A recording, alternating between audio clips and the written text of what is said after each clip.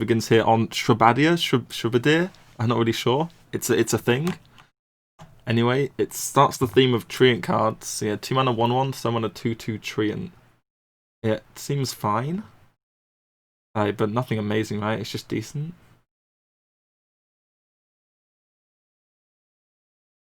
Yeah, I don't know. This card's like it's like decent enough stats. It's kind of like the Warlock one though. Obviously, it's a 2/2 instead of a 2/1. Yep. I don't think it's very good. Great in battlegrounds. Yeah, it'd be good in I battlegrounds. don't rate the Treant stuff, man. I think the Treant stuff sucks. Therefore, I think this is a 1. Yeah. I mean, I don't really want to give it a 1 because it's not trash, but it is trash. Yeah. Yeah. I think it's trash. Chat kind of likes it. They're being middle of the pack. I mean, 2 mana 3/3 is fine. Like token druid card, but it's not really a 2 mana 3/3 though. Against 1/1s, it's a 2 mana 3/3, I guess. Yep. But most of the time, it's like the 1/1 gets pinged away or value traded, and then you have a 2/2 left over. Yeah. The split isn't even good. It's a bit like 2 mana Faceless Lackey. Yeah. Oh yeah, that's what it is. It's a 2 mana Faceless Lackey. It's literally what it is. Yep. Yeah, I'm giving it a 1 too. Okay. I think the clue's in the name. Okay. Yeah. Next up, Aeroponics. 5 mana, draw 2. Costs 2 less for each Treant you control. Another Treant card they're pushing. If it costs 1, it's insane. If it costs 3, it's meh. If it costs 5, it's terrible. So you need 2 Treants in play. Is that a thing that's going to happen? As well. It can cost 0, yeah. 3 Treants. Then it's bonkers, right? Force of Nature Aeroponics. Ooh. Turn 5. Pretty good, right? Yeah, that sounds playable. It's actually pretty good. And then you play the Taunt as well. The Anubasath? Yeah, that's not bad. Broken? Is Treant Druid actually good? This is a good card. For sure, right? I don't know if you want the whole Treant stuff, but maybe you could like squeeze in Force of Nature into like your token Druid. Play with Garden Gnome as well, maybe. I mean, yeah, anything that can cost 0 has potential to be good, right? Like. Oh wait, I haven't swapped the card. Sorry guys, you're voting on the last card. This is the new one. Start voting on this one. Yeah, I like this card. But if I'm giving the shrub lady a 1, then I'm giving, I don't know. I give this one a 2. Because I could see play not a Treant deck. Yeah, that's what I was thinking. I think this could see play not in a specifically Treant style Druid. If you want to run like Force of Nature, maybe, or the Gnome Lady, because the Gnome Lady is triggered by this, right? And then you play it, yeah. So like for 5 mana, you could go Gnome Lady plus this if that's literally just your hand. If you have a Treant in play and then you play the Gnome Lady, does it not trigger? Because it will be a 3 mana spell. Yeah, it won't. That's why we gave the previous card a 1. It ruins that combo. Okay, my chat is saying there's no 4s, but there's quite a lot of 3s on this. You're gonna get biased by chat? No, of course not. I think this is a 2. A 2. Yeah. Okay. Next up, it's good. It's a good card, but it's just like the rest of the archetype's a bit crap. Yeah, we have Strength in Numbers. Side quest. Spend 10 mana on minions. Reward, summon a minion from your deck. So, I have to spend 10 mana on minions, and then my deck has to be all expensive minions. It's just, I think this is complete garbage, because if you have to have like cheap minions to do the quest early, and then if you're playing cheap minions, you don't even want to recruit one. Really? I like this card. Oh, and chat hates it as well. I think I'm really against the grain on this one. I feel like you could just play this in some sort of dragon deck, maybe. Right. So you don't play that many early things. Like you want to just ramp and stuff. So you squeeze this one in, and then eventually you're going to get a free minion out of it. Like if it's in your opening hand, it's pretty good, isn't it? I agree. All the side quests are decent in your opening hand. The problem is when you draw into them on like turn 5, 6, They're just completely dead. This one's not though. It only takes like 2 minions in the mid game to complete it. Okay, so if it was like play 2 minions, summon a minion from your deck. It's like 3 minions, kind of though. It's like 3 really. I don't know. I like this card. Okay. I think I'm giving it a 3, dude. I think it'll see. Maybe 3 is generous, but I'm gonna give it a 3. Oof. Okay, next up, Tree Enforcements. I like the name. It's a choose 1 card, give a minion +2 health and taunt, or summon a 2/2 treant. So in Quest Druid, that's a 2/4 taunt treant for 1 mana. Ooh. Whoa. In regular Druid, it's just a tree. So the other one was the Faceless Lackey. This is the Taunt Lackey, right? Mm-hmm. Well, kinda, yeah. Is it good? Is it going Quest Druid? Like, because they don't do anything on turn 2. You can play a 2/2 now. Do you want to play a 2/2? Yeah, because then you can hero power down any minion on the next one. It depends if it's aggro, right? Like, you don't want to be playing this card against like Warrior. No. How tight is a Quest Druid deck list though? It loses Kuhn now. Yeah. Pirate Warrior too. Like, if you compare it to Living Roots, the +2 health and taunt effect is way worse than the damage one, I think. Yep, because you just don't have a minion. Yeah, you don't have a minion. It's like, if you're behind, it's like really bad. But the damage effect always was quite good. I don't know. It might see a little bit of play in Quest Druid. I'll give it a 2 ski. Okay.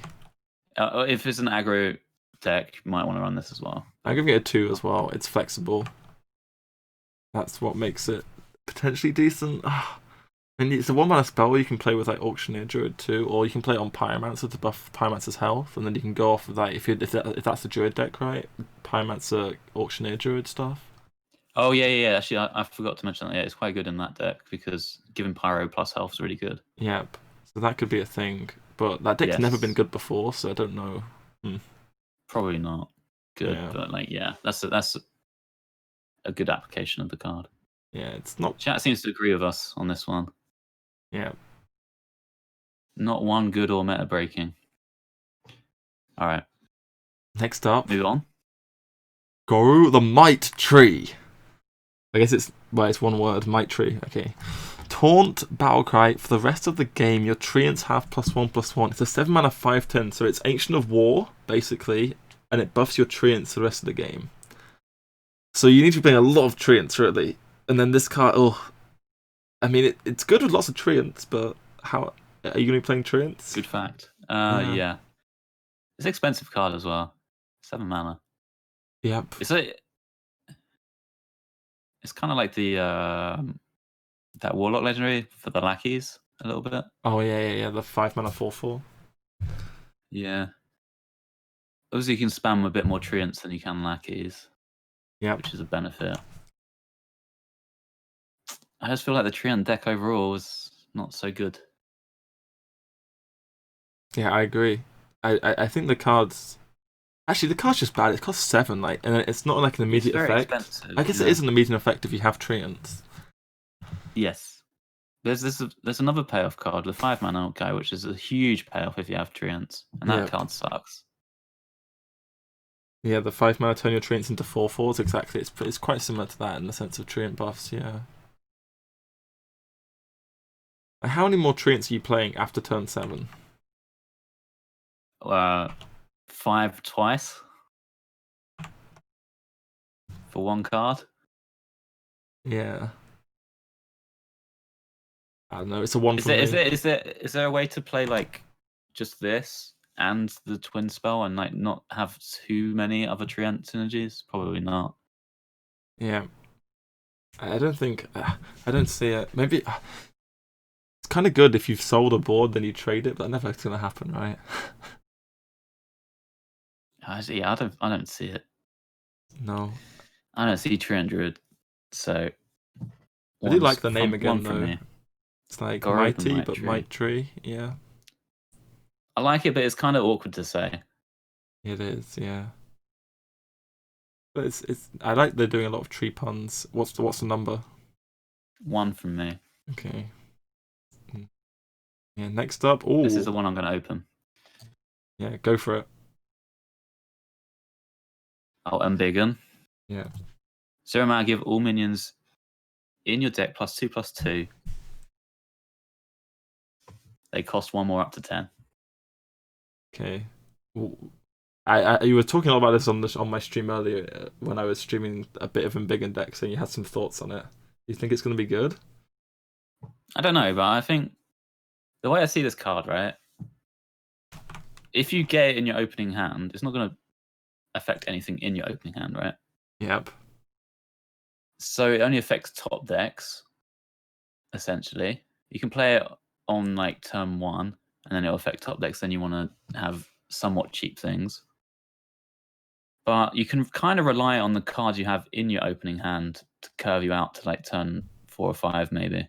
And then you want to just be top decking good thing after good thing. So I feel like you want a lot of 3 to 5 cost minions, maybe. Yep. And they need to have like effects as well, because you'll fall behind as well. Because you have this card in your hand, so you need to have rush and stuff. There's that 5/4 Yes. rush that you make a copy of, which is and like Oasis Surger, which can really swing back the board. I think that's the best way of doing this. So you want to put a load of cards in your deck which benefit from hand buffs. Things like maybe even Scale Hide, maybe that Taunt that gets double health from hand buffs or whatever it was. Yeah. Maybe it's not so great. Maybe dragons and stuff. When I was watching you play this, the ramp dragon card looked really good with Embiggen.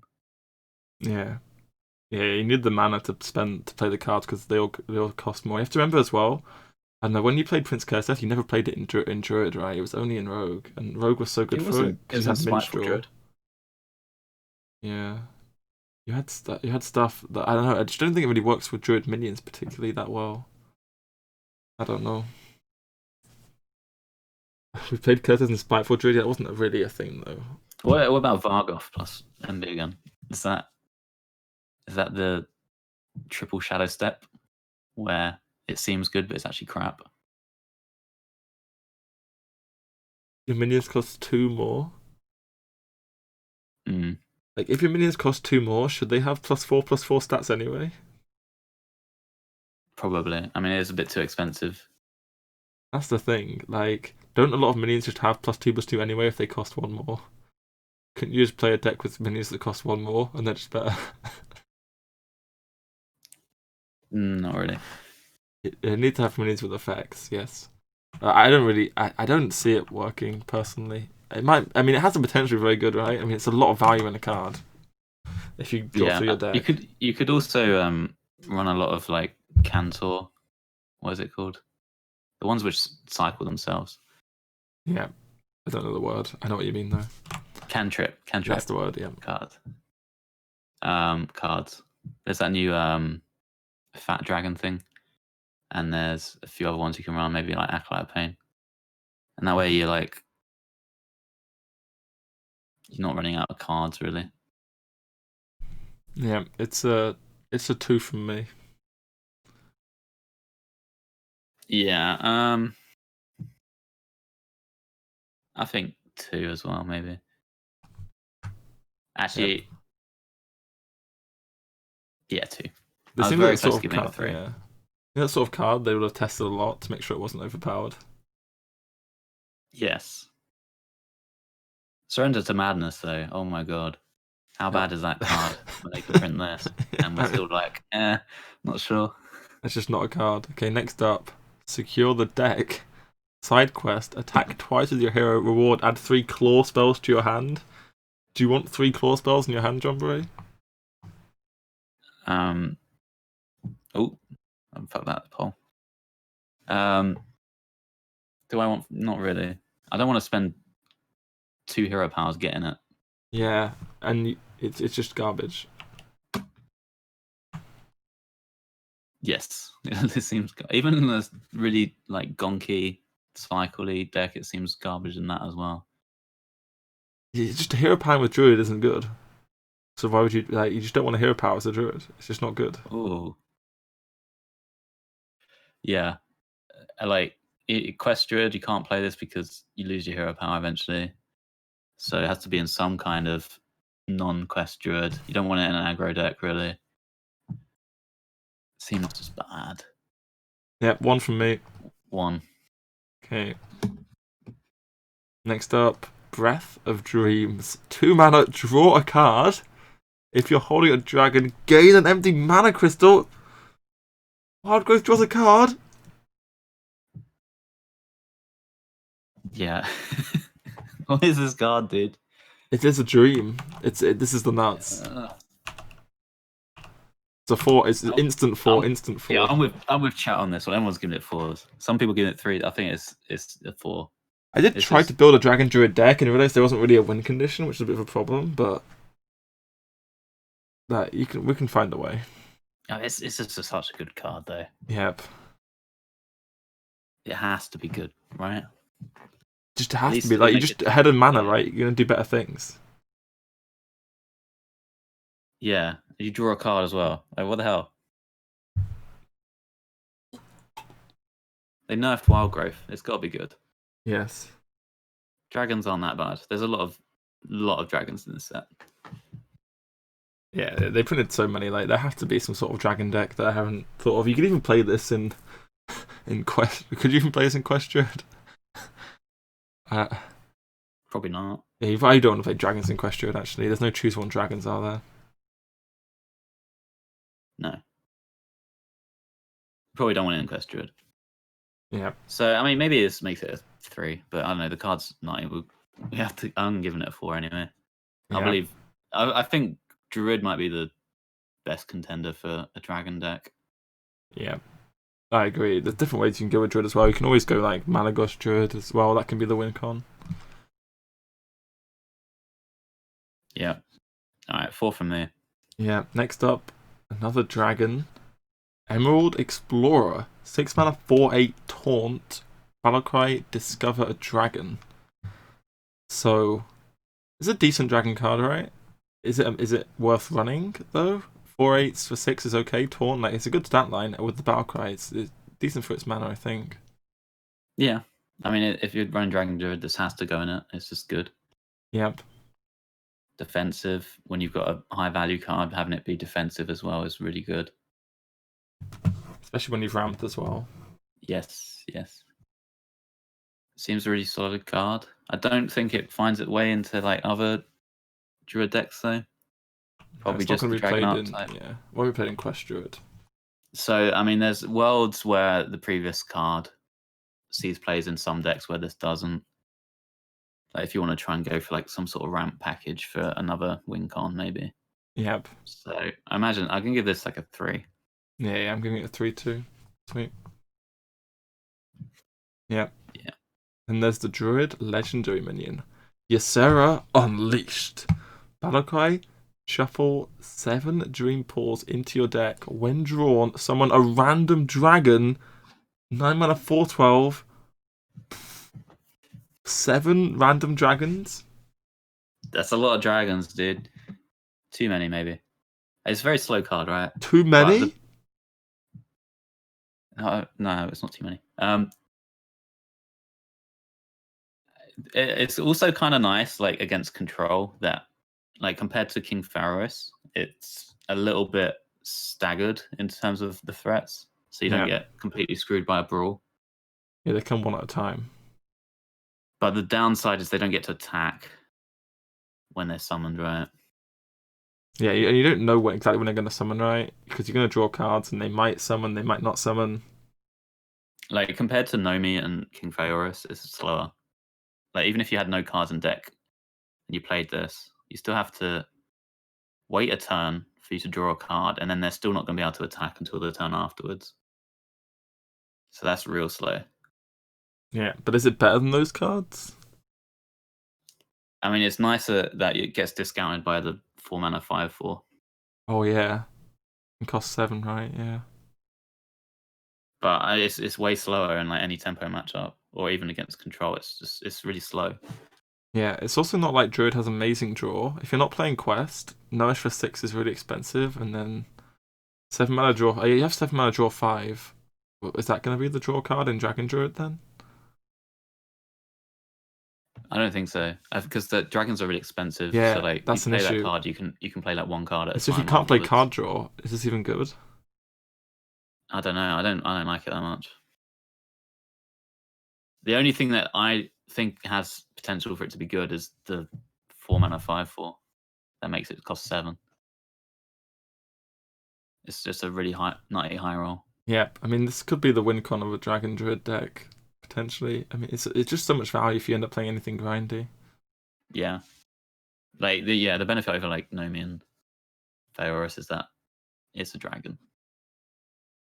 So it is like even if it's weaker than them, like you might have to run this just because it's a dragon. Yeah. I'll give it a 2. I think because I was probably going to go in that deck, but I just don't think it's that great. I give it a 3. It might just be enough at top end just to be enough. You can just play like anti-aggro almost, and then have that to be good enough against some control stuff. If you're playing Floop as well, maybe. I don't know. Sure. Okay, that's Druid. Druid done. Yeah, Treants and Dragons seems quite meh. Yeah, I mean they sprung all this Treant stuff right at the end, and everyone was disappointed. Yes. Yeah, it seems a bit meh. The dragon stuff seems Dragons are strong, yeah. Dragons are strong. The other stuff doesn't seem great, but maybe we'll be wrong. Questra didn't get much support. Got nothing. Tree Enforcements, yeah. Yeah, and even that might not even go in. So, yeah, Druid might not change much if this dragon stuff doesn't end up being good. Maybe there's some room for aggro decks. There's a few aggro cards put into the metagame, but probably not. Yeah. Is there Hunter next? Next up's Hunter, yeah.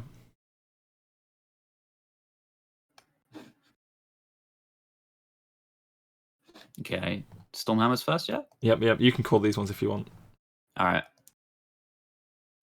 Stormhammer, 3-mana, 3/2 weapon, doesn't lose durability while you control a dragon. So, immediately, it's very similar to Eagle Horn Bow. Yep. Although this is way easier to take advantage of the durability, I think. Yeah, like if you have a dragon on turn that sticks from turn 2, right? Like you play Fairy Dragon, you can just start swinging, and you can just keep on swinging face. I think it's definitely stronger than the Eagle Horn Bow. Yeah, for sure, stronger. Like Eagle Horn Bow, you have to be on 1 durability waiting for them to proc one of your secrets, which doesn't happen a lot of the time. Yeah, this seems like a great face card. Yes, it does. And with the 2-mana spell, like this mid-rangey dragon, I don't know, they got a lot of sustained damage, right, with this. Yeah. There was a lot of decent dragons as well that got announced. Uh-huh. It seems like a good card. I'm not 100% sold on Dragon Hunter. But it's a very good card within the archetype. Like, I think dragons go in Highlander Hunter too. So, and this is a decent weapon to play in that, maybe. Although it's competing with Eagle Horn Bow. I'm not sure. Yeah. I mean, you could get rid of the secret package. You could. And put some other stuff in instead, because it's not amazing secrets, really.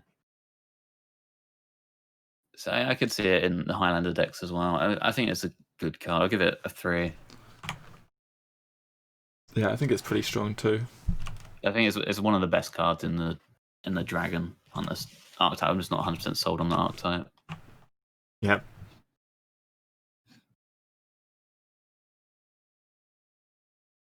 Alright, what's next?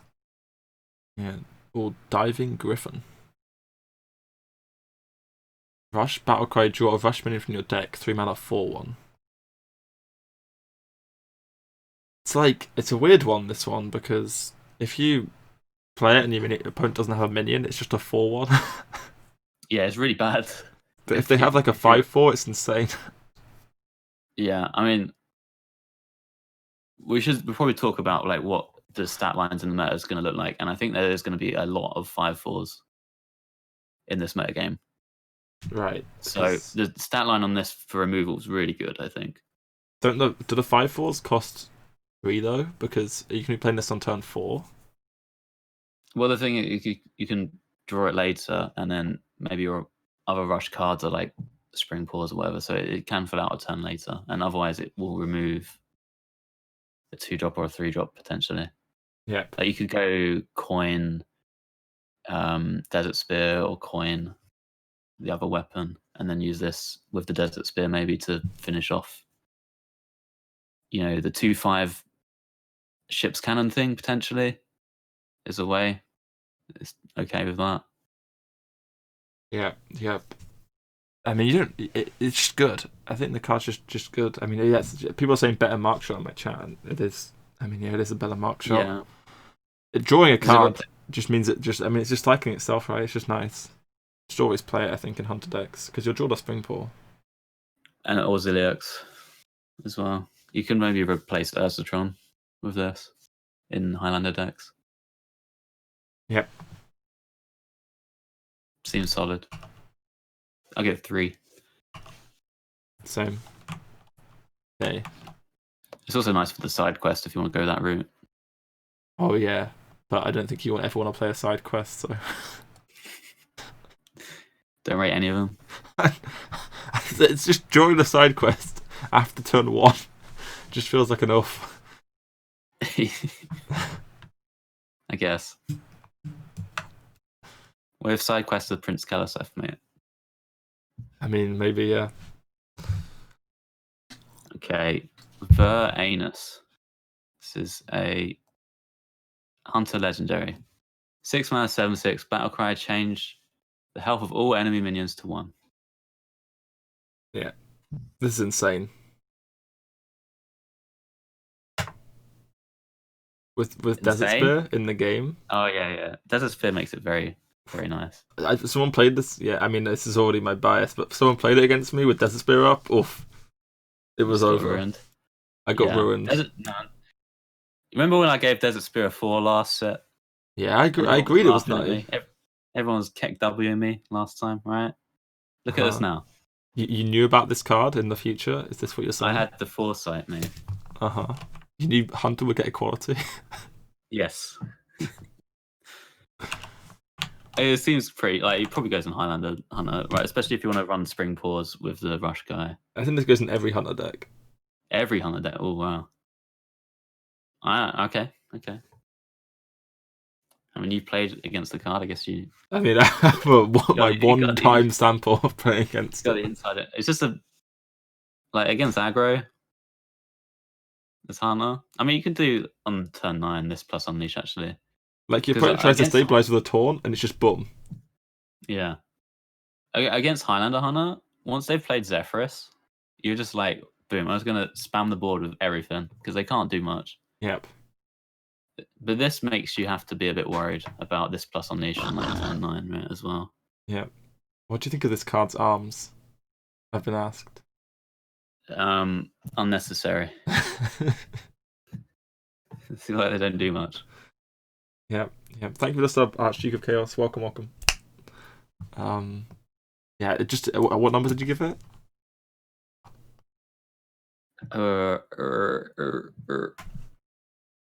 3. Okay.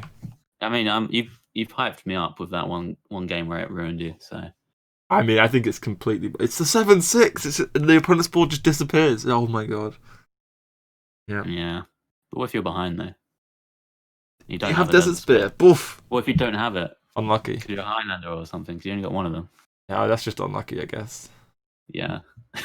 Better luck next time. You don't play it, I guess, then. Okay. Yeah. What's up next? Clear the way. Chat for is Fringe, by the way. Fringe?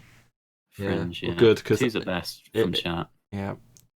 Well, I wouldn't want to agree with chat, because then I'd probably be wrong, right? So. True, yeah. I'm using chat, and then once they've casted all their votes, I kind of like divert away from it. Yeah. Clear the way. Side quest, summon 3 rush minions. Reward, summon a 4/4 Griffin with rush. 1 mana 4/4. PogChamp. And it's tempo all in one turn. So if your opponent's like a removal heavy deck, it's a bit harder for them to deal with it, right? Yep. Like if they're playing Eviscerates or whatever, then they're starved for mana. Can you name 3 rush minions in Hunter? Springport. Yep. Springport 2, the second half. The 4-1 rush.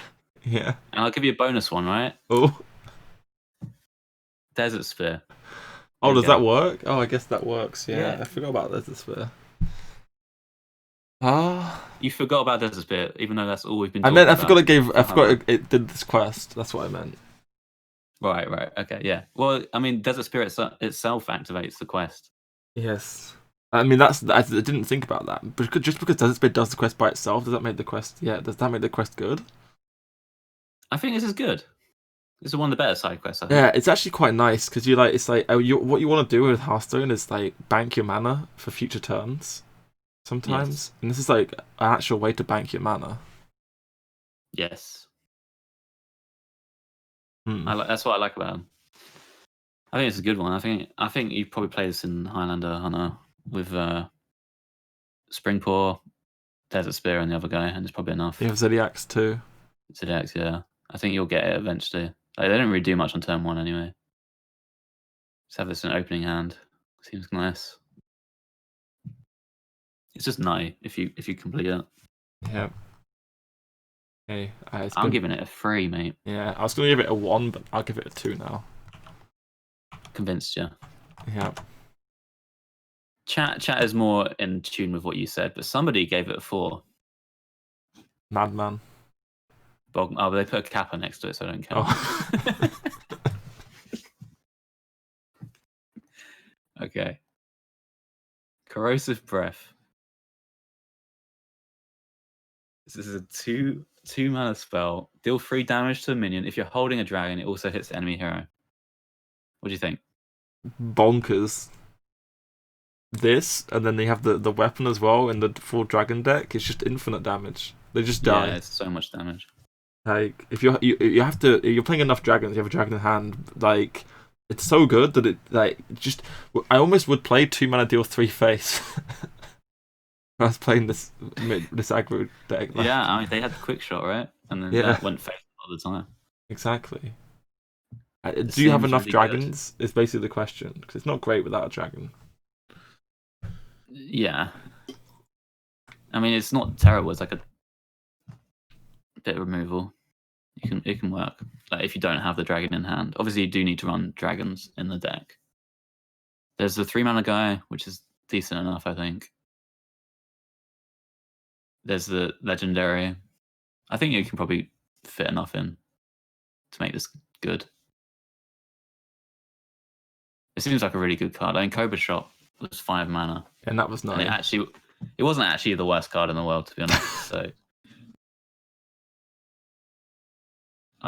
because this is just good. It's so much reach. Yeah, it all adds up. I'm giving it a 3. Yeah, I'll go 3. I think it's a really strong card, but it's just like the conditions a bit restrictive. Yeah. Chat thinks it's a 3 as well. Good job, chat. Okay. Primordial Explorer. 3 mana, 2/3 poisonous. Battlecry, discover a dragon. It's a dragon as well. Yeah, so Emperor Cobra discovers a card now. Yeah. I mean, it seems decent, right?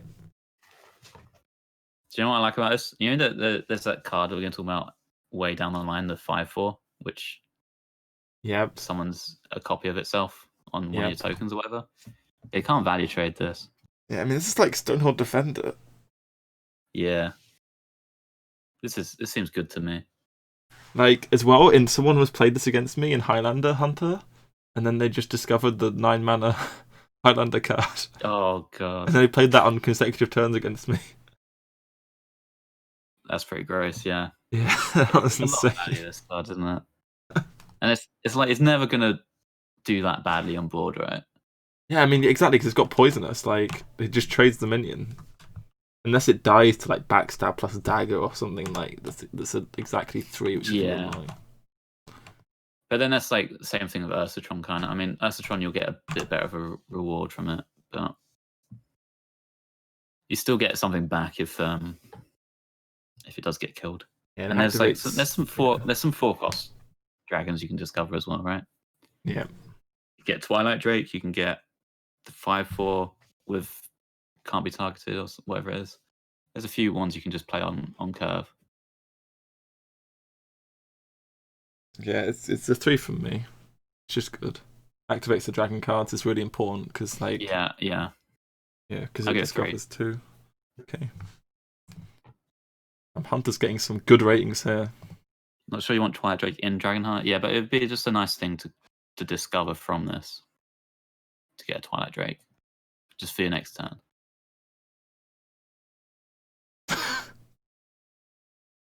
Okay, next card. What is this? Toxic Reinforcements.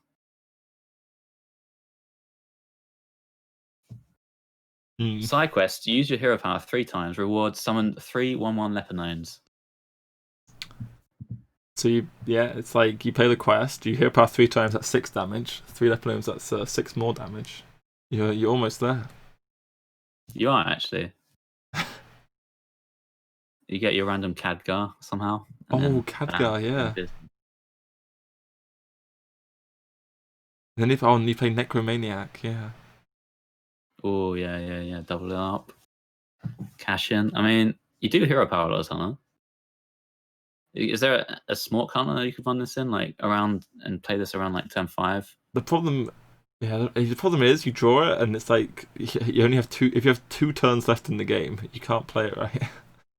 Yes, true. That is true. Even with 3 turns left, they don't die like the turn they come out, right? It takes like 4 turns for them to die. Yeah, that's a good point. I mean, this card, it's got to be trash, right? Yeah, the 1/1s get a 1 from me. I don't think like smart decks aren't that good anymore because like the tempo decks can just counter leaf you too easy. Yeah.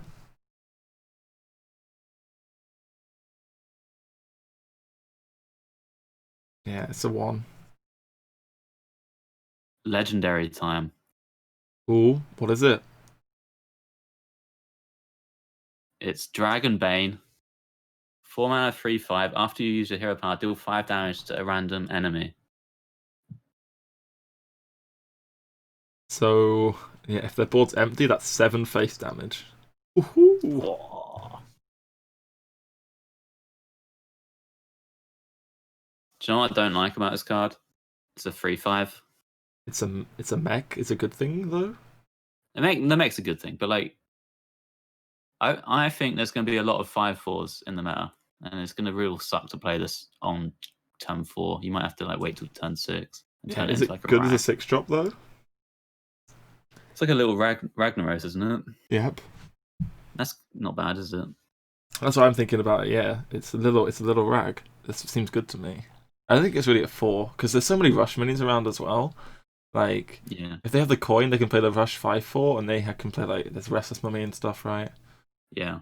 But it just seems like a 6-drop. I guess. I mean, maybe against some classes, it won't die, but It's a good effect. I'm just a bit worried about the stat line. yeah. Going into a lot of 5/4s. Like Captain Greenskin might be a thing as well. Yeah. Because of Pirate Warrior. I'm not so sold on that, but yes. It's so good if it sticks as well. People ask what's the 5/4 rush. There's a neutral card. There's a 5/4 which turns one of your other minions into another 5/4 rush. And they both have rush. It seems really good. Which is why I'm worried for cards like this in the meta game. I feel like it just gets a bit farmed. Yeah. Thank you for Sport Weeter. Yeah. But even if you play this on turn 6 and then they just respond with a 5/4 rush guy, it's really bad for you. Yes. It's so bad when it gets. I mean, but like, is it? It's so bad if you don't hero power. Yes. You have to hero power. Could you find it? I mean, we're all talking about getting rid of Ursatron in Highlander. If you're running this in Highlander, you don't want to get rid of Ursatron. Or are we just running Mech Hunter with this? It's probably good in Mech Hunter because you can make it 3. Yes. Yeah. I mean, you just play as a 6-drop, I think. Yes, most likely. I will give it a 2. Okay. Uh, I'll give it I a don't know. 3. Okay. I'm not sold on it. I feel like it's going to shape up poorly in the meta game. Yeah, it might do. We'll see.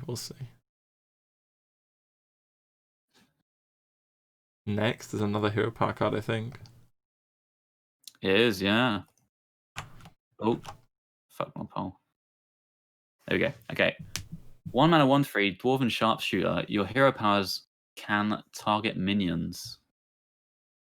Ooh. Good stat line. Trump effect. Do you want to shoot things on turn 2? Not really, but you could probably get away with it.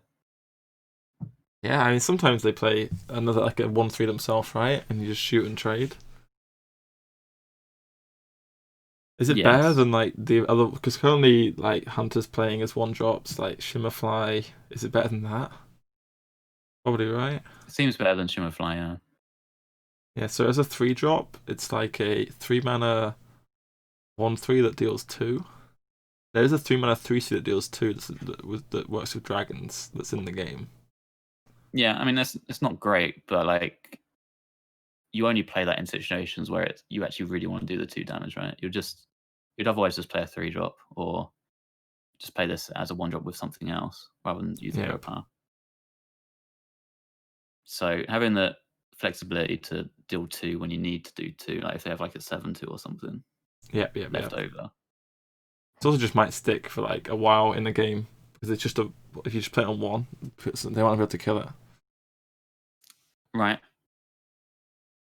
And it's like against Mage, you know, when like it said going into their turn 2 and you're like, I really don't want to play this Sludge Slurper.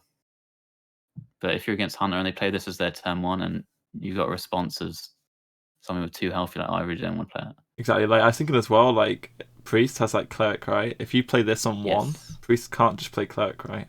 Yes, that's a huge benefit if combo Priest is going to stick around, which it probably will do. Yep. This being able to kill Cleric. Like it's more the threat of the hero power that's the thing than the hero power itself. Like it just means they can't play a minion into it, really. Yeah, it's good. Does he play in every Hunter deck? Is it busted? It probably sees a lot of play, but I don't know if it's busted. But I imagine it sees a lot of play. The only thing you wouldn't see him playing is like Mech Hunter or Master's Call Hunter. Yeah, Master's Call Hunter. But in Highlander, probably sees play as a 1-drop. You play as a 1-drop in Highlander, probably. I think it's just good. Someone's giving it a 5. Out of 4? Yeah. Interesting. I will give it a 3. I'm giving it a 3 as well. Damn, Hunter's getting all the cards. They are, and then we're going to be surprised. Okay, one more Hero Power Hunter card left. 2 mana, 2/3, Phase Stalker, Inspire, Caster's Secret from your deck. It's a beast. It's kind of awkward. Yeah, I mean, it's not super bad on 4. It's not great, though. I don't think it's good. I had someone coin it and then Hero Power.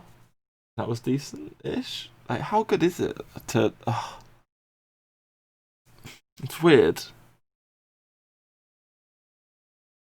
Like, if you Hero Power to summon a secret from your deck, it's kind of good, right? Like, coin this into Hero Power. Yeah, it is good. But are we running the secrets anymore? Like, we might be moving towards dragons, right? Yep. But like having the Hero Power spend 4 mana, it's almost like you can compare it to like Arcane Keysmith, basically. Yeah. You don't discover. Yeah, but you don't discover, but you get to kind of discover preemptively because you put them in your deck.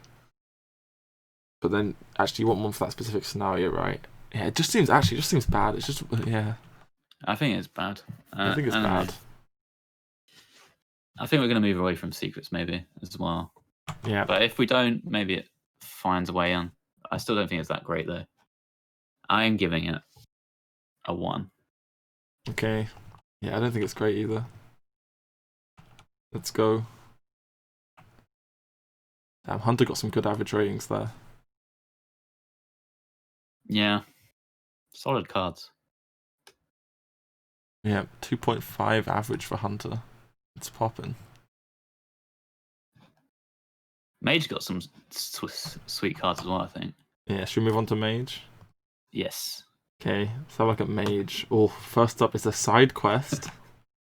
Starting strong, boy. Elemental Allies. Side quest. Play an elemental 2 turns in a row. Reward, draw 3 spells from your deck. 3 spells? But can you play an elemental twice in a row? Is there any abusable stuff with this? What spells do we want? Oh, tutor exactly the right spells.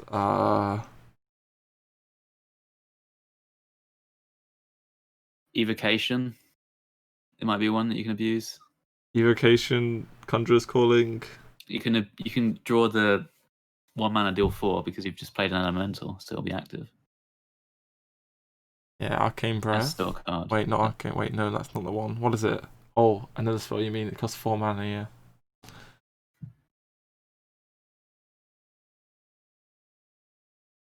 But if you're playing 2 of these in deck, won't it draw your other one of these? I guess it will, yes. Yeah. Hmm. I don't know. I think this is trash card. Yeah, I mean, if your deck is all elementals, there just aren't enough elementals in the game, right?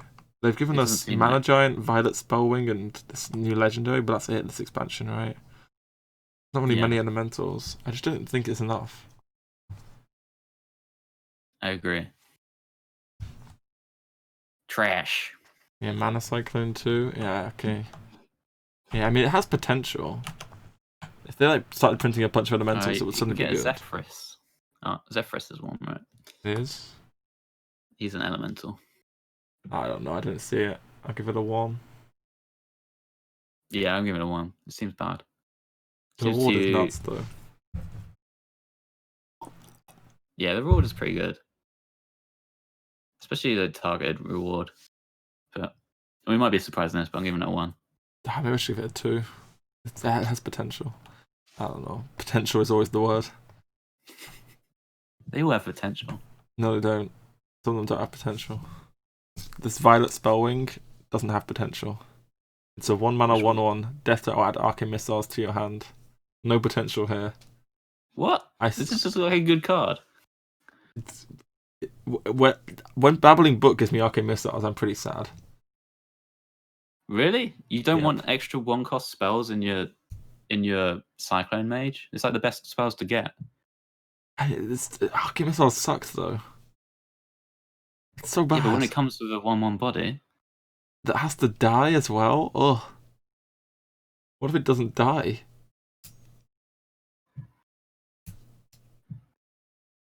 or if it doesn't die, I mean, you can just play it as a minion. I think it's good.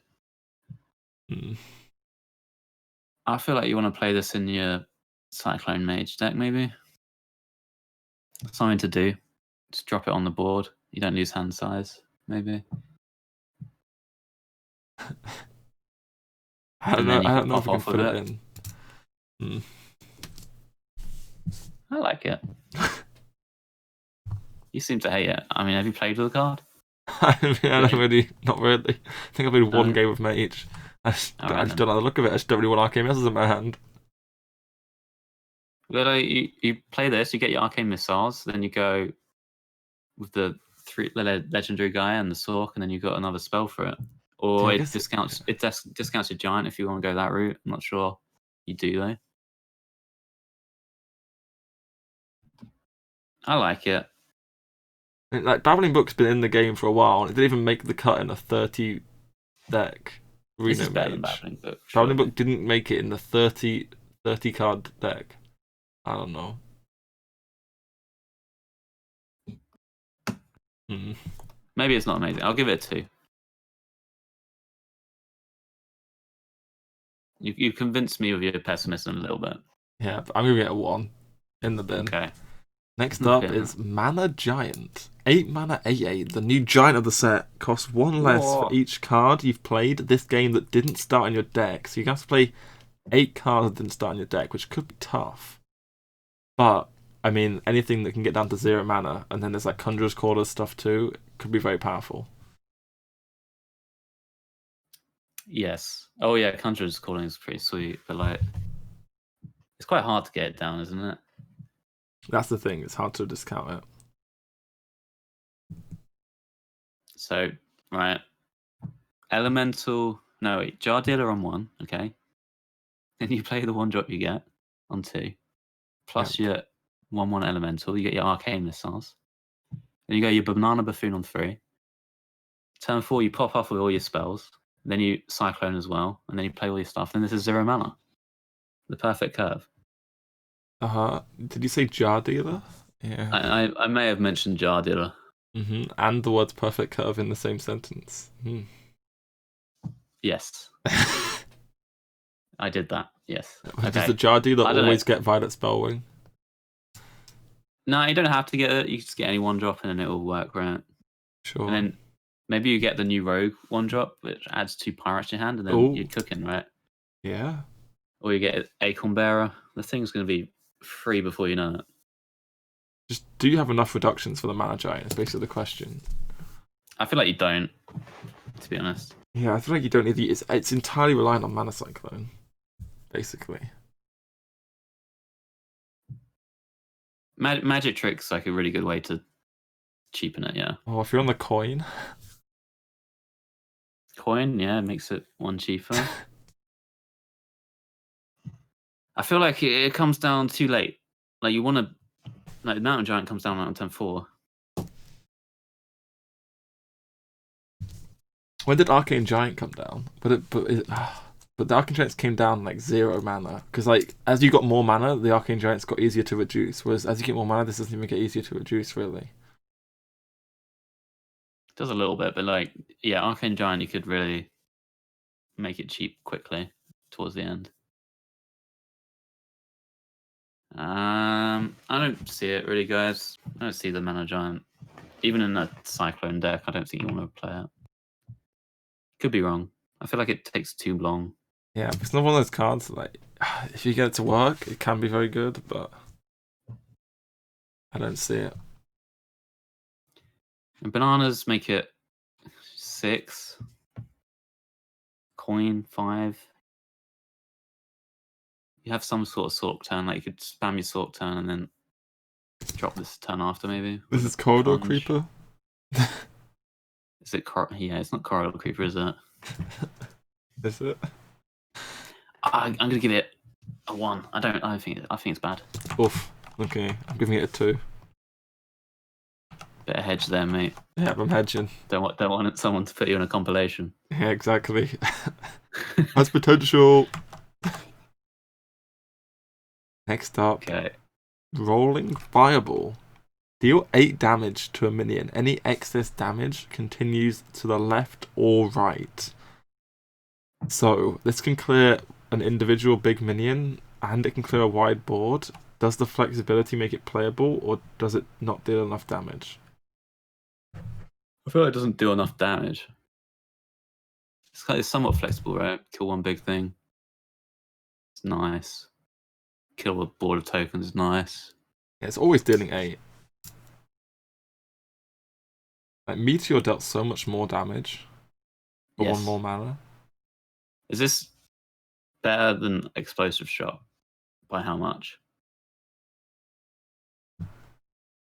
It's better than Explosive Shot, for sure. It is better, but by how Wait, much? Because that card's quite a I've lot never better. seen. Yeah, it depends on if they're playing. It depends. It's like, it just depends on. As with all these AOE clear effects, it depends on the meta, right? Like, Right. if people are playing tokens, I mean, you could play this, but then you also have Blast Wave, which is just a mage card. But this is I like don't think flexible. this makes the cut. I don't think it's very good either. You can't play it on curve. Okay. I just don't think it makes the cut. And you can position around it, maybe put your biggest thing in the middle. Yep, and then it's random if it goes left or right. Yeah, I don't know. I think it's bad. So Give it a 1. It's a I 1 don't for think it me. even makes the cut in Reno. Yep. Are they firefighters on the image, by the way? Or are they just people? It looks like people dressed up in firefighter, but I can hardly see. Whatever. Anyway. I think they're people. I don't think they had firefighters in in this place. It just looks like they were wearing firefighter uniforms, but I don't know. It's hard to see. Anyway, like gold armor on or something, or just clothes. Next up is Inkmaster. Dragoncaster. The 6 mana 4/4 battlecry. If you're holding a dragon, your next spell this turn costs 0. Whoa! The card that got nerfed to 7 mana now costs less than 7 mana, maybe. True. Pocket Galaxy, yeah. Flame Strike with this too. Does this go in straight into your dragon decks? Straight in the Reno Mage?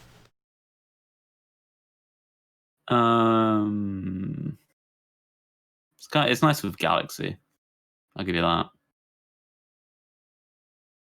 It's a bit conditional though. You'd have to have all the dragons and stuff. You're playing a bunch of dragons in the Mage, right? Yeah. Loads of people told me that Reno was a dragon. Is it true? Kept on seeing the theories. Yeah. He's not been publicly made a dragon. Mm-hmm. We can test the interaction with this to see if it works. Then expose him. Yeah, maybe it works.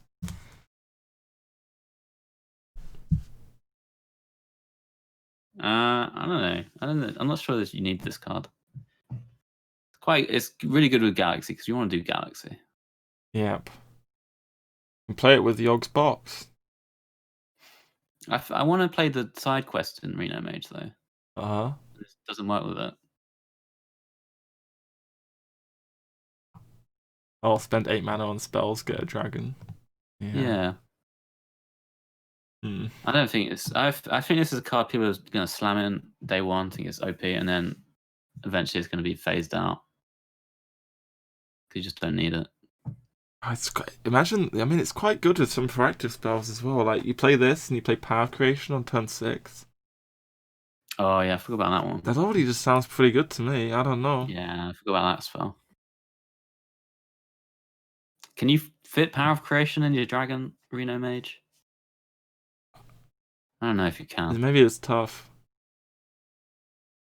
Dude, I don't think this is going to actually be played eventually. I think it's just going to be like too conditional. Just for like the extra little bit of tempo you get sometimes.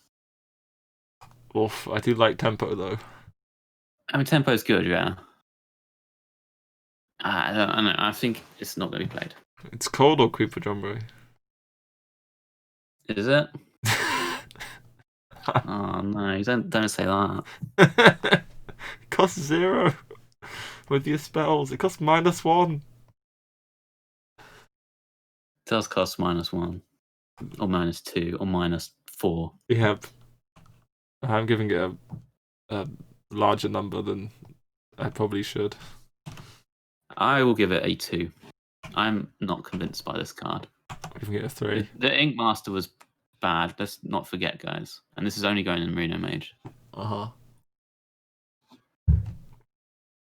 Yeah, the Ink Master was bad. There are better spells right now than when Ink Master was around. There's much better spells, yes. There were no good spells when Ink Master was around, pretty much. Okay. Next up. There's quite a lot of 4s on that from chat. Yeah, chat really like it.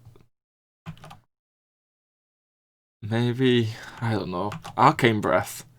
Deal 2 damage to a minion. If you're holding a dragon, discover a spell.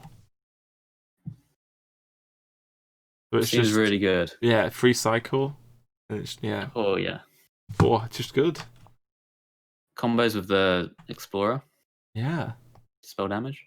Combos with Dragoncaster 2, more spells to reduce. Oh. Dragoncaster plus this is your. You get a big spell if you have Dragoncaster in hand. Right, yeah. You see what I'm saying? I see what you're saying. It's magic trick, but you deal 2 damage. Yeah, kind of. I mean, probably worse spells on average I for the guess. situation. You can put this in like Cyclone if you put some dragons in, maybe. Oh, discovering a mage spell actually does sometimes. There's a lot of bad mage spells. That is worth, yeah, as a thing. Yeah, this is like secrets and stuff. Yeah. I wonder if you can run it in Cyclone because it's really you really want this kind of effect in Cyclone. It's just the condition that might be holding it back. The condition is probably too hard in the Cyclone deck. I don't think you want to play dragons in there. I was just wondering whether you can go for like Dragon Explorer, Shooting Star stuff, maybe. Maybe. Seems like hard to fit everything in there. Seems like a solid card, this Arcane Breath card. Yeah. Probably sees play in Reno Mage for sure. And maybe in some other ones. So I guess it's a 3 or a 4. It's a 3 from me. Make your mind up.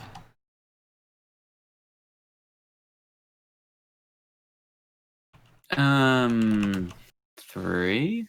I mean, I don't think anyone's going to complain about this card. Yeah. This card's never it's really really busted. good though, probably. Yep. Oof. Next up, Dragon Soul wasn't good enough, so they've upgraded it. Now we have Chen Vala. Wait, it's like, how do I do the double A? Vala? Shenvala. Yep. After you cast 3 spells in a turn, summon a 5/5 elemental. It itself is a 2/5 for 3 mana. And an elemental. Yeah, and an elemental. Mm. It's pretty good if you cast 3 spells, but then again, you've cast 3 spells and your hand's now empty. But then you can play a mana cyclone board, and then those spells are replaced by new ones. What if you don't have a mana cyclone in your hand? Then you've made 5/5s. You're not too sad. Yeah, 5/5s are good. Does it fit? Bananas, pretty easy to make work with this. Yep. You can CAD guard the 5/5 maybe sometimes. Yes, if I play this on board, you kind of have to kill it, right? Otherwise, I'm making a 5/5. Yeah, and like you can't just develop into it because you get Ray of Frosted and then cry. Yes. Oh yeah, Ray of Frost. There's a lot of twin spell stuff. Yeah, there's a lot of spells that like create a spell in Mage. Change pole. I think the card's quite strong.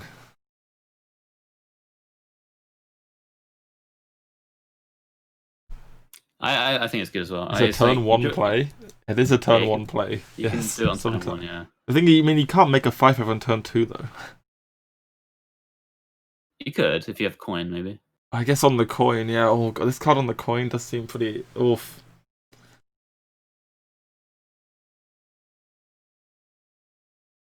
It's pretty easy to even go like this coin, double Ray or something.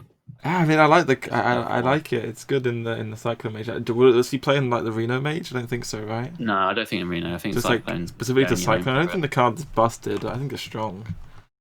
Yeah, I'll give it a 3 skill. Yeah, I'll give it a 3. I mean, Sork with this. Like if you've Sork sticks, you can sometimes just pop off on turn 3. Big high roll potential. Yeah. You can make a board of 5/5s. Like you were saying, even just dropping it, it's a threat that they have to kill, so they might have to abandon their curve plays for like removal, which is something you don't really want to be doing. Yeah. A lot of the time. So this got that benefit as well. It is a pretty crappy stat line after turn 3. Like 2/5 really sucks to bigger minions, but yeah.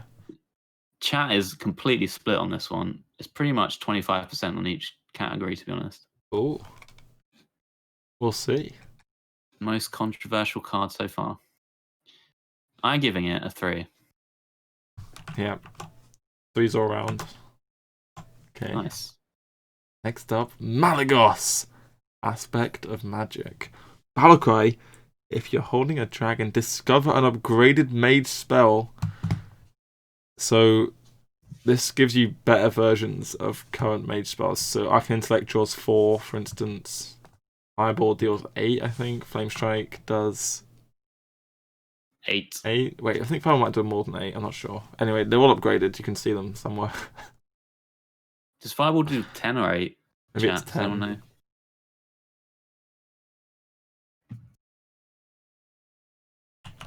Yeah, this card, I think, is super good. The Polymorph one seems nutty as well, and the Frost Nova for tempo, and the 0 mana Frostbolt. Like, you're going to very often get a tempo option, right? If you don't want to just go greedy with it. I have the spells. Yeah, Malygos Frostbolt, 0 mana. The Fireball deals 8, yep.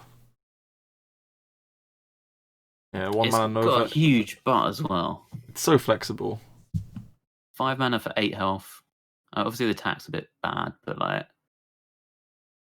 It's just not nuts. a terrible body.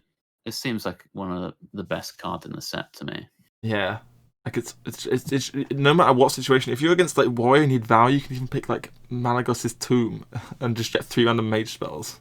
Like it gives you value, it gives you removal, it gives you card draw, gives you reach, like it just gives you everything on a good body.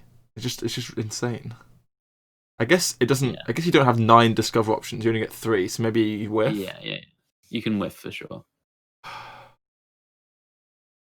It just has to be good, and Highlander Mage seems like it's gonna probably be a deck. So yep, I'm giving it a 4. Oh. I'm caught up in the hype, guys. I think this card's nutty. I like this card a lot too. Oh, yep. Busted. Next up, another card, which could be busted. 4 mana, 2/3, maybe not. Red damage +2. Power Cry, discover a dragon on the Azure Explorer. It's a dragon. That is, yeah. It can get reduced in cost. It threatens the spell damage, obviously. Seems like a better card than the other spell damage +2 ones. Potentially. Like, you know, the Shooting Star crap. You just ran out of cards when you played that deck. Yep. This gives you a bit more gas. I mean, if you ignore the spell damage, 4 mana 2/3 discover a dragon is obviously weak. Yes. It's very good when it's reduced. Take advantage of the spell damage. Yeah. You need to take advantage of the spell damage for this card to be good. And are you playing cheap spells to take advantage of the spell damage? Well, you got the 1 mana one at the very least. Yep. Which is decent enough with this. It always does. I don't know if you want Shooting Star in your deck, to be honest. Which is the best combo, right? Yeah, you just don't want Shooting Star. I can see this being played, but I can also see it not being played because the stats are bad for the mana cost. Discover is good. I kind of almost feel like there's not going to be enough incentive to run stuff that benefit from spell damage in Highlander decks. So it probably not going to see play, and I don't think you want it in Cyclone decks either. So where's it go? I think it's okay. It's like, I'll give it a 2. Yeah. It might be a 1, but I'll give it 2. Yeah, I'm giving it a 2 as well. Okay. I think there's one more mage card. Ooh, it's the quest. Learn Draconic. Side quest. Spend 8 mana on spells. Reward. Summon a 6/6 dragon. 8 mana on spells, but you get a 6/6. Like, if you get this on turn 1, you're gonna spend 8 mana on spells as a mage, and you get a 6/6. You can get huge tempo swings with this. Dude, your Pocket Galaxy just turned into a 6/6. Ooh.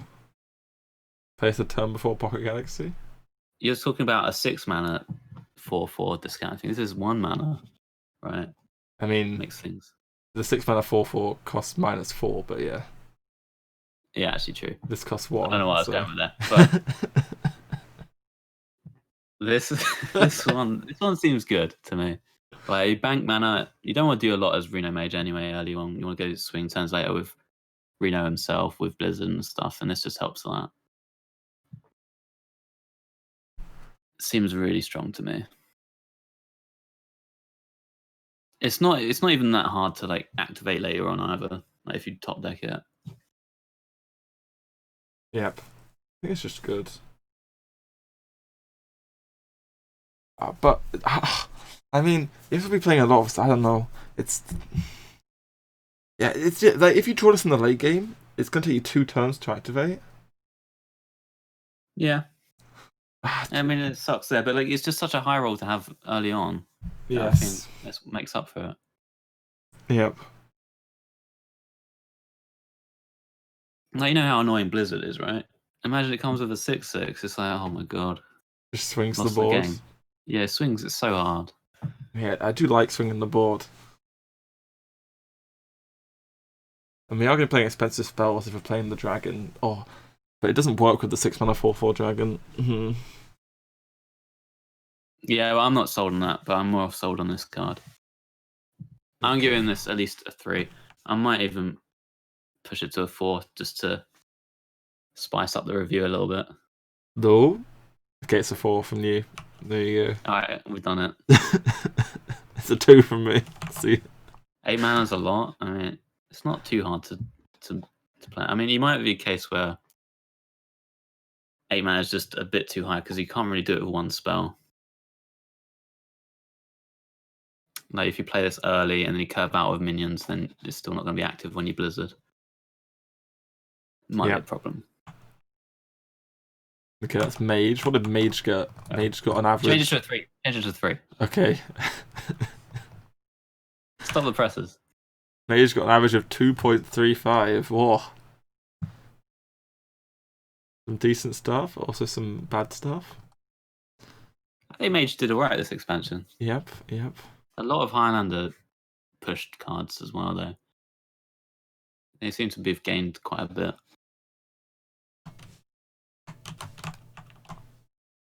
On to the best class, Paladin. Oh, do you want to do the Paladin cards? Should we start? I'll do the Paladins, yeah.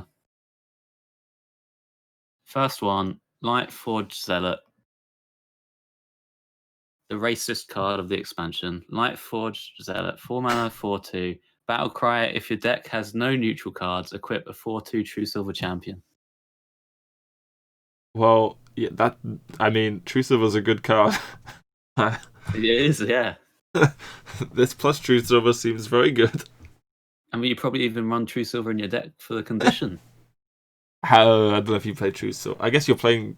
You have to fill it with Paladin cards. Yeah, is the downside of playing only Paladin cards? I mean, how bad is that for you? I haven't really examined it, to be honest. I don't really know. I feel like it might be quite bad. There's like a lot of the good tempo stuff is like mech stuff, which are a lot of neutrals. Yeah, there are a lot of good Paladin cards in this expansion, though. You can probably fit in like most of the cards that have been added this expansion into that deck.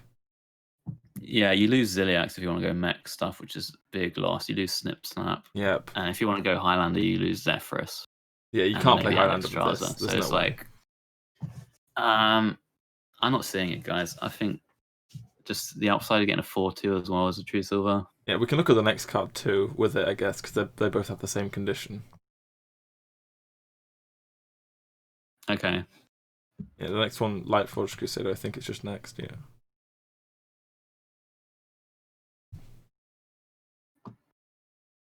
Yeah, I mean, 7 mana, 7/7, Battle Cry. If your deck has no neutral cards, add 5 random Paladin cards to your hand.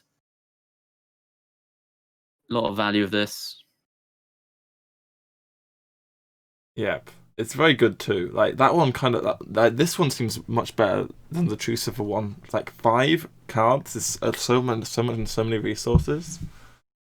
Yeah, So if you're running this, you kind of want to play quite a low curve to dump your hand before you play it, right? Yep. Which might be possible. There's secrets and stuff. Maybe you don't want to run them. But I'm the not sure. secrets suck. Yeah, that's an issue. Yeah, secrets up. Playing Secret Keeper. Probably not. Yeah. Mechs without the big mech payoffs. I don't know about that. I just don't see it. Yeah, I don't think this Paladin deck works.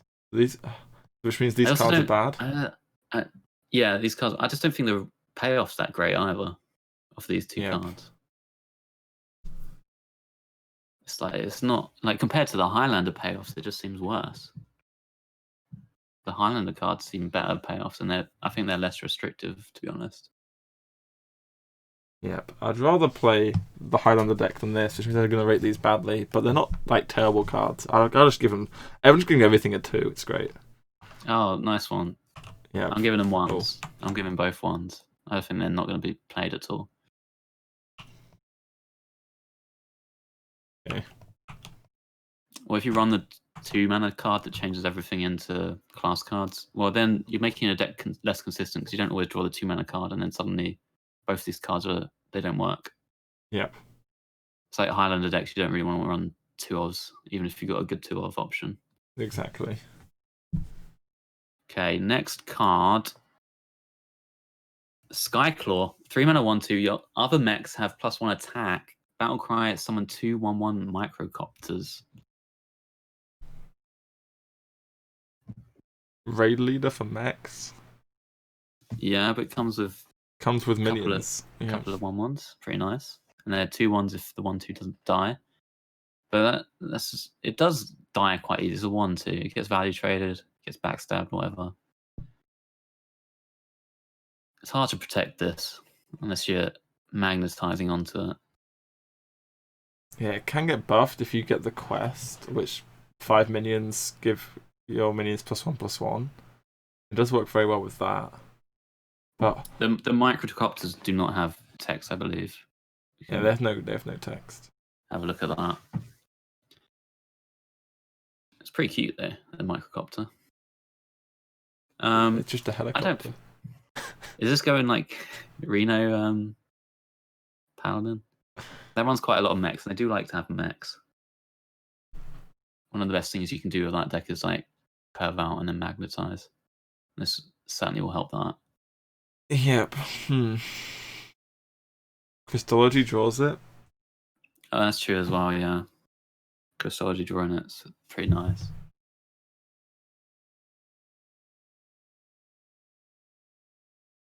If you're running mechs as a 1-drop or 2-drop, you can use it to buff their attack slightly when it comes into play, maybe sometimes. Yeah. It does seem good. It's okay. It's okay. I'll give it a 2. It's decent. Yeah, a 2. It's not going to be busted, this card. Yeah.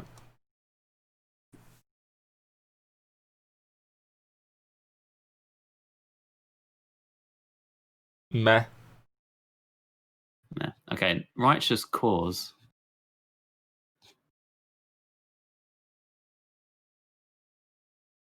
This is a 1-mana side quest. Summon 5 minions. Reward, give your minions +1/+1. Yeah, so this goes very well with the Skyclaw. Yes. True. You could maybe even put the other spread wide mech lady for 3 in as well. The micro tech controller. Yep. Desert Hair. Oh. Yeah, I mean, Desert Hair is really not necessary, but is there any other spread wide ones for Paladin, really?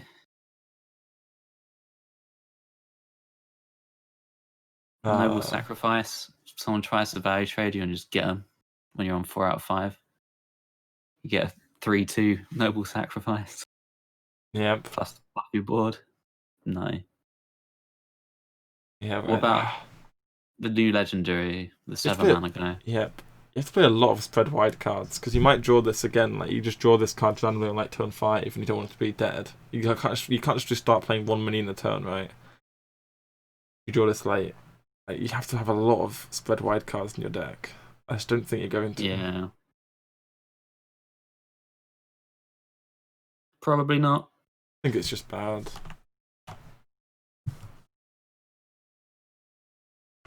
The Paladin has they have Samos Queen that spreads wide as well. Yep. There's not a whole lot else really, is there? Though, I don't want to spend the mana playing this that much. It's not bad, the card though. I think it's one of the better side quests.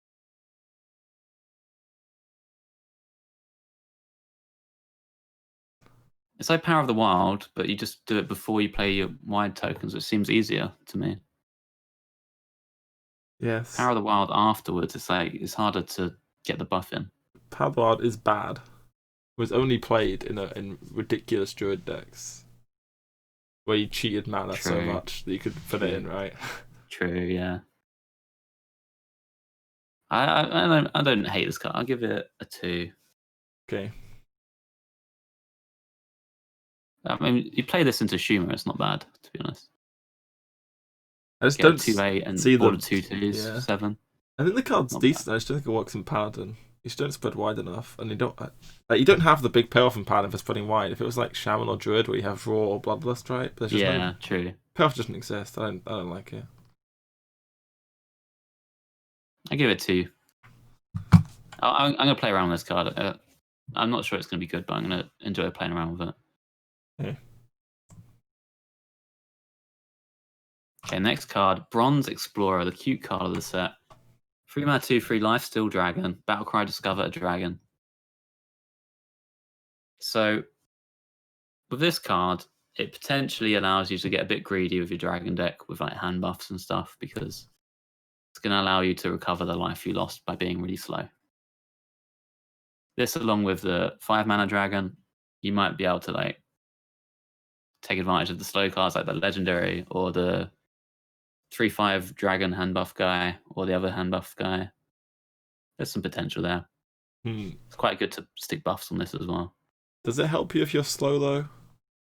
Yeah. No. If you played a better 3-drop, maybe that would help you more. I don't think so. I've played a lot of hand buff cards, and like Lifesteal is one of the best things you can hand buff by quite a way. Yeah, but I guess if you're getting Amber Watcher off that, it's really nice because Amber Watcher's like great if you've fallen behind a bit. Yeah, and you'll be running that in your deck anyway, I think. Mm-hmm. It's a redundancy. It works nice with some of the buffs, like that 1 mana Sand Breath one. Yeah. It's not bad on this. Yeah, I think it's okay. I mean, it's nothing amazing. It's like another Stonehill Defender-esque card. Yeah, the downside of it is just the stats are bad. So like in terms of tempo, it's bad. Yeah, the Hunter got a poisonous version of this. They did. You could run this maybe in Hand Paladin. Little deck. It's not been the best deck ever, but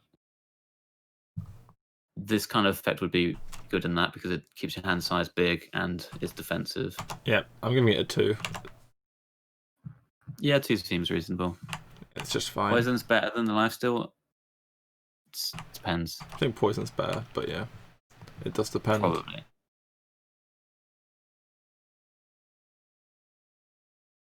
Two seems fine. Yeah. Sanctuary. 2 mana side quest. Take no damage for a turn. Reward summon a 3/6 minion with Taunt. Well, probably the most interesting card of the set, perhaps, in terms of its condition.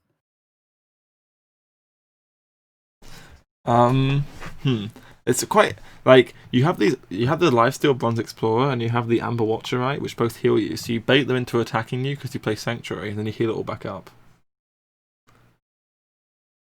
Why is it a bait? All the side quests as well cost 1, right? This one costs 2, which means it must have cost 1, and it was too good. Yeah, I mean the effect's really powerful. Like if you're against a deck like a priest or something, aggro priest, right? Combo priest, yeah. They're going first. They miss their 1-drop. You coin this. You just win the game. Ooh. They can't damage you. Win the game. I mean, it's a lot of the time you won't take damage in the early Yes. in the early turns. It's just again, anytime they miss their 1-drop, it's if really you draw good. this on like turn 5 and stuff, it's very if you're behind, right, they're always going to deal the damage. If you're ahead, then they kind of have to clear your minion. They can't deal damage to you. Takes 2 turns to attack. Yep. You could also run it on a deck with a lot of taunts. Is it good on curve? It's good if they don't have a 1-drop if you play it on curve, because. But if they have a 1-drop, it's unplayable. It's like bad, yeah. So it's unplayable. So it's like really. It would be frustrating to play against if it's good. Because you have to have a 1-drop yourself, right, to kill their 1-drop. I don't know. Right, yeah.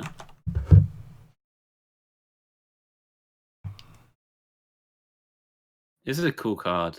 I mean, it just feels like a very swingy card, though. Like, if it goes off, you just kind of lose. Yep. It's like Rat Trap.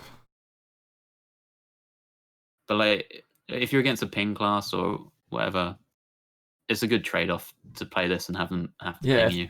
There's like, if Mage has to ping you on 3, like, isn't that just nuts? Yeah, and then they have to keep pinging you if they want to stop it. Exactly. It's just going to have to happen. Very feasible. The card's decent, actually. If you face anything slow, like even Reno Mage would be good against, right? Yeah. Sometimes. I'll give it a 2. It's such a bad top deck, though. Whatever.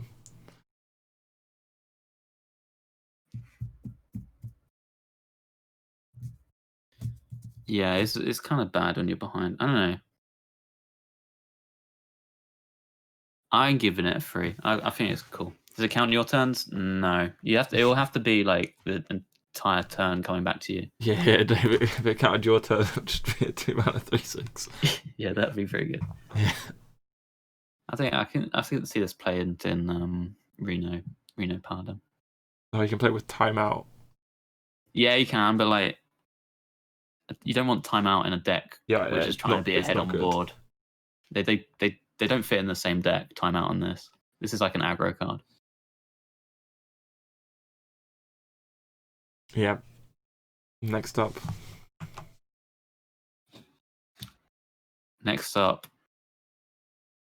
Antique Hillbot. Battle Cry, restore 8 health, dragon. 4/6. yeah, it's a bit bigger than Antique Healbot, but was Antique Healbot ever played in Paladin? I think it might have been played in like that combo Murloc deck, maybe. Maybe anything can happen. Yeah. Yeah, maybe in that one. I'm not sure otherwise.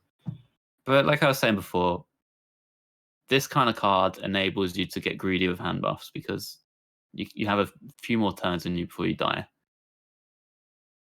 So maybe that's good enough. The card's nuts. It's obviously a really good card. 8 is a lot. Yeah. It is a lot. You play it with the legendary, 16. You renoed yourself. Seems annoying. Plus 16 with the Crystal Smith. Holy macaroni! If you can get enough greed in your Paladin deck, then yeah, it's actually insane, right? Mm-hmm. Does it go in OTK? I feel like that's still going to be a deck, but I don't know if you want this in it. You might just want it. You might do. It's a lot of health. It is quite expensive though to get out of your hand. Yeah, and like usually when if you're not competing for board at all, it's pretty pointless to play a minion to compete a little bit. Yeah, that's what I think with the OTK banners, you're not really competing for board. Yep. I'm not sure you actually want it in that deck. I don't think you want it. I think it goes into Dragon Paladin. Do you want this in Reno Paladin? Yes. Probably, actually. This for sure makes the cut in Reno Paladin. Yeah, probably. All right. Just good. I'll give it a 3. I don't think it's a 4 though. Yep. I think it's the decks that it goes in might. It's not going to go in every deck. Yeah, it's also not it's not proactive, so it can't be a 4. It's kind of proactive. You can heal your other minion. I guess you can heal. Healing a minion is also just a big thing, yeah. I think it's solid 3. I don't think it's busted. Oh, healing a minion maybe makes it. Oof. We're rating out of 4. Healing a minion, yeah. You just don't have that high health minions, but healing a minion is pretty good. Can Reno Paladin be greedy? People ask. Well, you might want to be a bit greedier because they've got that new Alex Straza as potential greediness to the deck. Yep. So this will help you get towards that. Yeah, getting to Dragon Queen Alex is insane. Alright. We'll give it 3s. Let's move on. 2. I think we get the legendaries next. Dragon Rider Tal Reefer. 3 mana, 3/3. Death Rattle. Give a dragon in your hand +3/3, and this Death Rattle. Ooh. It's like Valanet. What do you think, chat? I think it's nuts. Oh, really? Nuts. I mean, there was a card that did in Hunter. Do you remember the hand buff card? Back in the mean streets of Gadgetzan, the Hunter had a 3 mana 3/3 Death Rattle. Give any minion in your hand +2/+2. Yep. And that card saw no play. And they had that Kodo thing which shot things. Do you remember that one? Yes.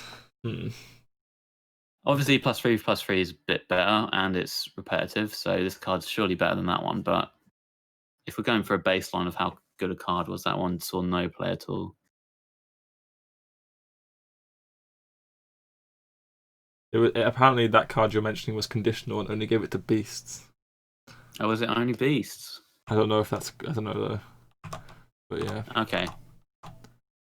Well, still, beast dragons, similar. I mean, you put this in the dragon deck, right? Like, what do you play on 3 with Paladin anyway? Snip snap. Exactly. That Paladin doesn't have good 3s. I remember building Reno Paladin, putting like history buff and stuff. Yeah, true. Because there aren't good 3s. There's some decent 4-cost dragons as well.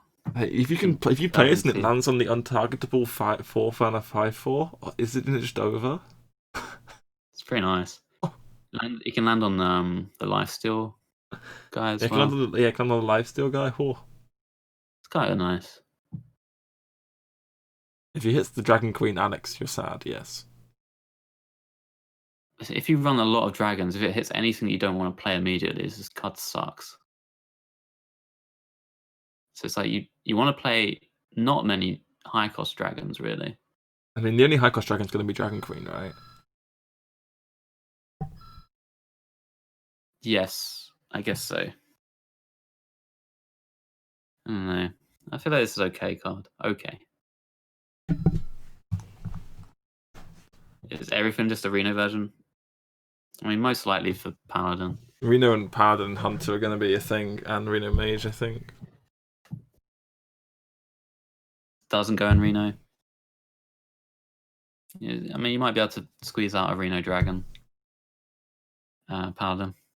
Yep. It's a 3 mana 3/3. It gets a 3. I'll give it a 2. I'm not sold on it. No, I'm not sold on this one. I feel like it's a bit slow sometimes. And the stats are bad for turn 3. And like it can just hit something that you're not going to play, or the thing he hits doesn't have Taunt or anything. Yeah, you might just fall behind and stay behind. But if you've got lifesteal, it's... I don't know. Yeah, I'm not sure. We'll see. Okay, next one. Noz Dormu, the Timeless.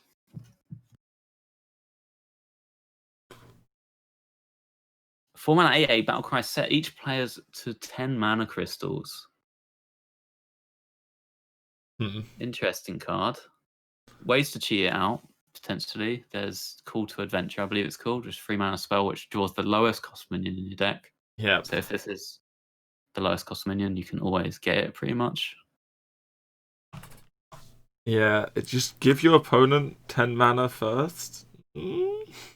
Yeah, if they have any hard removal or a freeze effect, this kind of sucks because you get really out-tempoed on the next turn. Imagine they have any good cards. You queue into a Reno deck and you just play this and they'll just have Dragon Queen Extraza in hand. Oh god, yeah. See you later. Yeah, man, I feel like this is... I mean, the amount of stats they've given this card, they obviously know it's a bait effect. Yep.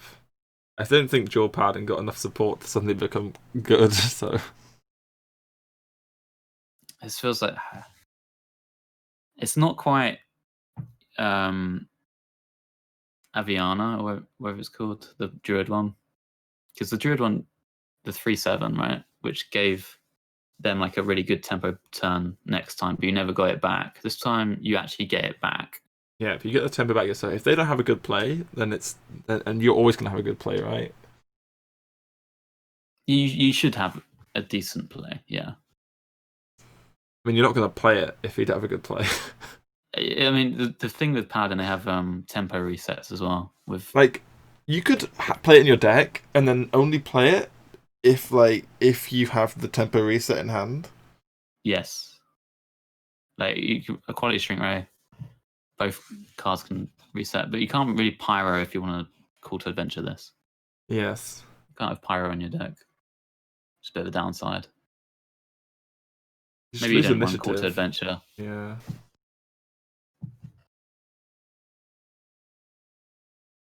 I don't know. I'll give you a 1. I think it's bad as well. Give me a number. 1. That's okay. I mean, the tempo reset thing's kind of cool, but alright, one more Paladin card. Sand Breath.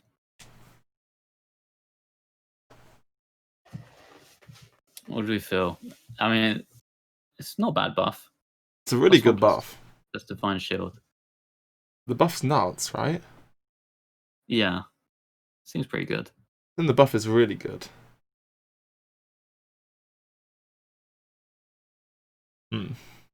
Dragons are quite expensive, though. It'd be nice to get this on, like, something which is threatening, like maybe Taunt or Lifesteal.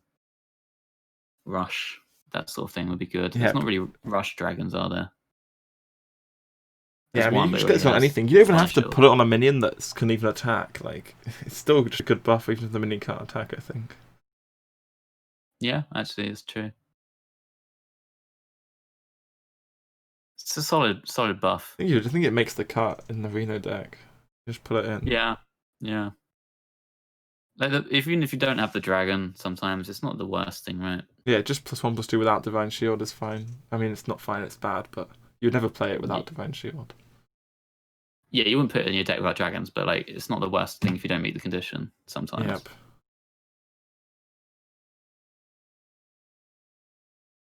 This might be good counter tech against the new 4-mana 8/8 with Rush. I think a better counter tech against that would be to not play dragons. That might be the best counter tech. Yep. I like this card. I like it as well. I mean, it depends if dragons are good, really. I mean, I'll give it a 2.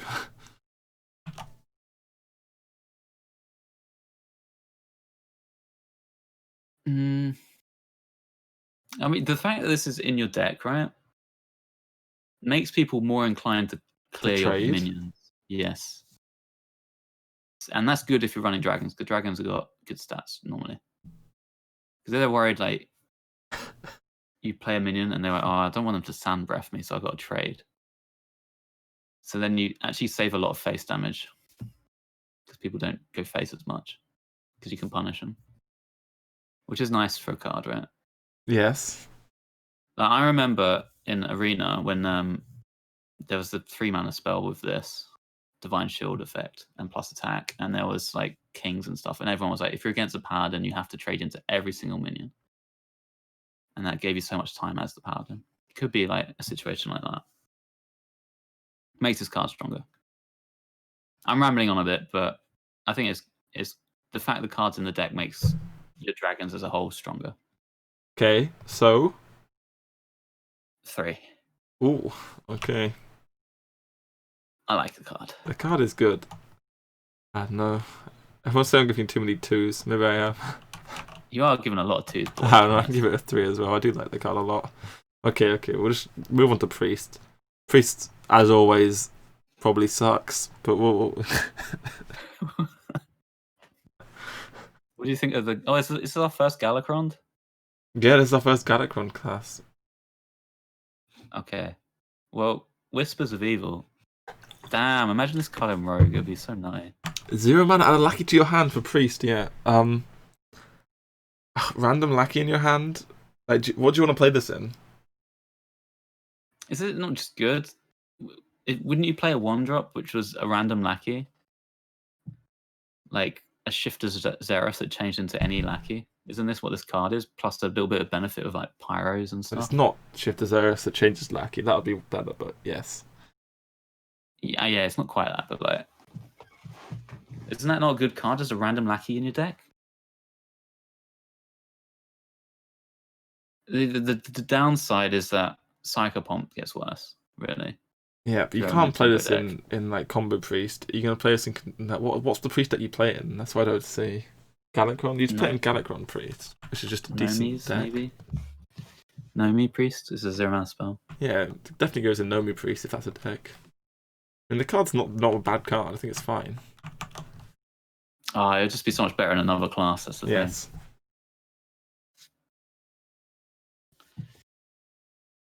Ixar said it was for Nomi Priest. Yeah, I mean that's the obvious.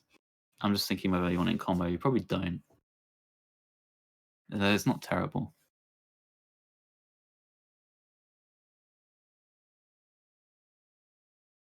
I'm gonna give it a 2. I mean, Cable Rat is 2 mana for this effect. Yep. I suppose it has synergy with some of the lackeys there. And you get a 1/1, Like and you have one. wacky synergy cards and stuff. Yeah. Okay. I'll give it a 2, just because it's in priest. If this is a rogue card, this is an instant 4. Yep. Next up, we have Carnivorous Cube. It's back as Grave Rune. Give a minion death rattle, summon 2 copies of this. This is very strong. Potentially. Ancestral Spirit ×2. Yes. You could, like with Cube, you could value trade then Cube, and Cube was really good on like in specific classes on specific class cards. This isn't. Well, like Cube could copy the cube as well. Yeah. I suppose you could copy this, actually, with a faceless, if you want to get real greedy. I think it actually. Does it ever actually? I mean, the best case scenario is you play on a minion then trade, right? That's the dream. Yeah. Like just that thing about like if you had like an egg, you'd cube the egg and you'd get the 5/5 or the 4/4, whatever the egg card is you have, right? But if and you the 4/6. Yeah, but like here, like the thing doesn't die. Like Death Rattle doesn't die. When you cubed a Death Rattle on a Death Rattle procced, which is the big thing about it, right? The Death Rattle doesn't actually proc. Yeah, true. I actually think this one might suck. I think it sucks. I'm giving it. I don't see it working. I'm trying to. I haven't thought too much about this card before, but I'm trying to think what you want to put it on. What do you want to put it on? Exactly. Blade Master? I guess like if you play it and you don't trade, like you just become so weak to any science effect. Yeah. The cube, but a lot of the power is from the body, and that the fact you could, like you said, eat other death rattles, get just a lot of value. I don't know. I don't like it too much either. New Dragon or Kartu, it's so much mana. Your Kartu just dies when you play. It's trash. Your thing has to be down before. There's no real way in Priest to have like in Warlock with the cube, you could cheat stuff into play from your hand with the weapon, and they couldn't interact with that. And oh my god, it's making me mad just thinking about it. But this is nothing like that. There's no 0 mana card combo with. Yeah. It sucks. Okay, I'm giving it 1. Give me a number. You've convinced me more. The 1. Sweet. What'd you put it on? Yeah. Next up is Disciple of Galakrond. Battlecry, invoke Galakrond. 1 mana 1/2. Adds a random priest card to your hand. Priest minion. It's just decent, right? These cards are just decent. Invoking the Galakrond is obviously good. But this card's just good. They're fine. This is what they've made like the standard 1-drop be in the game. 1 mana 1/2. Add a random card to your hand. Yeah, there's a lot of them now, huh? That's like the baseline 1-drop basically now if it's going to be playable. Seems it's good effect. Is Priest Galakrond good? I think it might be bad though. I mean, I think it's good in control priests. It kills the opponent's minions and generates value. Sure. Is that better than Res Priest with like Res effects? Res Priest might be better. Because you don't want this in Res Priest.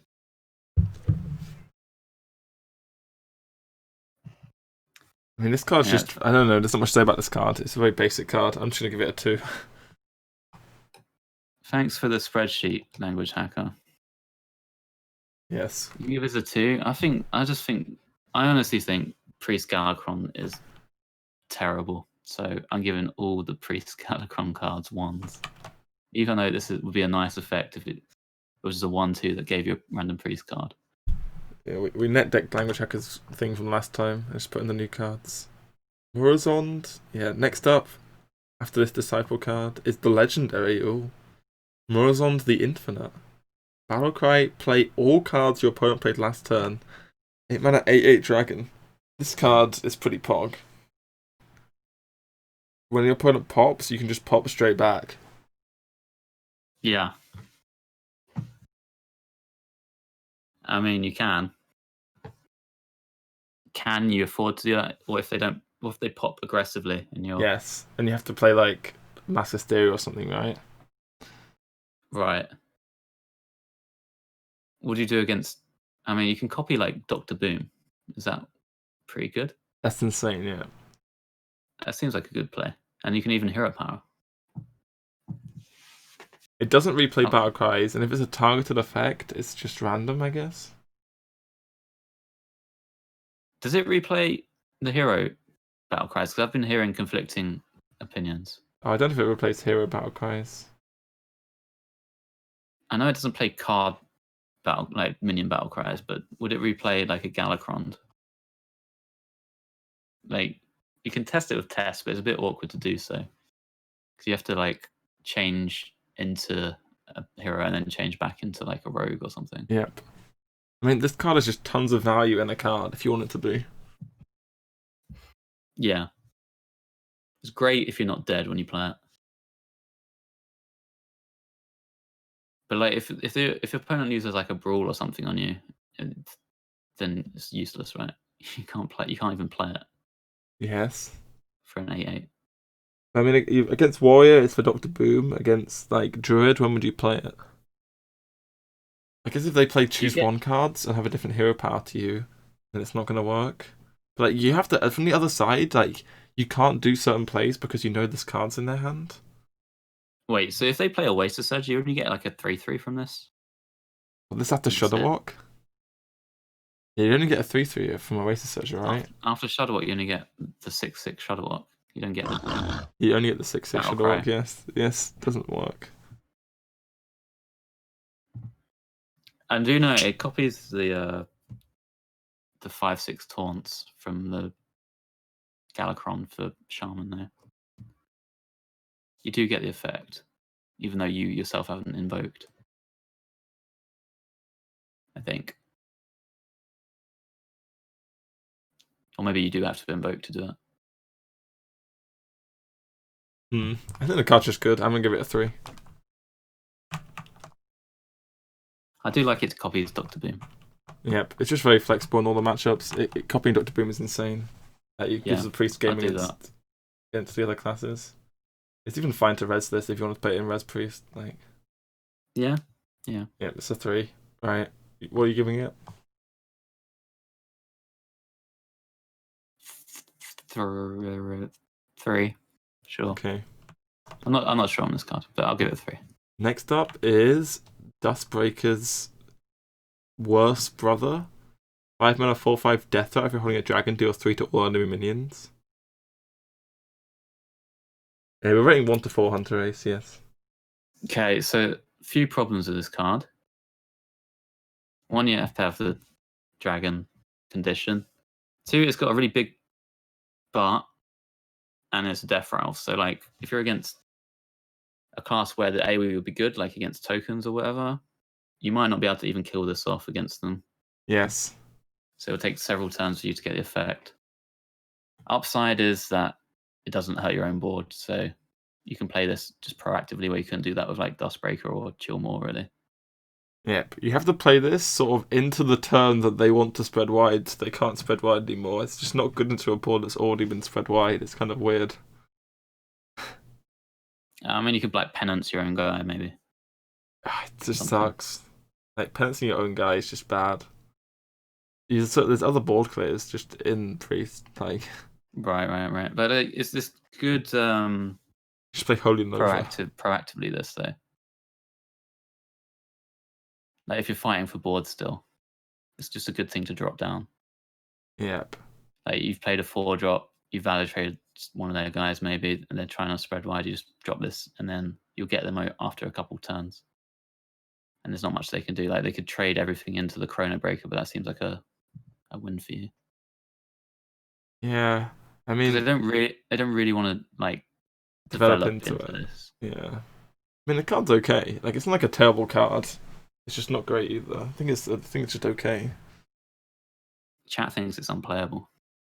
Unplayable. Oh no, but some people, it's changing now. Some people are convinced by our talk. I don't think it's good though. Give me a number.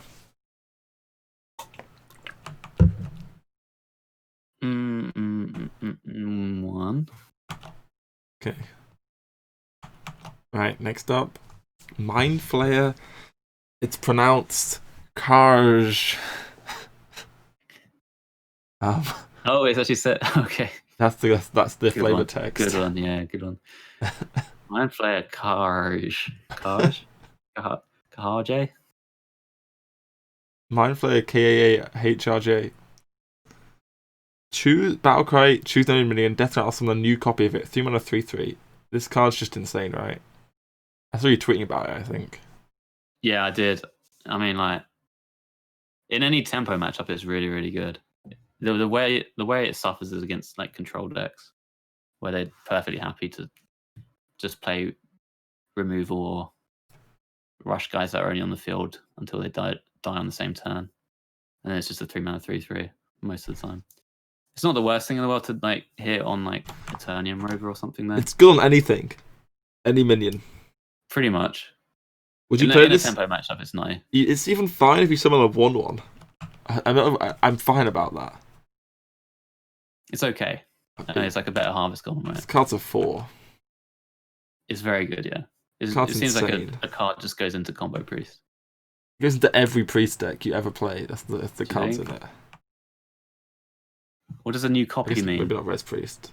Yeah, it'll just res the minion with its basic stats. So if you were to copy an injured Blade Master, it'd come back as a 4/7. Yep. You could also, like in Combo Priest, right? You play this on turn 3, and then you play Amit on turn 4 and kill it off. Then you got a 7 health guy. Pretty good tempo. Yep. Okay. Give me a 4. Yeah. It's one of this naughty card. 2 4s. So much stats. It's just only bad-ish against like Control Warrior, maybe. No, it's still good. Okay, next up. Breath of the Infinite. Deal 2 damage to all minions. If you're holding a dragon, only damage enemies. 3 mana, deal 2 to all minions.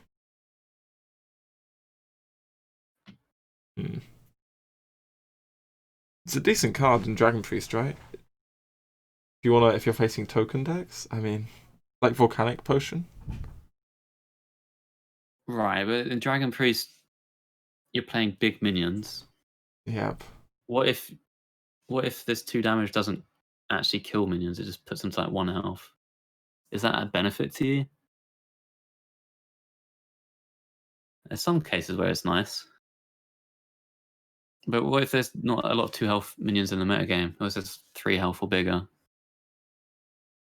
You're just wasting your mana when you play this because there's no pings or there's no real tokens in Priest that help you trade with this. If you're playing like Dragon Priest, you're playing a bunch of big idiots. Yep. I mean, it's just a situation where you can squeeze into your deck if you're facing the right stuff, right? Yeah, if I it's think it's very good. token heavy. I think it's. I mean, I can give it a 1, but it's really not trash. It's like if you're facing token decks, you can add this card. Right.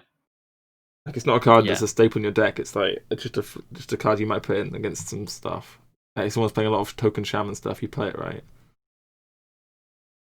Sure, but there's also the 2 mana spell already. Holy Ripple. Yeah. Yeah, I mean this just allows you to deal 2 if you need to deal 2. I don't know. I don't think it's great. I mean, I can give it a trash. If maybe you will need to do 2 because they got that new Marker Lotus card. Yeah. Yeah. I give it a 2. I honestly don't think you won't even want this in. I don't think Dragon Priest is going to be a thing to start with, and I'm not sure even this is that great in it. Dragon Highlander Priest. Where do we get the Highlander from? Dragon Queen Alexstrasza. Okay. Yeah. Does this go face? No. It does not go face. Nope. Obviously, yeah, it looks like a better consecration, but it's in the wrong class, I think. As with all priest cards. Yep. Dude, imagine Psychopomp in another class, you know. Cleric and everything.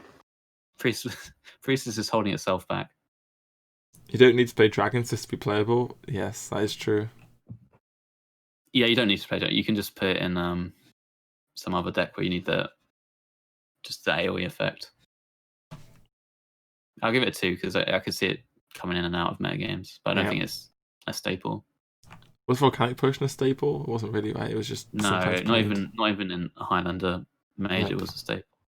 Envoy of Lazul is up next. We saw this one revealed on the Battleground stream. Battlecry, look at 3 cards. Guess which one is in your opponent's hand to get a copy of it.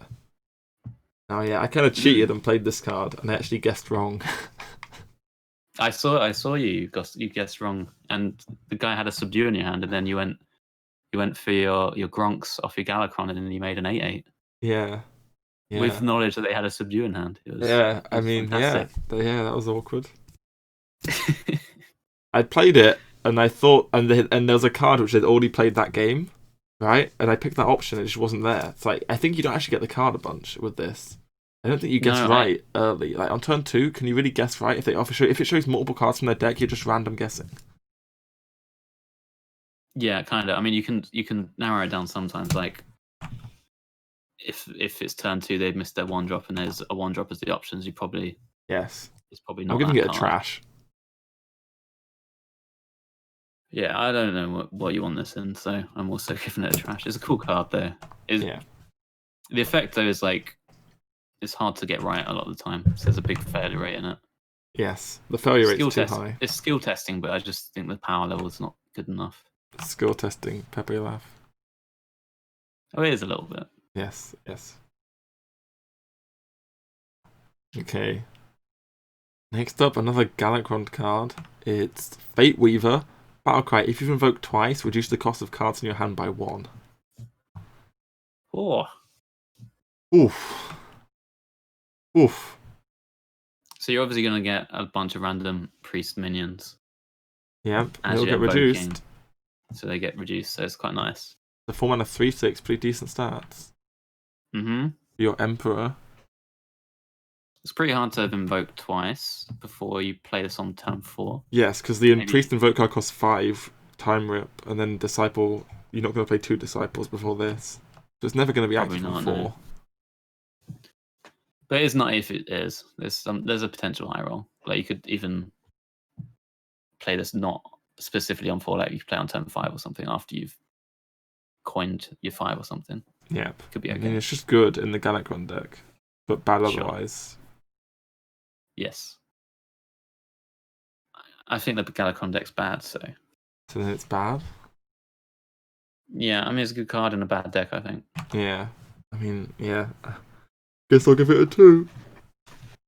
Do you think? I mean, you played a bit against Galacron Priest or as Galacron Priest. Do you think it's any good? I played as Galacron Priest. It felt. I mean, I probably built it terribly.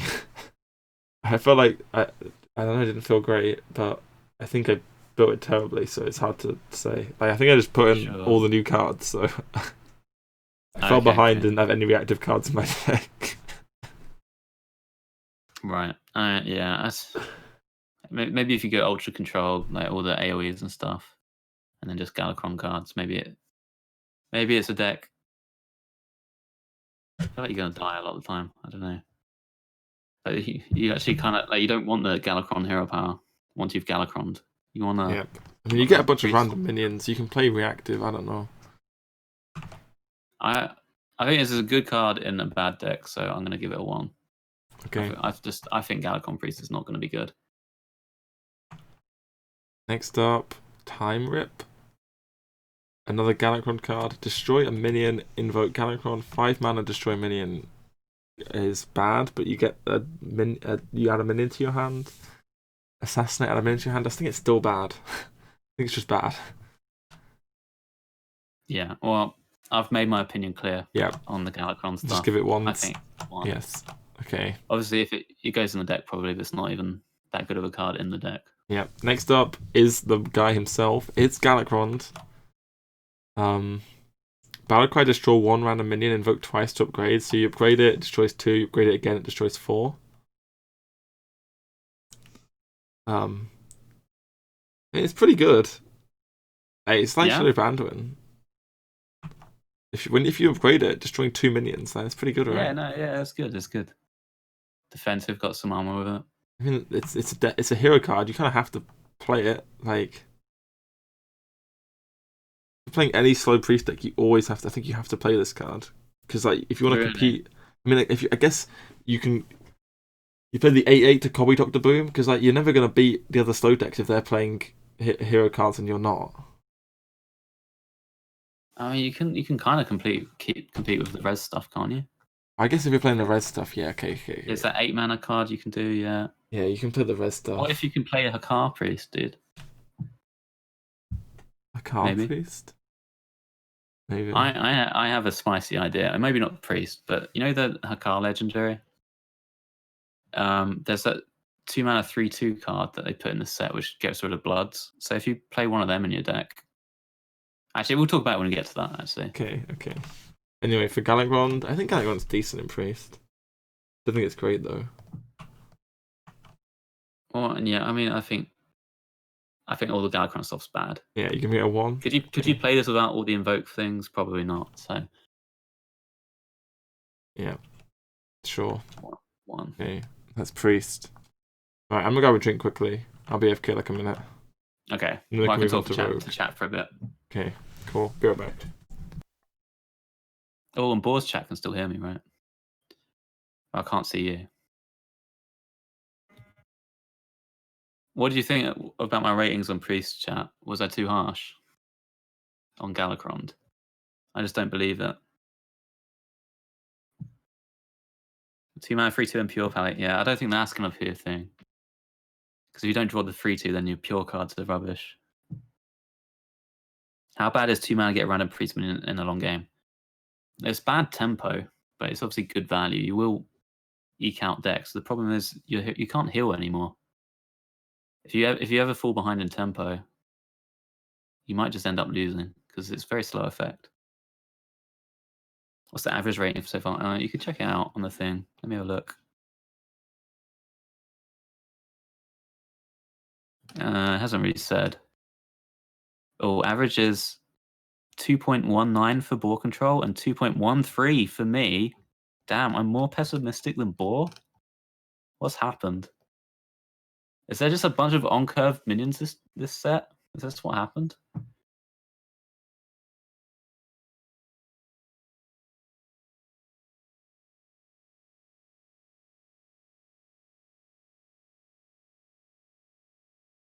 Priest, I feel, is the only Galacron you never play without upgrading at least once. Oh, I wouldn't say never. I mean, if they've got a big giant on board and nothing else, you definitely play it. Yo. Yo, Okay. welcome back. That's 4 classes deep.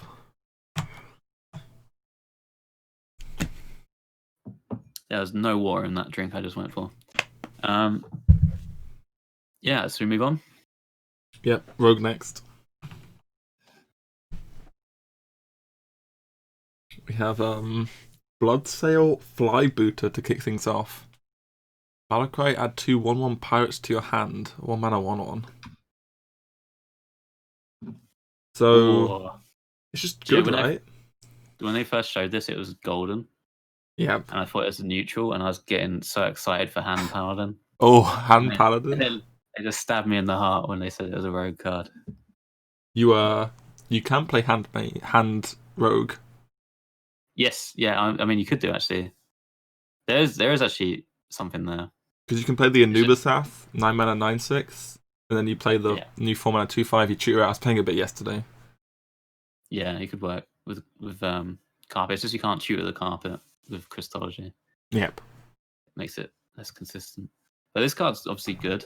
I mean, it probably goes in any sort of rogue deck as a 1-drop alongside Pharaoh Cat, maybe. Just activates combos. It's just really good at activating combos. I think the card's just strong. It's like Firefly, basically. Yeah.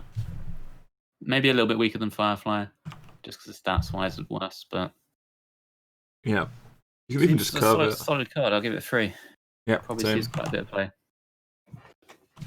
Yeah, not a very complicated card, just decent. Pirate Rogue, maybe at some point.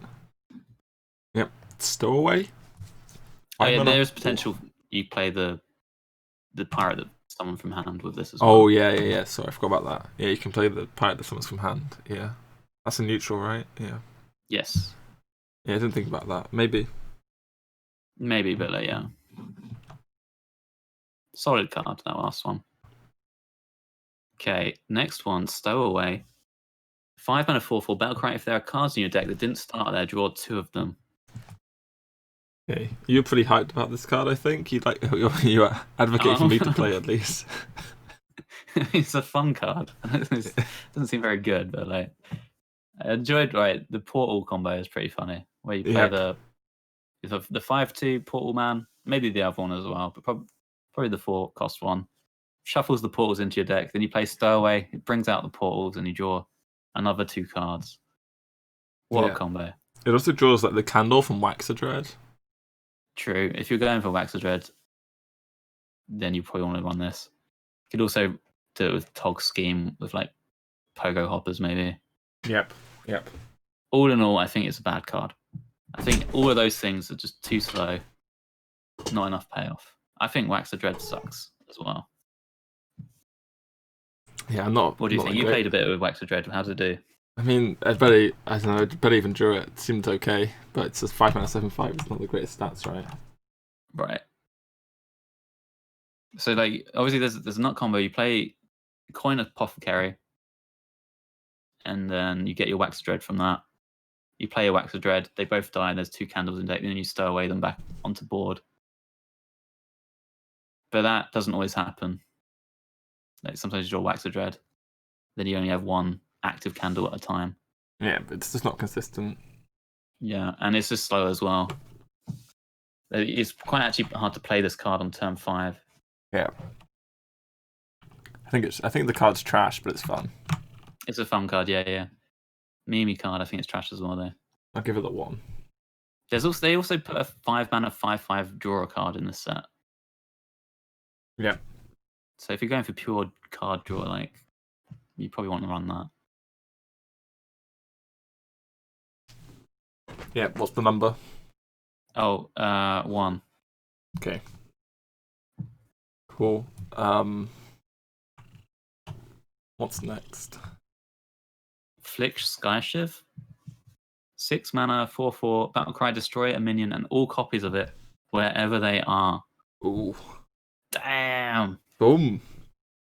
What a card. It's just good, right? It just removes. Dude, do you remember in like Classic when you'd tech in Black Knight and then just hit their biggest minion with it and you'd like be so happy? Yep.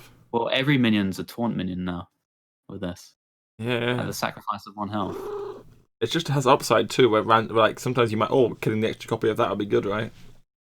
Yeah, and like I bring it back to that the 5/4 rush guy. I think it's going to be a pretty popular card, and this kills both of them, or Oh it kills yeah. 2 Oasis Surges and gets rid of the future Oasis Surges. So it's like really nice against Druid. Maybe gets rid of their floop as well, because if you kill the last minion played and they have a floop in hand, that'll get destroyed as well, right? Yes, kills the kills the flute to me. Oh, it's so good actually. Yeah, this I mean, it card's might hit your nuts. own things sometimes. Or you're against Quest Shaman, right? And you're worried about them burning you down with the shooty lackeys, and you just shoot lackey them and then shoot your own lackey with this and delete all their lackeys. It's great. I didn't even think about that. Nuts. There's some combos you can get your own guys sometimes, maybe. Yeah, I don't think this card's like completely broken, but it's definitely strong. I'm gonna give it a 3. Yeah, it seems like a 3 to me. It probably sees a lot of play. Yep. To be honest, in any rogue deck. It's a little bit high on the mana cost, but it's a good card. Oh yeah, OTK Paladin have to be a bit wary against playing this card as well. Oh yeah, they can't just tempo the Chevalier. Yeah, that's true. It's good for so They many can things. they can still do their combo. It's just that they can't use the Chevalier for like just stabilizing board and then shuffling. Like they could wait till the end of the deck and still 25, yeah. But yeah, hitting Oasis Surge is like oof. And the new 5/4. Nice. Good card. Nuts. Oh, this next one though. This one's insane. This card, this is like I'm giving this a 4. This one. Yep. I played some of this yesterday and it just felt bonkers. It's so. I don't think you want to wax the dread with this. I think you want to either do what you were doing yesterday with the hand buffs, or you want to just play mechanical whelps. Oh yeah, mechanical whelps are already good. Oh, mechanical whelp is nuts. Yeah. Like it draws a card, which is already just good.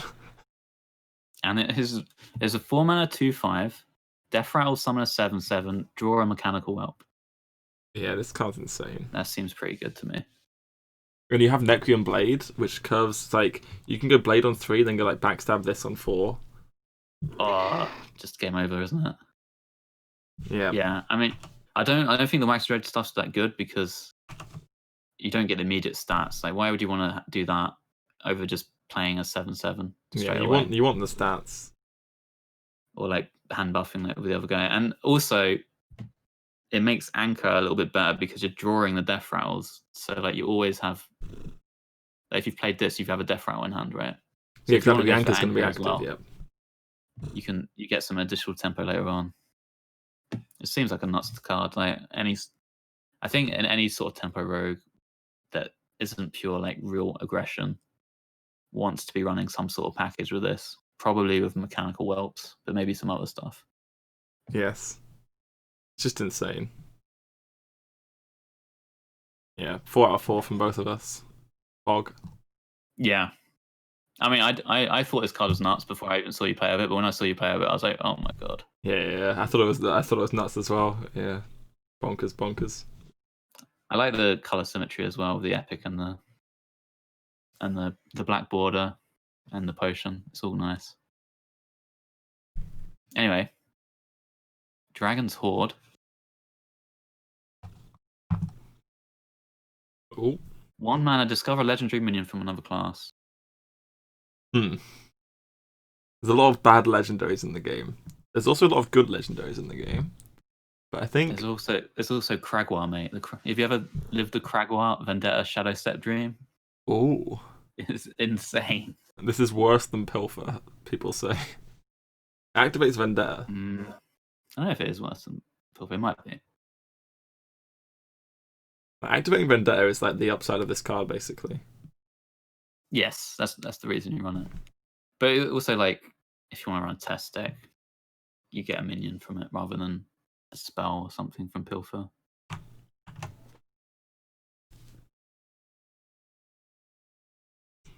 And legendary, it's just, you spend your mana on this on turn 1 to get legendary that you're not going to play for like 8 turns or something. Yeah, I don't think this is good. I'm going to give it a 1. Yeah, I don't think you even want to run it in Vendetta decks, to be honest. Yep. I also give it a 1. Okay.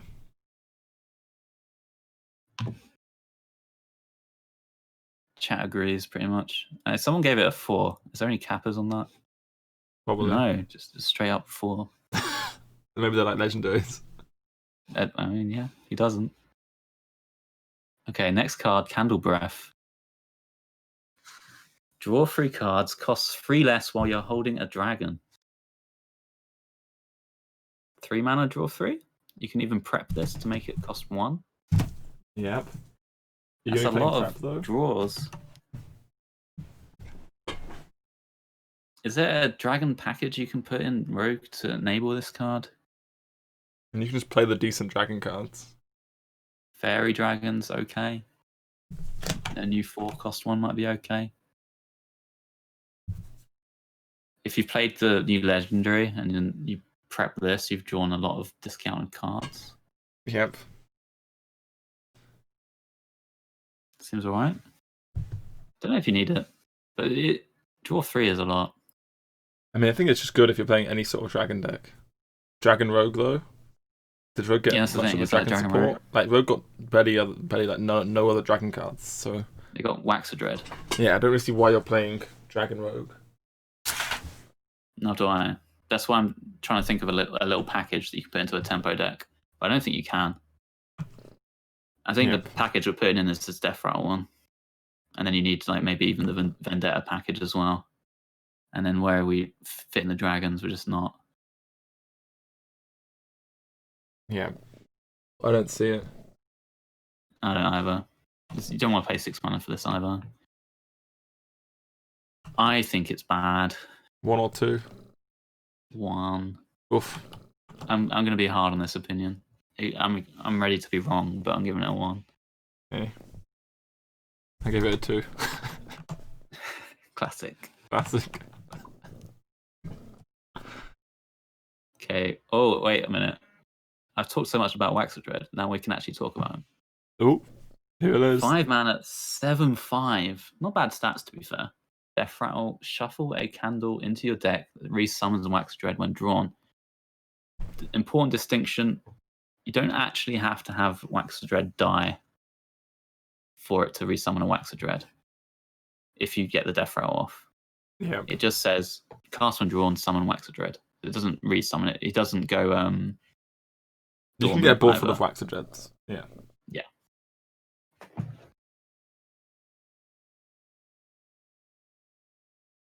Chat likes it. I think it's trash. Like, if you're... these infinite value cards, are they ever good? Like, in Rogue as well. Yeah, especially in Rogue. Like, it's just not good, right? Myra's into Wax of Dread. I mean, it's super weak to silence as well and polymorphs. Yeah, it doesn't actually make you suddenly beat control decks. Like, it's just a 7/5. No one cares. Yeah, you'd have to like copy it, have multiple every turn, really. Well, yeah, I'm giving it a 1. Maybe 2. I think it's bad. I think it's terrible bad. Yeah. I think it's bait. It's just so slow. It's just you're gonna die. And then against control decks, it's not actually even gonna be that good. And then whenever they polymorph you or silence you or whatever, you still lose. Or maybe get still out tempoed by Dr. Boom. Bad. I think. Sorry, chat. Yeah, it's a 1. It's a 1. Okay. All right, next one. Rogue Galakron. Oh yeah, Rogue got Galakron as well. Umbral Skulker. 4 mana, 3/3 battlecry. If you've invoked twice, add 3 coins to your hand. Pog. Tomb Pillager. ×3. But you have to have invoked twice, and Rogue's invoke cards suck. Yep, and you never invoke. They really suck. Twice by turn 4. There's the 1 mana one, which you can't even play if you're going first. Yep. It's like a Blessing of Might.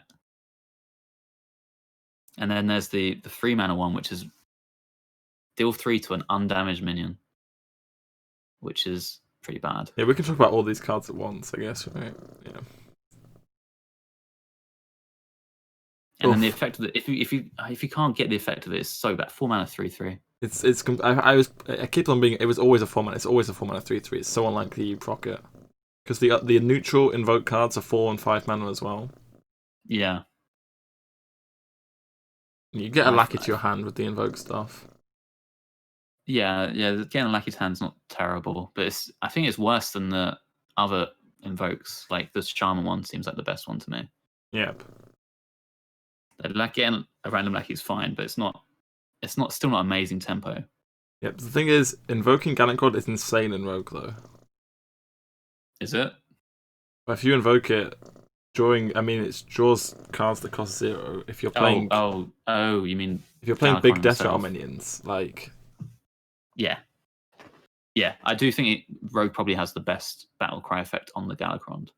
Yeah, well, maybe Shaman is close as well. Maybe Shaman. Yeah. But I feel like the actual rest of it is just bad, and I don't think the Rogue Galakrond's good either. So I'm giving this a 1. Along with all the other. I don't even think you play this, even if you're playing Galakrond. No. Yeah. Yeah, maybe not. I think it just because you have to spend 4 mana on the 3/3, then you get 3 coins, but like. Yeah. But you've already spent 4 mana on the 3/3. Yeah. Yeah, so it's not like you can pop off on a big combo on that turn unless. Yeah. I guess you could Edwin. Yeah, I didn't Edwin play with it. That was, yeah. Yeah, I don't know. I think it's bad. Let's move on. Praise Galakrond.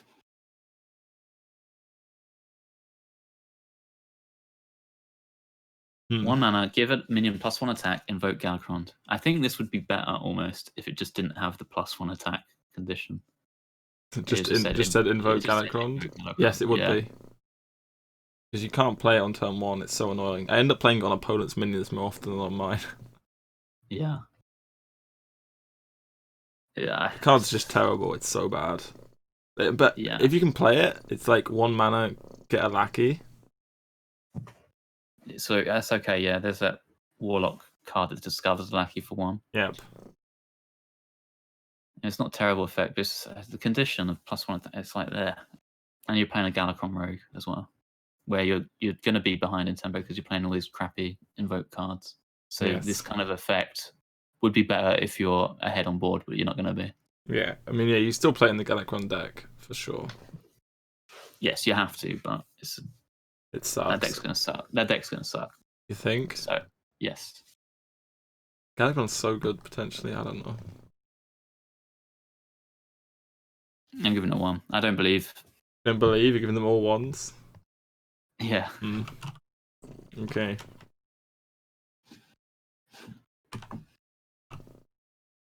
Off. I'm a bit of a believer in the Rogue Galakrond. I don't think it's that terrible. Oh, really?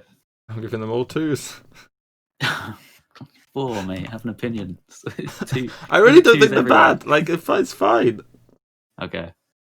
I don't believe in them. Casper thinks I'm underrating them. I think the Galakrond, like, I don't know. It draws 2 0-cost cards, Jambre. Isn't that nuts? Yeah, it's pretty good. Invoking isn't even that bad. Like, get a Lackey. Isn't it good?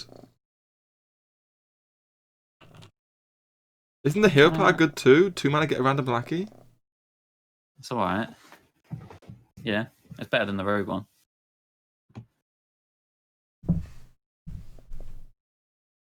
I don't know. Chat loves this Galakrond. You can still play Heistbound and Togmago, yeah. With the current Lackey generate cards. I think the Lackey generate cards are fine. I really think they're quite fine. I'm rating them much higher than you. I don't know. I think this Galakrond the Nightmare is very good. The card itself is good. Probably. I just don't believe in the rest of the... Like, Seal Fate is fine. Seal Fate is okay. I don't know. I agree with people in chat saying that. I mean, I think they're okay. That's why I give them 2s. It's pretty nutty if you draw Kronks off this Galakrond. Yes. Right. It's pretty nutty. Maybe he's alright.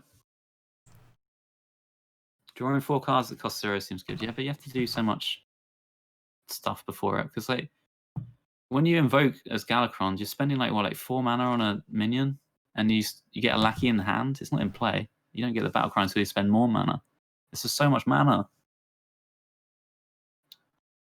And then the cards themselves are just inefficient for their mana cost, and then you're having to spend more mana on regaining tempo. It just seems like you're gonna get killed. You gain 5 armor though. True, yeah. That's a benefit. What if you don't draw this card? You have the guy that draws it. Can you really afford to play a 6 mana 6/6 after playing your 4 mana 2/2 and your 1 mana give your opponent's minion +1 attack? Can you afford that? I think you just lose. We'll see. I'm giving the Rogue Galakron A 1. One, you give them all 1s? Yeah, okay, cool. I don't believe the Rogue one. Oh, Rogue got under 2. The only one I believe in is the Shaman one. So did Priest. Okay, should we move on to Shaman then? Wait, Seal Fate, did we do that one? I mean, I gave it a 1 for you. Okay, yeah. What do you think? I gave it a 2. You gave it 2. Let me let chat vote on it quickly. Okay, go for it. Get your votes in quick chat. It's only be about 10 seconds. 3s, 2s, 1s. We count it. That was a good countdown. We can finish the poll. Okay. Rogue got like 3 good cards, I think. The Bloodsail, Flybooter, Flick, and Necroom Apothecary. Yeah, there's a lot of Jambre is boring. Jambre's on crack. Jambre's a face player. Boring. I'm normally the one pushing out these crazy ideas. I'm being sensible Simon this time. Boar's lost his mind. What's going on? Yeah. All right. Shaman. Squall Hunter. 4 mana 5/7 dragon, overload 2 +2 spell damage. 4 mana 5/7. It's almost like a 4 mana 7/7, but 2 of the attack has been converted to spell damage. It's back. It's back.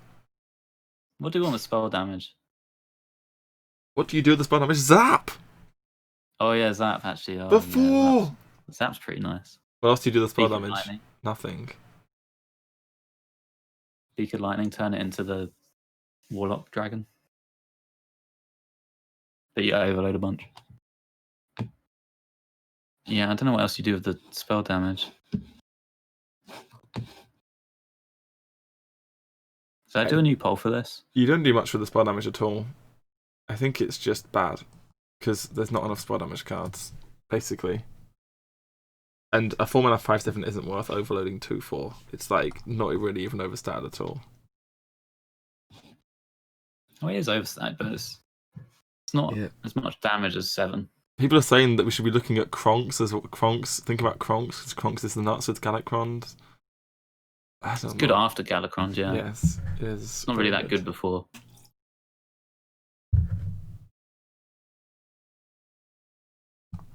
I don't think Squall Hunter's good. I think it's bad. I think look at this card. I don't know where I want to. I don't know where I want to put this card.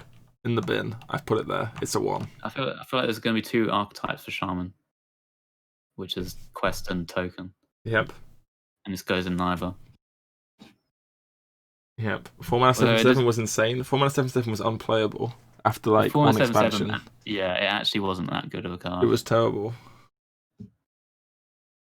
The overload screwed you so hard. Yep.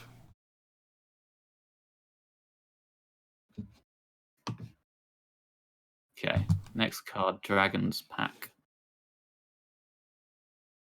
Yep. Summon 2 2/3 Spirit Walls with Taunt, which is Fell Spirit.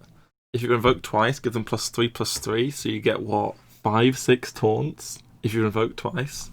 Straight in the Galakron deck. Oh. This is a pretty good reward. Like, all the other rewards seem bad. This one seems really good. This is insane. 2 5/6 taunts is bonkers for 5. Yeah, it is. Not even that bad. And a few coins. Not even that bad a card if you haven't invoked twice. Like compared to the 4 mana 3/3.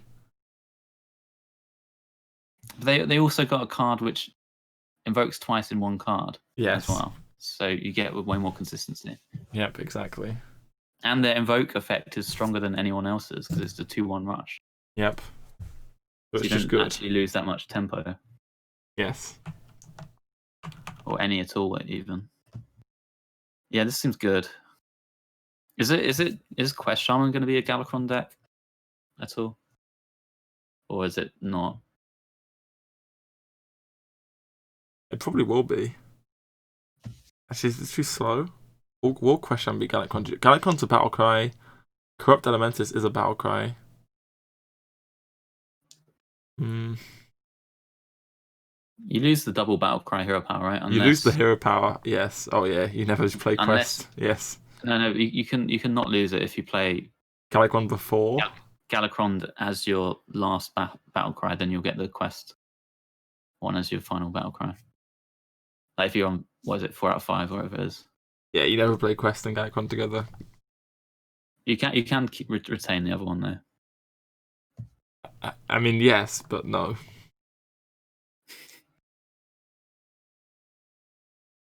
Okay. Okay, I don't know. It seems like a good card though. I'll give it a 3. Yep. I believe slightly in the Shaman Galakron.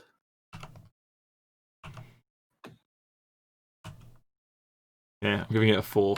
I believe. Ooh, he really believes. Nutty Dragon's Pack. It's going to come down, you're going to lose your mind. Invocation of Frost. 1 mana, freeze an enemy, invoke Galakron. It's just fine. Actually, that previous card, I really do like how well it does against Oasis Surger. That's nice. Yes. So this is like Glacial Shard, kind of, but it's not a battle cry, so you can't replay it with Shuddy.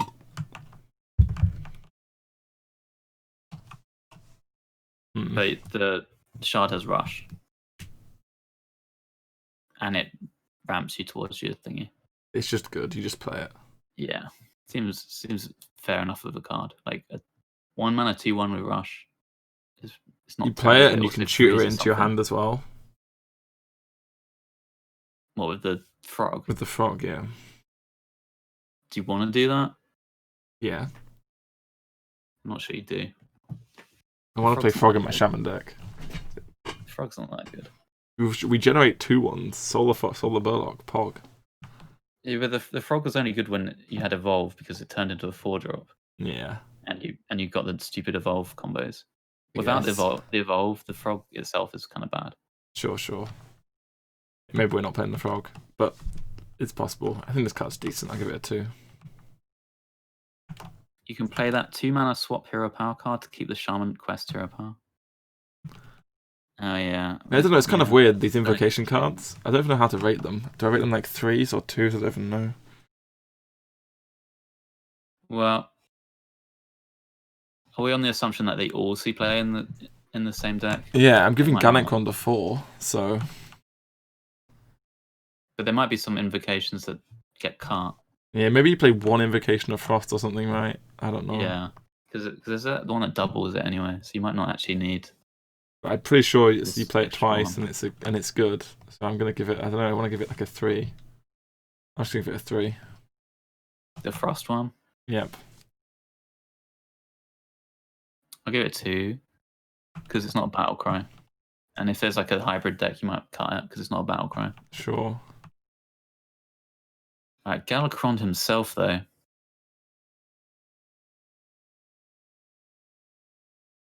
Seven mana, battle cry, summon 2/2/2, Storm Rush. I'll make that. Summon 2/2/2, Storms with Rush. Invoke, twice upgrade. It goes to a 4/4, and then an 8/8. Yeah. Damn, not a single person in chat has rated this lower than a 4. It's nuts. When you get the 8/8, it just ends the game. If you draw both the 5-drops that invoke it twice, you have 2 8/8s. Bosh. Yeah, and that 5-drop's not even bad. Like, you get some 2/2/1s. It's like a Bomb Lobber. Yeah, and you have Shadowwalk as well in this deck to like copy to do it again. I mean, yeah, this I've been hating on the other Galakrons, but this one actually seems fairly good. This one's nuts. So it's an easy 4 from me. Ooh. Okay. Give me a number. What's it gonna be? 4, 3. There's not too much to say. I mean, it just does this thing. How good's the hero power? Summon a 2/1 elemental with rush for 2 mana.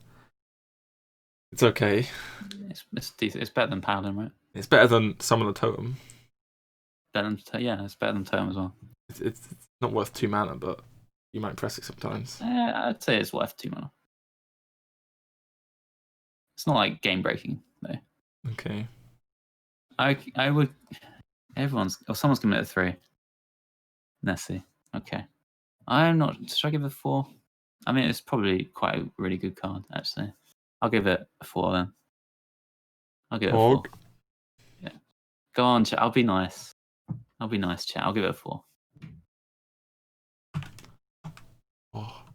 Next we have Mark of the Lotus. Give your minis +1/+1 for 1 mana.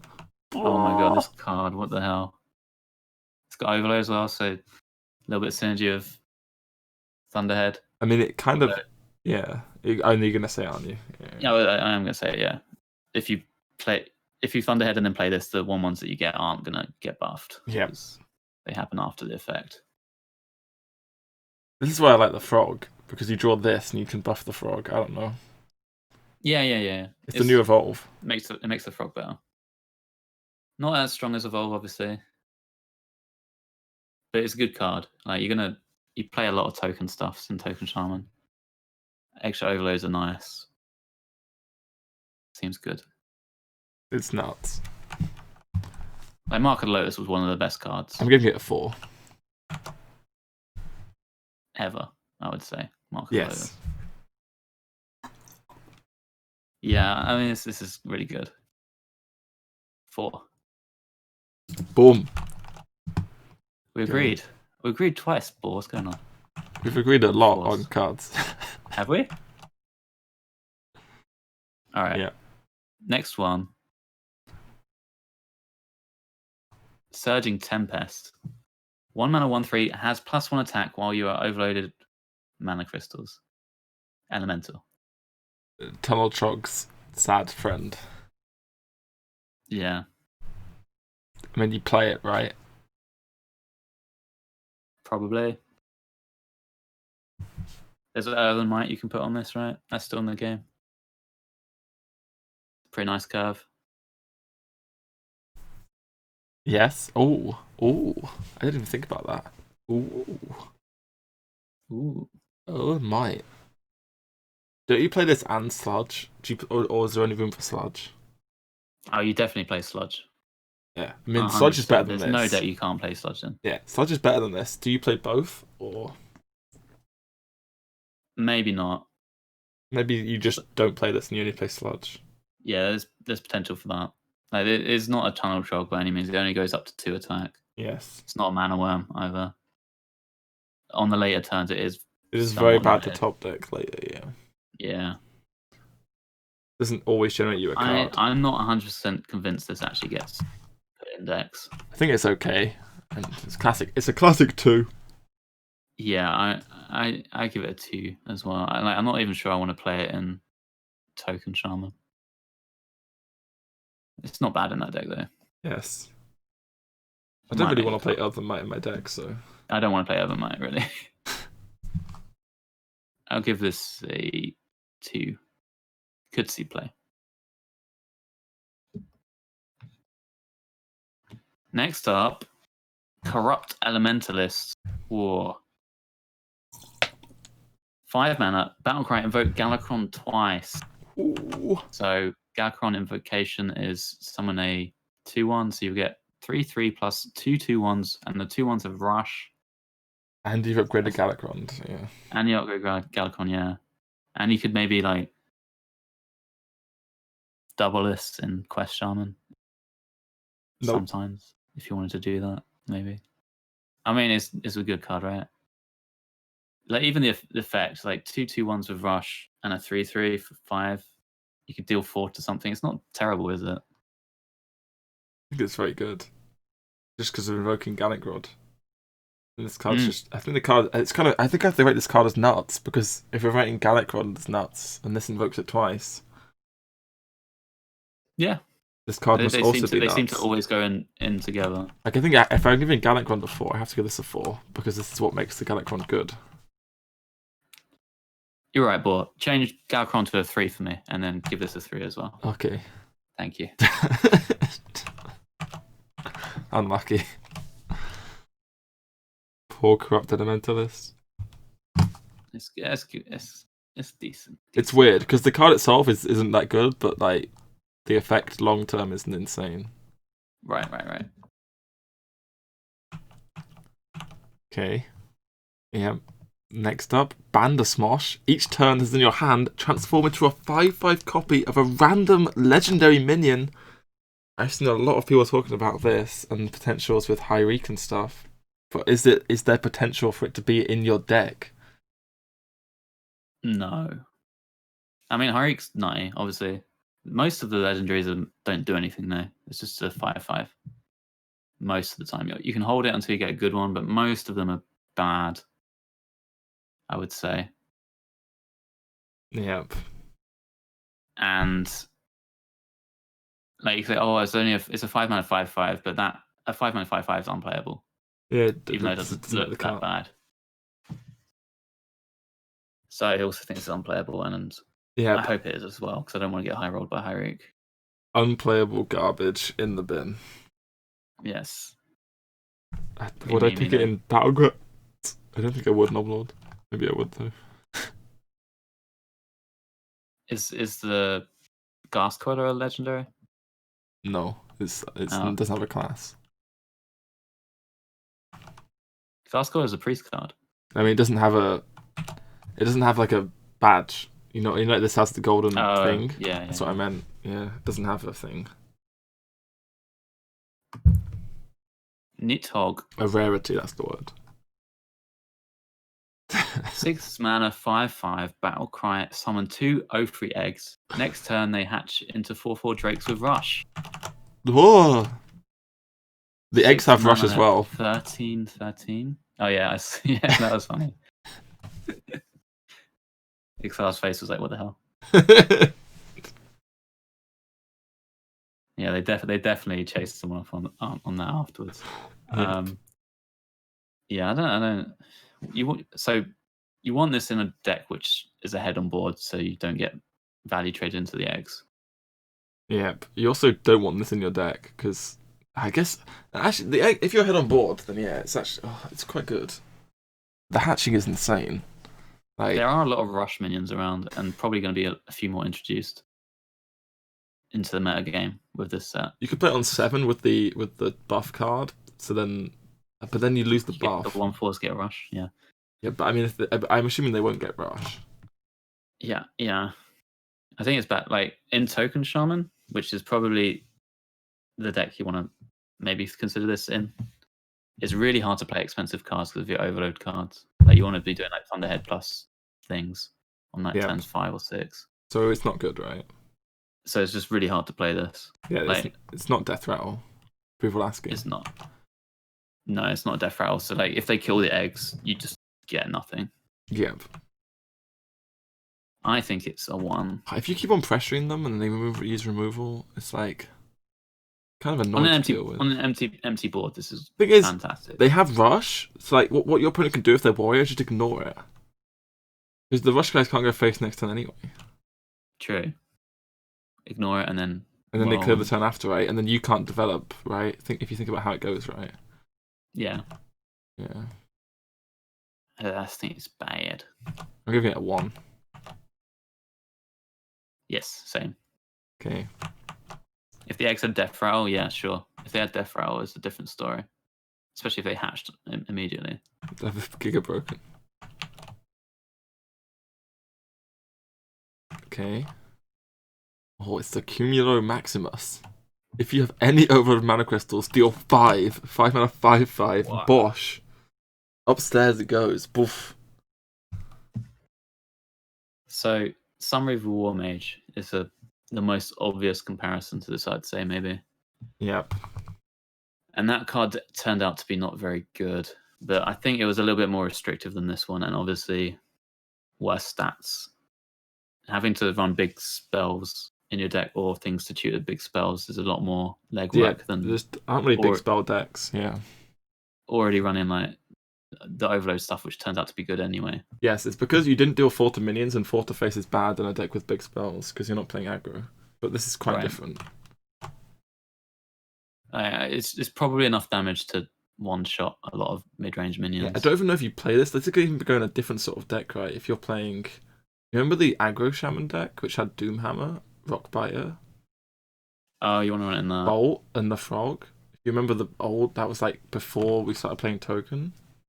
Like, this is just more reach for that deck. Sure, you could put it in that. I'm not convinced on that deck, but Yeah, I'm not sure, but it like could be a nice fit. that's where I'm thinking it would go. Do you think it goes in the Token deck? Well, before the expansion, I was running former champs, and I think this is a better card than former champ. Yep. But there's some other cards in this I might want to run like that. The 5/4 double rush guy. Oh, if you're overloaded by 1 going to Shadow turn, you can just have the lottery with this. Oh yeah. Random 5 just flying around. Oh, yeah. Do you think it's in Quest Shaman as a thing? Seems a bit expensive. Oh, but it's so much reach. It's a lot of reach, but like, You might just need play the it in Quest condition as Shaman. well. You need the condition and the hero power. You need the overload. That's so much mana. It's like 8 mana. Man, it's like, yeah. Oof, this card's strong. I'm giving it a 3. I'm not convinced this sees play. Okay. It might see play in that tokeny style deck, but I don't think it sees it play in Quest Shaman. I'm gonna give it a 2, to be honest. I think this is a card that looks really good on paper, but might actually not be that great in practice. I might be getting baited. Maybe. Okay. I might be wrong though. All right, one more. I'll try it in the token deck. I might keep it, might not. Yep. The wild cards rotate out in an hour and 8 minutes. Oh, I can't wait. Yeah. Lightning Breath. Deal 4 damage to a minion. If you're holding a dragon, also damage its neighbors. Ooh, it's like a flame strike almost. No dragons on only 2 dragons given to Shaman though, and we rated them both a 1. So I think it's going to be hard for guys to have an effect. Yeah, if we want to be consistent, yeah, maybe. Yeah. I mean, this will be a very, very strong effect. Very strong, right? Control Shaman. Is there any other Control Shaman cards? Galancron, Control Shaman. You could run like Twilight Drake, Shadowwalk stuff. That was a thing. Yeah. Hunter Ace had that in his Worlds list. Well, his Worlds winning list. So certainly potential in that deck. Like Twilight Drake's like just solid enough of a card in slower decks, and it's good with Shadowwalk. It's a dragon. I'm sure there's some other ones you could maybe run as well. Yep.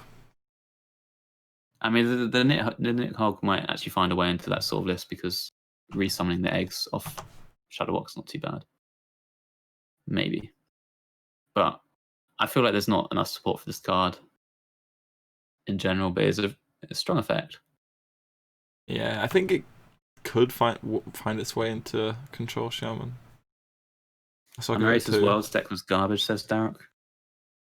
I mean, yeah, I'm not saying it's a good deck now, but like there's potential for that archetype in some way. Draconic Lackey activates it. Yeah, true. That does. Someone mentioned in my chat. Yeah. I'll give it a 2.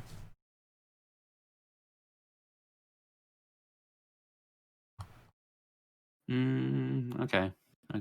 Yeah, sure. Damn. I'll give a generous 2. Shaman did pretty well here. Oh, a lot of people gave this a 4 in my chat. That was really? The most popular response. I mean, you read the text and you always assume you have a dragon in hand, right? And then it's still not even a 4 then.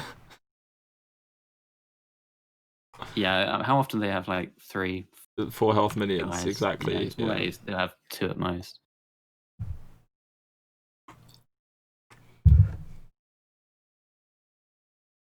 Okay. Shaman did well. Yeah. Average of nice. 2.2. Pretty good. That's 2.3 even. Hunter's the best so far. Really? Huh. Yeah. Okay. Honestly, maybe I feel like Rogue's got the best so far. But I've rated averagely the Galakrond stuff in Rogue really badly. Yes. Warlock time. Oh boy. Did they KNC Warlock like everyone was saying, or is it actually just every other expansion of Warlock where they got trash? Mm-mm. What do you think? Rain of Fire. Start us off with Whirlwind. Take 1 damage. Yeah.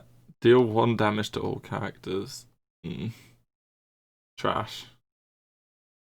I think Warlock got all trash. What's the combo of this? There isn't one. Yeah, I was like, all right, nice. We're getting like some combo, but what is the combo? There's no combo. It's just you take 1 damage as a control deck. Why did you want to do that? Yep. Warlock 1 likes mana, taking deal 1 damage. 1 out of 4. It's just trash. Yep. Not much to say about this. Next up. Damn, everyone in chat agrees. Every single one voted a 1. Oof. We did a good job of Absolutely ruthless. Okay, next one, Dark Skies. 3 mana, deal 1 damage to a random minion. Repeat for each card in your hand. I mean, this one is actually okay. In a handlock style deck. Yeah, it does a lot of damage. Tap away. If you're going first, deal 7, is it? Or is it you tap on 2? You got to what, like 6 cards? It's 7. Yeah, 7, right? It deals the amount equal to the number of cards in your hand before you play it. Yes. Yeah. Okay, it deals 7 when you're going first. Yep, it's a mini volcano. Yeah, it seems decent enough. The card's decent. The card clears a lot of. It can clear wide boards and it can clear narrow boards. I think the card's pretty strong actually. This is probably the best card Warlock got. I play this in almost low Warlock decks, which is none of my decks, but yeah. Yeah, but is that going to be a deck? We have to rate it based on the metagame. Don't underestimate Handlock and Zoo. Can I underestimate? It's not a Zoo card, but like. Yeah, this is a Handlock card. Yeah. Handlock card. I think Handlock good. Garbage though. I also think it might be as well. Dark Skies.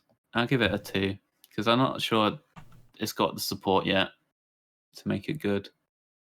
Yeah, it's a decent enough card. But like, I can't just give a card a high rating and say it's a good card and then just the rest of the archetype just falls sucks. flat. Yeah, sure. I'll give it a 2 as well. Okay. Oh, with spell damage, it deals 2 for every card in your hand. Yeah, it's pretty nutty with Thanos. Yeah, as Theo said. Off with Thanos, it just ends. Off. Okay. Next up, Zazeraku, the Warped. Whenever your hero takes damage, summon a 6/6 Drake, 8 mana 4/12 Dragon. Oh, that's the synergy. With the Rain of Fire. Yeah, there we go. We found it. Yeah, boom. It also has synergy with Rain of Fire because both of them get a 1 on my list.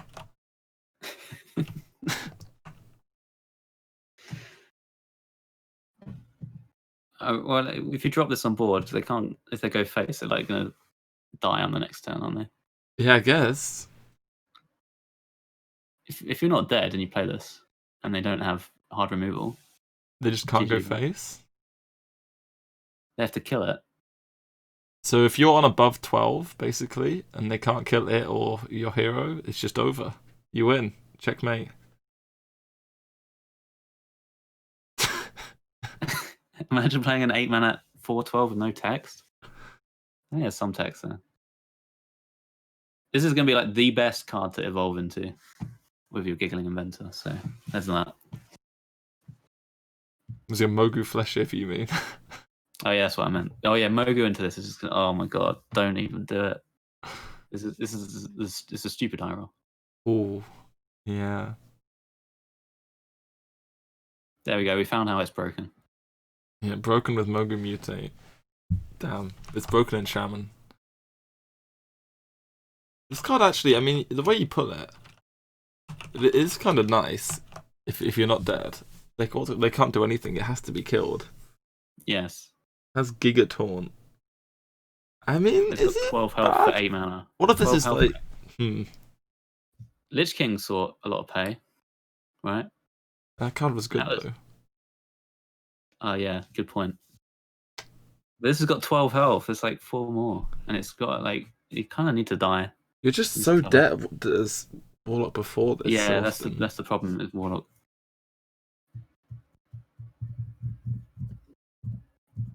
can you just survive and try and play this? But then they just remove it. You play in Zoo. Zoo, I mean, it's expensive. Can you play mid-range Zoo Warlock and have this at 8? Maybe. You do need to be like ahead, really. Then you play your Flame Imp Bomb. So it's like 8 mana Vulture. Yeah. I don't think this is too bad of a card. I'm just a bit worried that you can't actually play it. 8 mana is not that much though. Like it's not it's not completely terrible like the previous Warlock legendaries normally are. Yeah. Much better than the normal ones, but it's just not good enough. Give me a number. Darkest Hour Warlocks potential. I'll give this a 2. I think it's not the worst. Yep. I quite like the card. I'm just a bit worried about the rest of Warlock. They've done quite a good job of printing not the worst cards this expansion. It's really annoying. True.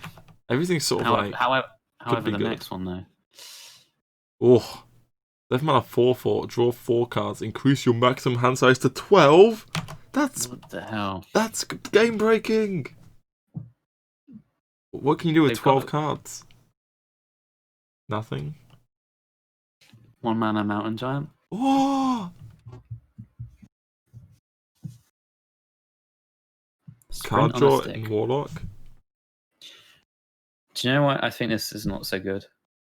They don't have the tempo tools, Warlock. Yes. It's in Rogue, when you sprinted, you'd usually pay 4 for it, or you'd draw a prep at least with it, and then you could like prep eviscerate something, prep sap something, so it's not so bad. Or you could like burst them down with like your burst damage afterwards. Are you drawing reach or removal? No. But with Warlock, what do you draw? You just draw expensive stuff. There's no tempo. Yeah, you have tap. Like, why do I want card draw? I don't get it. I think you can't play this. And like Ancient of Lore, right? If Ancient of Lore was around now for 2, it probably wouldn't see any play anyway. Nope. But back then they had Wild Growth for 2, and they had Innovate for 2. And it was less power creep metagame. So it's like, that's why Ancient of Lore was good then. And they also had Force of Savage Roar for a combo. So like drawing cards was good as well. Yeah, Mountain Giant Sassava. I mean, that play isn't even good. Like 10 mana, no taunts or anything. Yeah, and like you could do this on 8 if you had a big hand size to go this plus Mountain Giant on 1 turn. But it's just not consistent and a bit late in the game. I just feel like the card's bad. Yeah. You're gonna die when you play it. It's a cool card, so I'll give it a 1. Sounds about right. Yeah. I'm also giving it a 1. I just think it's too bad. You can play this into Twisting Nether, but then you need cheap stuff. There's no point in having a lot of cards in hand if you can't play them. Exactly. L. Next up is synergy with the previous card. I mean, the next one is the Abyssal Summoner. Summons a demon with taunt and stats equal to your hand size. What? This one's powerful. It is, yeah. I mean, if you have a full hand, is that 9/9? 9/9, yeah. Taunt? That's pretty big, actually. 6 mana. You get a 2/2 as well. Astromancer kind of card. Yeah, and Astromancer, I think, surprised everyone with how playable it was. Yep. So maybe this will as well. The only downside, I think, is this is like major Zephyrus food because it's a demon. You play this and they just, for 2 mana, they heal for 5 and kill your 6-drop. Yeah, that's a jump. Ooh. That's what. I feel like that's what's holding this card back, because otherwise, I think it's actually pretty decent. Yeah. But it's gonna suck so much against Zephyrus. Oh yeah. Yeah, that's real sad. Oh god. And there's gonna be a lot of Highlander decks around. Oof. It's a 2/2. I'm giving it 2 because it's okay. But maybe it's a 1. Ah, the card's good though. If it weren't a demon, I think I'd give it like a 3 or something. Yeah. That's why you also play Albatross. Oh, okay, there we Demon go. tag is Sorted. bad in every Hearthstone game mode. Poor demons. I know. I like the card. I think it's good stats, good tempo. I was really, really worried about the Sephiroth stuff. Yep. And in terms of it, it's like giving it taunt as well is nice. Give me a for number. this kind of effect. I'm gonna give it a 1 because of Zephyrus, but otherwise I'd give it a 3. Okay. Next up, Crazed Netherwing. 5 mana 5/5 dragon. If you're holding a dragon, Hellfire. Whoa. Hellfire on a stick, and it's quite a large stick. This one's pretty good. Seems good, yeah.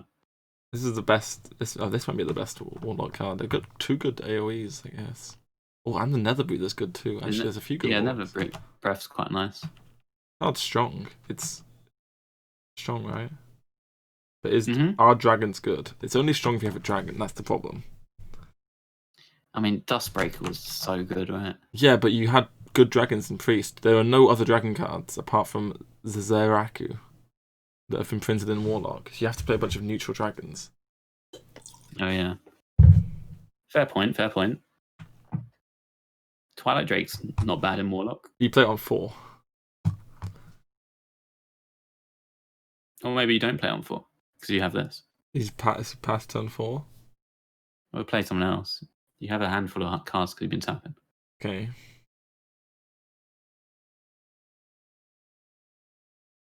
I don't think like these AoEs get you to the late game necessarily though.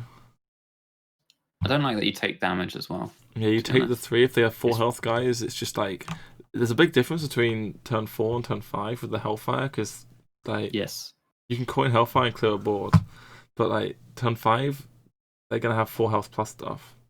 Yes, true. Yeah, it's certainly worse than Dustbreaker by quite a way. Yeah. I don't know if it's actually that great. It's a decent card. Decent. I mean, it's just a 2. I can't give this card a 1 because it's no, I can't give it a 1 powerful.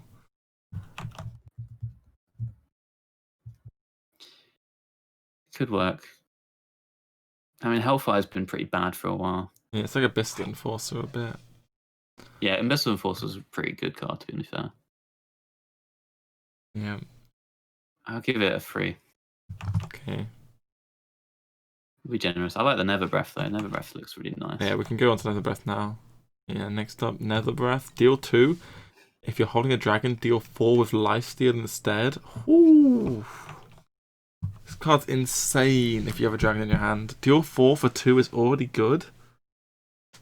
And then dealing 4 Lifesteal, it's that hitting 4 so good in Warlock. Yeah. Wolf.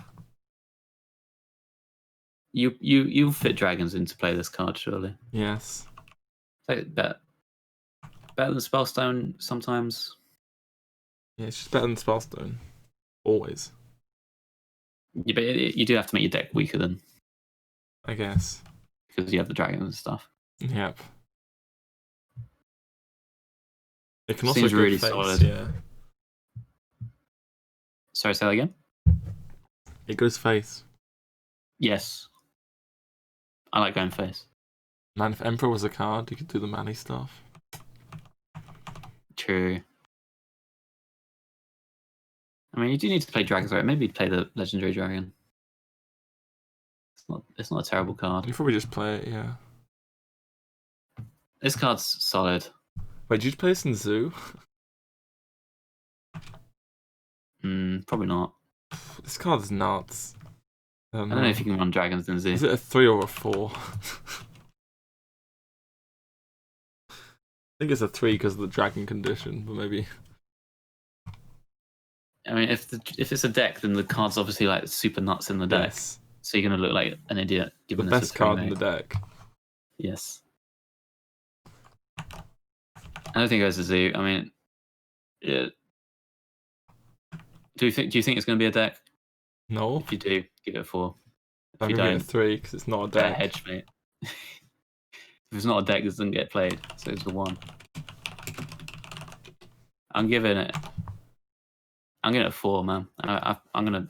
You think it's gonna be a deck? Okay. Yeah, I think so. In some form, I might want to revisit my ratings on the other ones. Yeah. I've decided. All right, Galakron stuff now. Yeah, we can just look at all the Galakron cards at once, I guess, right? Yeah, starting with the Veiled Worshipper. Battle Cry, if you invoke twice, draw 3 cards, 4 mana, 5/4. I mean, drawing 3 is pretty good. Have to invoke twice. The stats are fine as well. Like, the stats are great, yeah. You have to play this in Zoo, though, right? This is a different deck to Handlock, I think. Yes, this is not a Handlock deck. Like, I think we already changed. Like, all these cards are going to be in Zoo. Yeah. Yeah. So when you invoke Ganakrod, you get 2/1/1 imps, and that happens before the effects happen on these cards.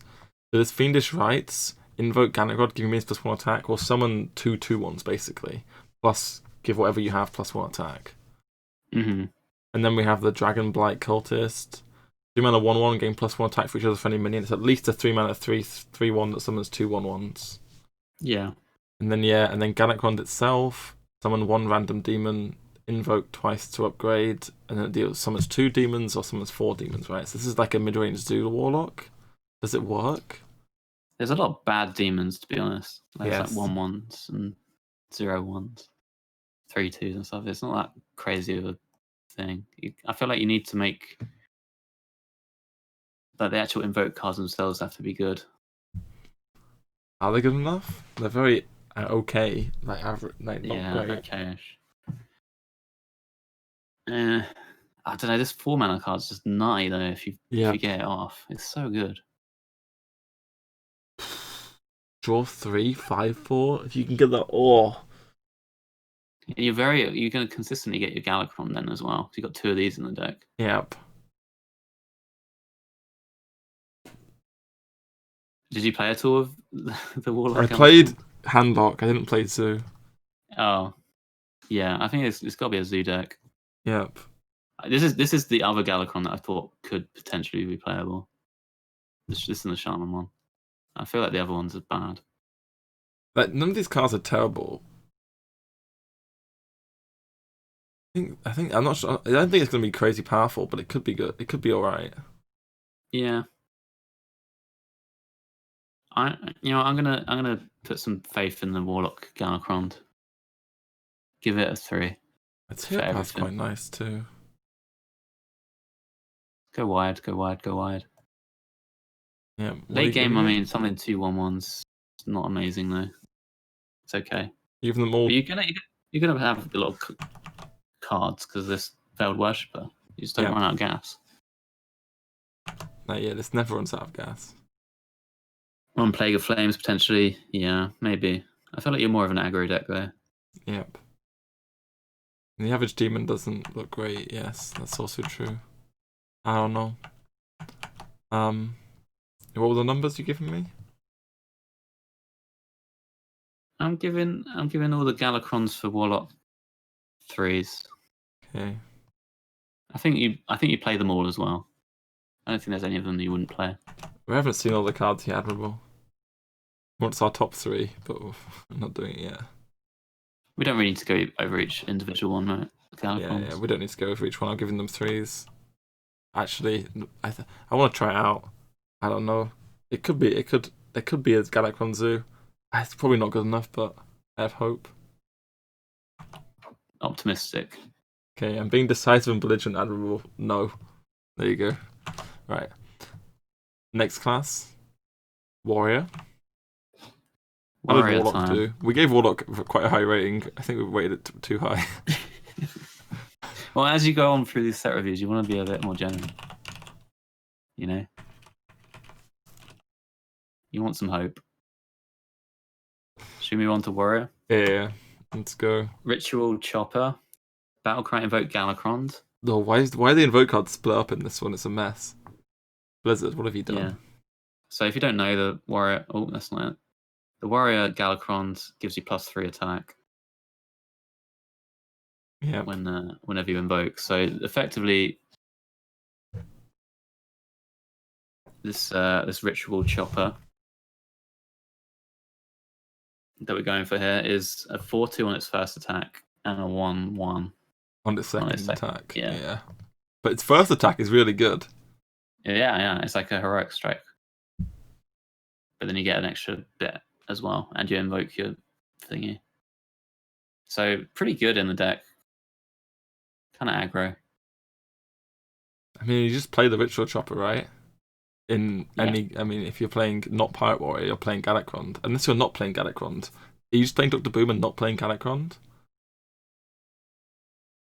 If you're playing a lot of removal spells in Control Warrior, I guess it only draws minions. It guaranteed draws you minions. Yeah. I mean, could you put Galacrond in a aggro deck and not run any other invoke cards really other than the Chopper? What are the other invoke cards? Awaken, deal 1 damage to all minions. Yeah, you don't want that one. But maybe you could just put the Choppers in an aggro deck and have a Galacrond in there.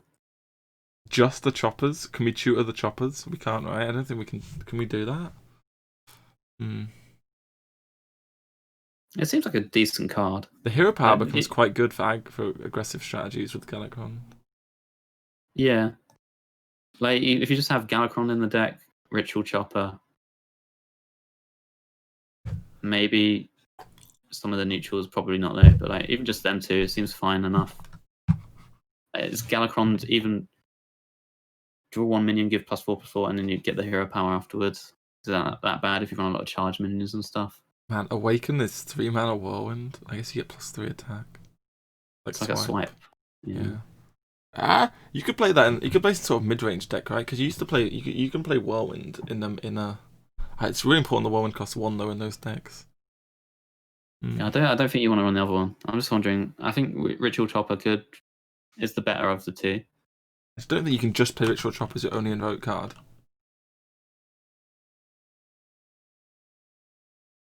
How important is it to upgrade the Galacrond though? I guess it's not that important.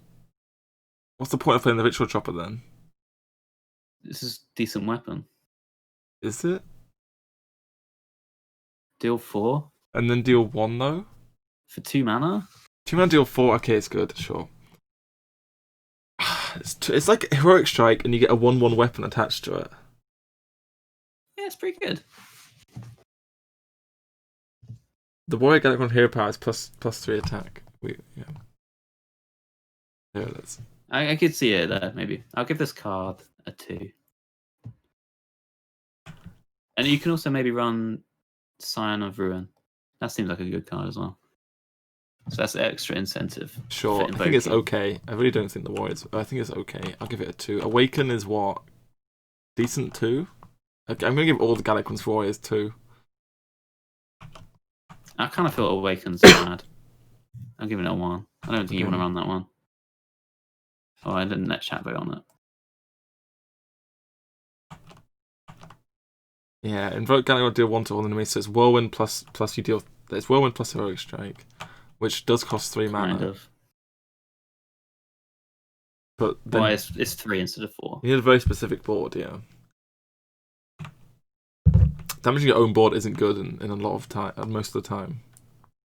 Right, yeah. I don't think this is good, this one. Yep. Yeah, what's the other? Let's just do the other card. The Skoyan. I'm probably pronouncing it wrong. Of Ruin. Skoyan. Of Ruin. Scone of Ruin. It's Sion. Sion? Oh, that makes way more sense. Yeah, there you go. It's not a Scone of Ruin, boy. Not a scone? I thought it was a scone. Okay. Delicious as it looks. No. If you've invoked twice, summon 2 copies of this. 2 copies of what? Does the rest of them cost 4? It does, mate, and that card's pretty good as well. Damn. What a delightful scone. Well, it's obviously a really good card, this. when you get the effect. So is it worth getting the effect for this card? Possibly. Obviously, if you draw this off the Galacron as well, this is beyond nuts. Yes. Oh my! You draw off. Oh. Yeah. You have 3 7/6s. Holy macaroni! They're all broken. It's all broken. That's the only minion in my deck. Oh, so this one's the only minion and invoke cards. Yep. Interesting. Does Yeah, that maybe you never could do works, that. right? We can play other minions that copy. We can play the 5/4 rush as well. Ziliax, maybe, I don't know. Zodiacs, yeah. Oh my. I don't know. It's a weird one. It's not always that bad to just drop this if you have to. Deal 3 for 3. Can be okay. Yep. Whereas like some of the other effects, like the rogue ones, is terrible when Just you drop terrible, yeah. Okay, I'm giving you all the warrior stuff too, so it's so hard to invoke as warrior. There's no like Shaman has to bloody invoke twice card, which is why it's so good. Right, Invoking's just difficult. A little bit. Okay. I'm not convinced either. I see potential in this one and the ritual chopper, but not much else. What are you giving them? Everyone's a 2 apart from Awakens a 1, or are you giving? Yeah, that's what I'm going for. Okay. Ramming speed. Force a minion to attack one of its neighbors is the next card. So this is like a Super Collider, but it costs 3 mana. You don't take the damage. No, you don't. They're But already you don't positioned get the around Super extra Collider value. though. Yeah.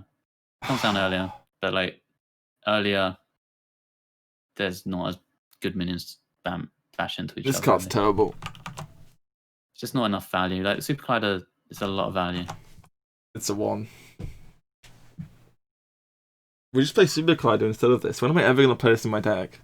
Yeah, I don't see it either. I'm always going to play Super Collider instead of playing this. I knew they were going to print this card at some point, though. It's just guaranteed. But I just don't think it's very good. Yep, I agree. In Specialist. Oh, the Pirate card. Sky Raider. 1 mana 1/2. Add a random pirate to your hand. Oh. It's the pirate guy. Is this going to make pirates good? Is this the guy? Yeah. This card's really good, I think. And the 3-drop. Agreed. With yeah, with the 3-drop. Sky Barge. Oof. Scary.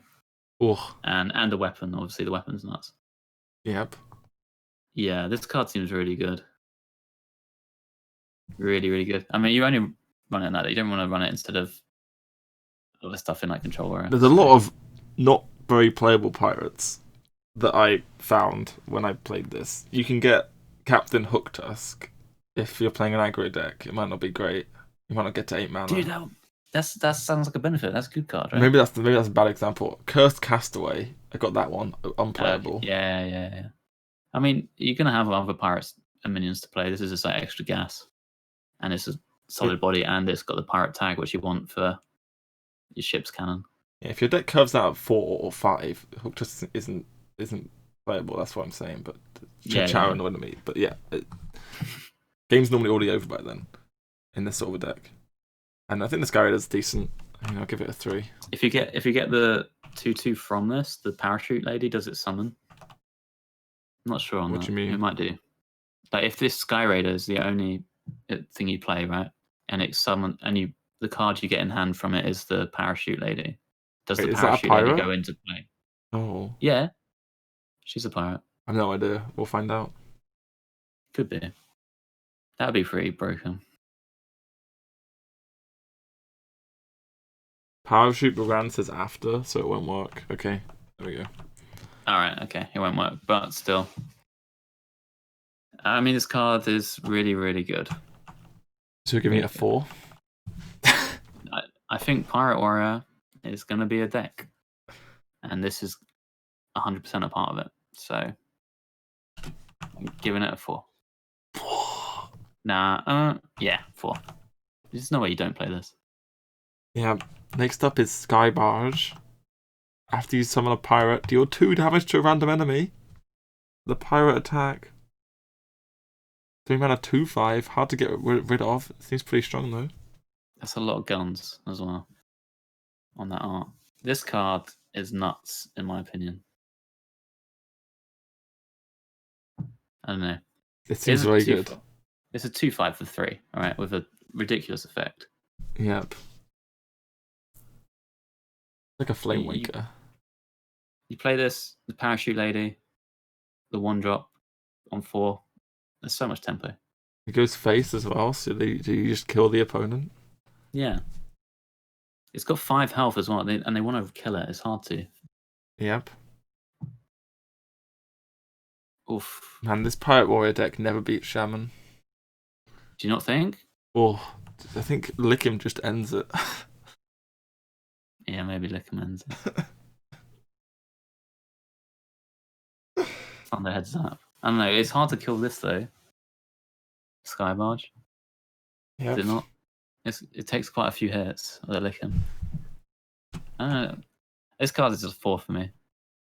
It seems so Okay. good. I'm not that big of a fan of the Pirates. I'm gonna give them 3s. I really don't think the Pirates are gonna be top tier. I think they'll be like tier 2, the Pirate deck. Lick Him plus Sap kills this. Sure. Lick Him plus Sap kills a lot of things actually. Kills everything. Nothing survives. You'd be hard pressed to find stuff for 3 mana that survives that. Okay. Next up, Evil Quartermaster. I'm really confused about this card. 3 mana 2/3. Add a lackey to your hand. Gain 3 armor. Is it? What is this card? Where do I play it? Actually, can I change the Sky Barge to a 3? Okay. Because I think there's a world where you play a small pirate package with the weapon, but not the Sky Barge itself. Sure. Okay. Quartermaster. 3 mana 2/3. Battlecry. Add a lackey to your hand. Gain 3 armor. Seems pretty good card to me. Playing In like what? Control Warrior, maybe. In Control Warrior, for sure. I think this makes so. my list. Yeah, I guess we can shield slam with it. Sure. It's not making me anything an aggro deck, is it? Is it? It's going in Pirate Warrior. Maybe like Galakron deck because you take so much face damage invoking and trading that you need a bit of extra oomph on your armor. I know you don't want to run lackeys normally in Control Warrior decks, but they're not the worst. I don't think you want to play this in Control Warrior, really. I really don't think it goes in Control Warrior. I don't think it goes in Pirate Warrior, so I don't know. Maybe I'm wrong. On turn 3, it's quite good, right? They don't do much. Is it a 2/3? Gains your armor and something to do later on. Is that not good? 2/3 just... If you think about 2/3s, it seems pretty unplayable against like Shaman. Just doesn't... I know it doesn't contest well there. It doesn't contest well against Priest. Like... Yeah, but you can combo it with like a shield slam, maybe. Yeah, maybe with shield slam. Or then like the armor game for shield slam. And it's an armor game as well. Like you want that to survive. Yeah, I like that. I think it's a solid card in Control Warrior. I mean, I'm not really a Control Warrior guy, so. Ugh. No, never am I. But I just think it's good. Give me a number. I'll go 3. Okay, I'm giving it a 1. Ooh, damn. Yep, never gonna play that. I'm very optimistic on Warrior stuff. To be honest, I already did this Scion. Scion, Stone. Anchor. Oh yeah. my God. Oh. Bloody hell, this card. Oof. 3 mana. After your hero attacks, draw a pirate from your deck. This card. Dread Corsair. Very good. Very, very, very good. This card's insane. Yes. It's a 4. It's broken. Yeah. Easy 4. Oh. Oh. Oh, you never run out of cards. Anchor on 3. GG. And the cards you draw have synergy with your weapon. Oh my god. But the problem is you have to play pirates, so... You do. I wonder if you can get away with running like a small package of a deck, though. and like running some more of the aggro warriors running before, like enrage stuff and that sort of thing. Oh, the enraged cards still exist here. You want to play Bloodstorm Mercenary in a deck, right? Yeah. All those stuff, and then just have a small package with the anchor. So like when you draw anchor as a high roll, you can. Yeah, you're gonna play the 1/2 Pirate over Eternium Rover. Yeah. Possibly. Maybe like Dread Corsair Greenskin or something. Yep. And that might just be good on its own. In that, yeah, the Galacron weapon gives you a Dread Corsair on turn 2. No, it doesn't. Is it not? Or is it weapons attack? It's weapons attack, not your heroes attack. Oh, it doesn't work then. Unlucky. Oof. Okay. Molten Breath is next. Oh yeah, TJ was saying in chat the same thing as me about small package might be good with it.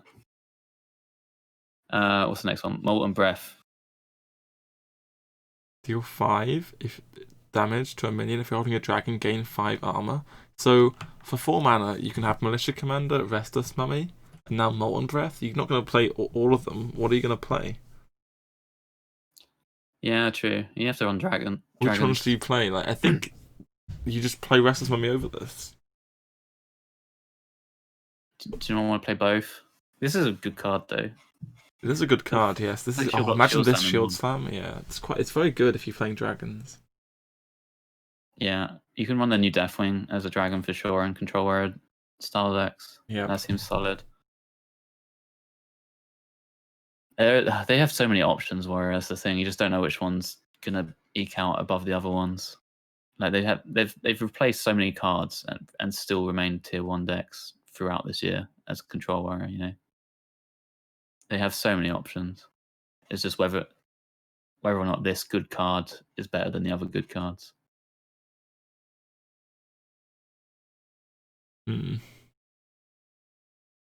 I don't know. I just don't think you're going to be playing dragons in Warrior. You only got Deathwing, right? I guess you play the Ruin guy. Well, they've had some other one. They have like that 5/5 that gains 5 armor. Yeah, they have that in other sets. I don't think you play Molten Breath though. I think you want to play Rest Mummy instead. I think it's just worse than Mummy, which he doesn't see play. I can give it a 2 because he might be playing a dragon deck, but I think it's just worse than Mummy, right? Yeah, the dragon stuff might not end up being that good, but it's a good card within the context of the deck. So give me a number. 2, 3, maybe 2. I'm actually gonna give it a 1. All right, I'll give it. So much worse than Mummy. You never play it. Okay, Deathwing Mad Aspect. 8 mana, 12/12. Attack all other minions. Wait, what about the Galacron? Did we do that? Oh, the Galacron. We can talk about Galacron if you want. I give it a 2 already. What did I rate the other one? I think I gave it a 2. 2, yeah. You might see play in like an aggro deck, maybe. Without all the invokes, just a few. I don't know. I'm not sure you want to go pure invoke Galacron. That's my opinion on it. Yep. Possibly. I mean, maybe there's a tempo warrior where this is like a finisher with the invokes, but the invoke. It's just so hard to invoke it in warrior because the awaken's just not good. Great with. It's like just the chopper. It's just hard to invoke it twice. True. That's my problem. All right, let's talk about Deathwing. Yeah. 8 mana, 12/12. Battlecry, attack all other minions. Look at 8 mana, 12/12 rush or Battlehead. It's good, right? Is it? It's just better than Battlehead for a control deck. I mean, Twisting Nether's a card which never saw play. Yeah, but imagine if Twisting Nether sometimes got like lives as a 5/12, or no, 5/12. That's not a realistic minion, but they've got like a couple of minions, and you're Twisting Nether summons some extra tempo for you. I'm thinking about an empty board here. Oh. Yeah, this is better than Twisting Nether. Just an 8 mana 12/12.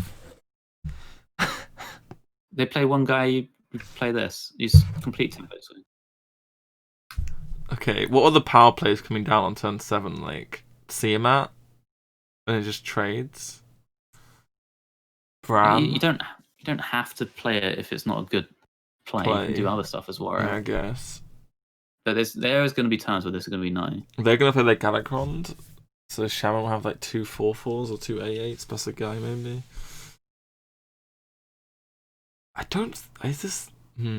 It's going to trade multiple minions for one, right? That's the idea. Yeah. It reminds me like of Batterhead, but it can kill anything. It can kill anything, yeah. Batterhead, if it had higher attack and could trade into anything, one shot it, would that not be a good card? It'd be insane. Yep. I mean, it's good off Mogu. Oh yeah, this is another one you want to evolve into. Dude, I think this card's really good. I think it goes in Control Warriors. I mean, it does everything. It's flexible. I don't know.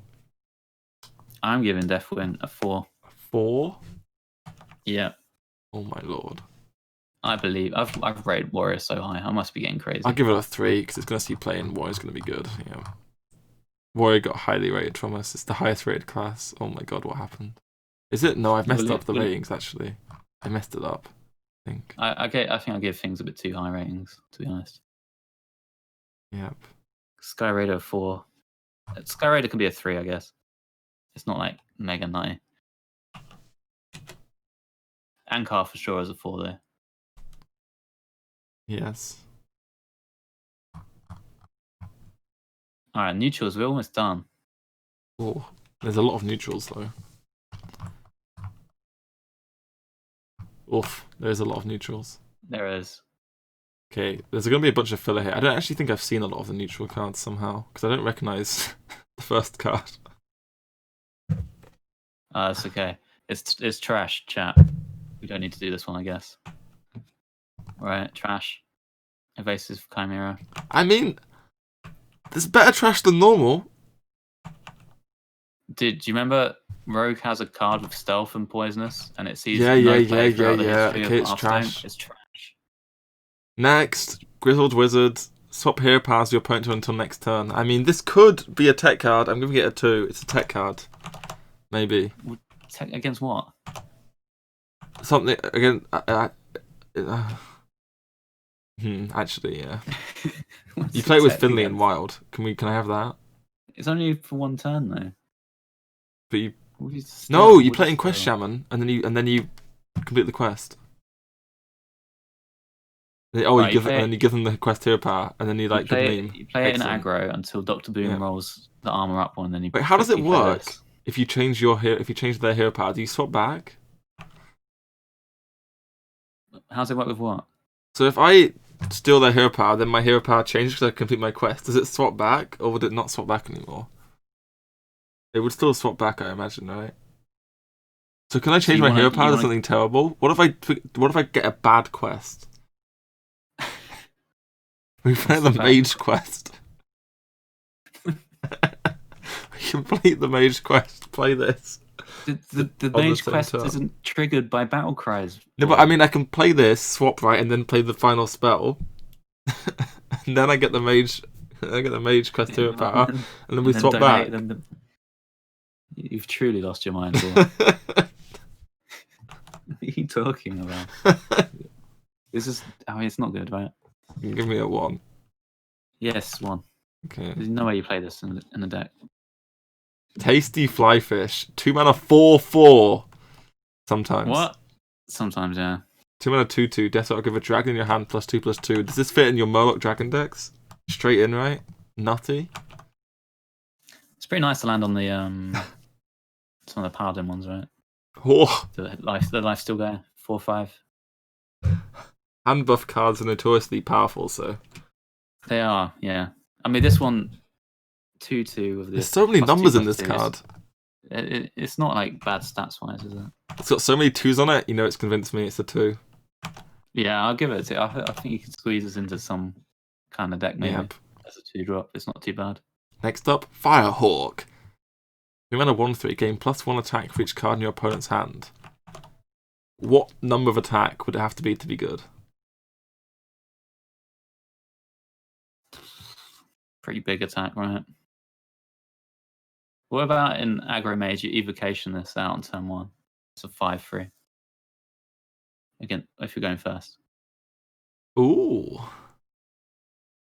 That sounds pretty degenerate. Turn 1, 5/3. Wait. Is that just good enough? I mean, it's not going to happen very often, but you could do it, right? That's the only application I could see of this. It's like a better mana worm, right? Yeah. Scary mana worm. That is turn 1, 5/3 is insane. Yeah.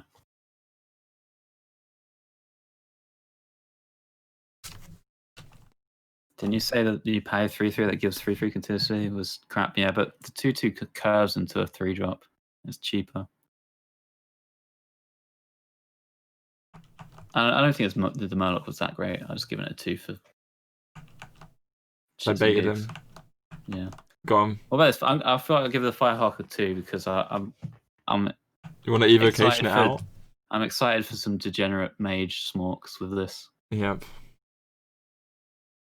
Me too. Next one. Gobo Glide Tech. If you control a mech, gain +1/+1 and rush. Yo, hold up. 3 mana 4/4 rush? Wait.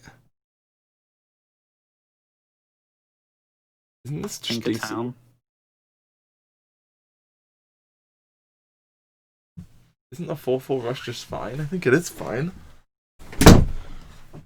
Isn't the 3 mana 4/4 decent? There's a condition. There's a condition though. You have to play a mech, yeah. If you're playing a mech deck, does this go in Mech Hunter, for instance? You have to control a mech on board. Oh, yeah, it's not good, right? This card never sees play. I don't think it's good. I don't think it's actually good. It's a 1. But it's better than the normal one. This is like a good arena card. Yeah, this is a good arena card. Sometimes.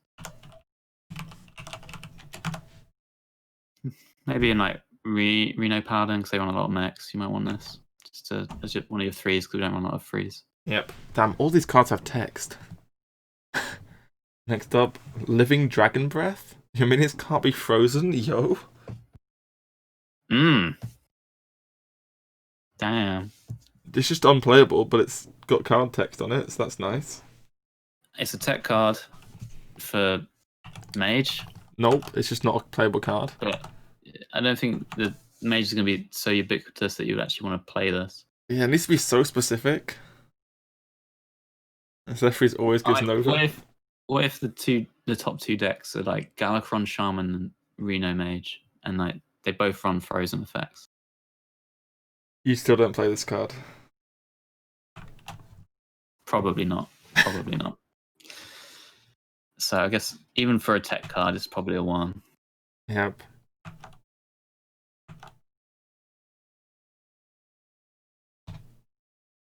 Next up is Hippogriff. It's a 4-mana 2/6 Taunt Beast, which we've literally been in the game before, but now it has Rush. Whoa. So now it's still a 1. It's just Stegadon with Rush. Yeah. Yep, skip. Next card. Skyfin. Battlecry, if you're holding a dragon, summon 2 random Murlocs. 5 mana 3/3.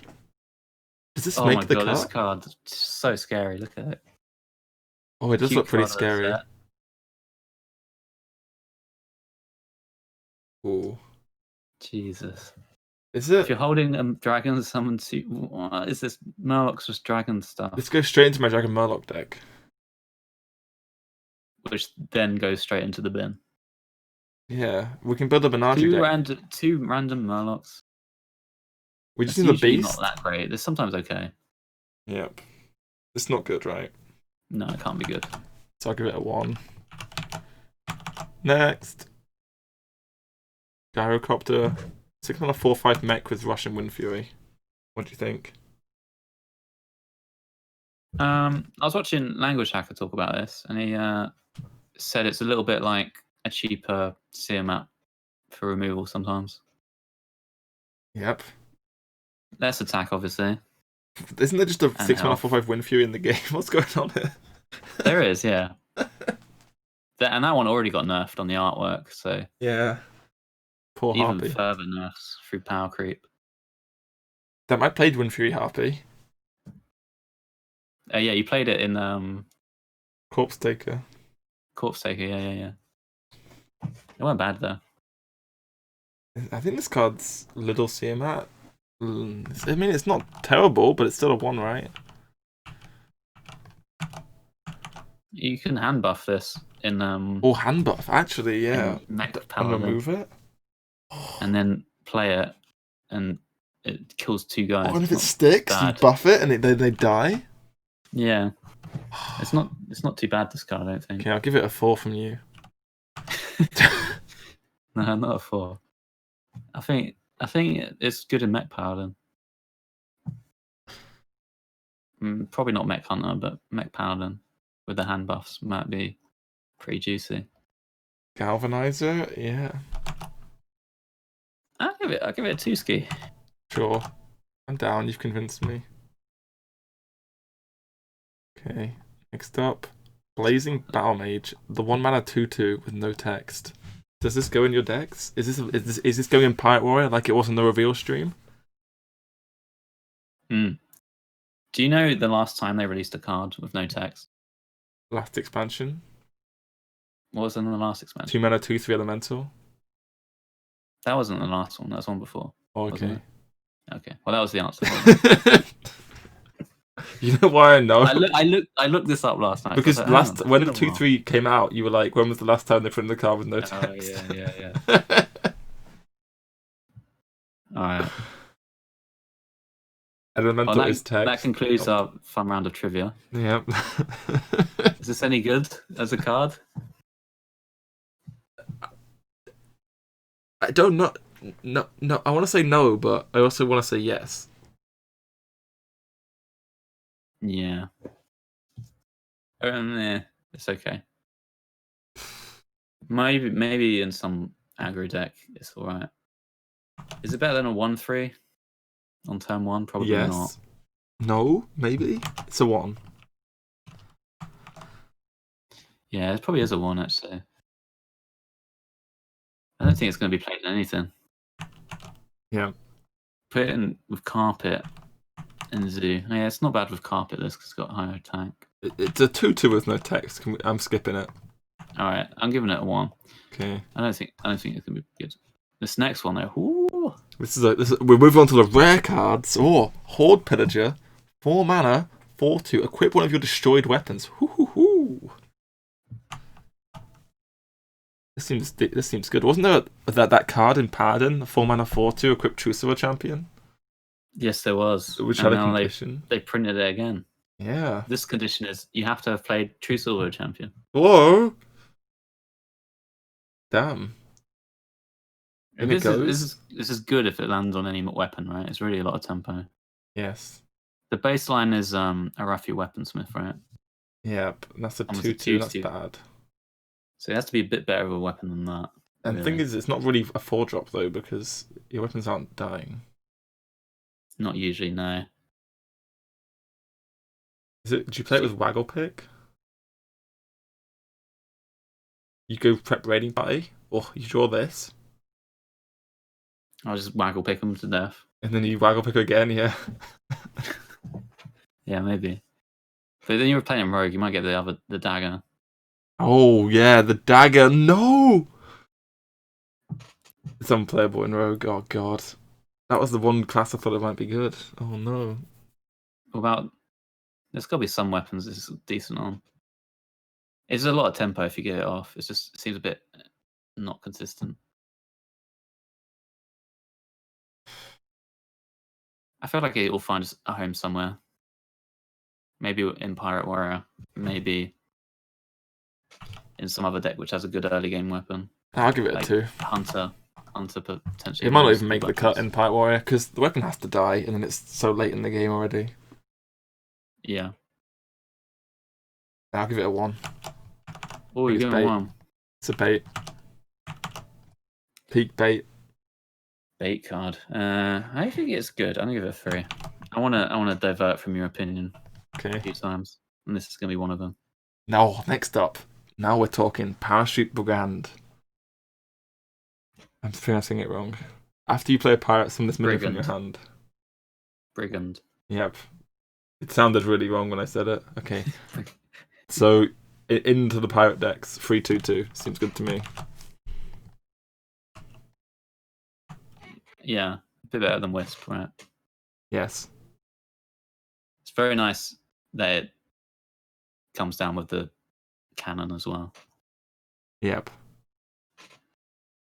Balanced patches.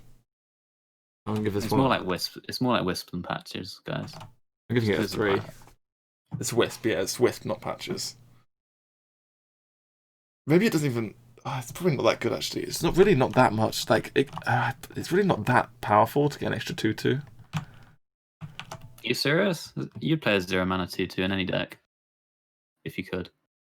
Any aggro deck. Yeah, but it's not like it's not like boom, GG. You know when you soul-fired and you got Silverware Golem and you're like, whoa. Yeah, true. I think this is really quite Or a Happy very good Goal. card. It might Yeah. see you playing Rogue as well. Okay, give me a number.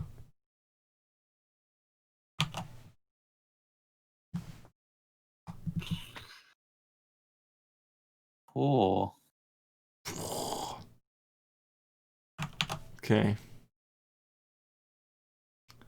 Give it a 3, give it a 4. Next up is the Troll Batrider. Battlecry deal 3 to a random enemy minion. 4 mana 3/3. Random enemy minion. it's not bad. This It's a decent card, right? kind of like flanking strike sometimes. Yeah, it's flanking strike. But it's random enemy, which is why it's bad, right? Or bomb lobber from the past. Bomb lobber wasn't too bad. It wasn't the best card ever though. Battlecry Shaman? Yeah, I think if it's going to see play, it'll be in Battlecry Shaman. Potentially. Doesn't Very go powerful face. this. I think it's okay, this card. Yeah. Like it's close to the power level needed, but is it there? It's flanking strike that can't be targeted, that's the problem, right? It kills Frog, Spirit of the Frog. Like, you can take it in against Frog and Shark. But if they have a 1/1, then it's not playable, really. Well, you usually have someone on board, right? Yeah. If they spend a turn playing Frog or Shark, maybe. Exactly. I think this card's okay. I'll give it a 2 because it can kill low Yeah, I threes. think it's a definition of a 2. Yeah. Could be good in Shaman. Okay. Oh, another good card. Wait, how did a neutral get here? Scale Rider up next. How do we? There was just one random epic in there. Yeah, there was. Okay. If you're holding a dragon, deal 2, 3 mana 3/3. Oh, this one's just good in the dragon decks, right? Or Yeah, really good. Yeah, really good. Just very strong. You play S7 Agent without the combo so much. Yep. Like SI's been a good card for so long, and it's just SI. Yeah, it seems really nice. But again, without the dragon in hand, it's quite bad, so it can't be like a 4. It's just a 3, I think. You play this in every single dragon deck, right? Yep. 3? Yeah. Seems like a solid 3. Next up, another dragon card. Evasive Worm. Divine Shield Rush, 6 mana 5/3. Can't be targeted by spells or hero powers. Does this fit in hand buff stuff or dragon decks? It's okay, right? Dragon decks? Does it make the cut? Yeah. It scales quite nice with hand buff because it's got Divine Shield and Rush. Yep. So maybe in Paladin. Otherwise, like, comparisons are Argent Commander, but can't go face. Like, it gets reduced by 2 in a dragon deck. Yes, that is pretty good. If you could look at this card for 4 mana, it's very good. Yeah.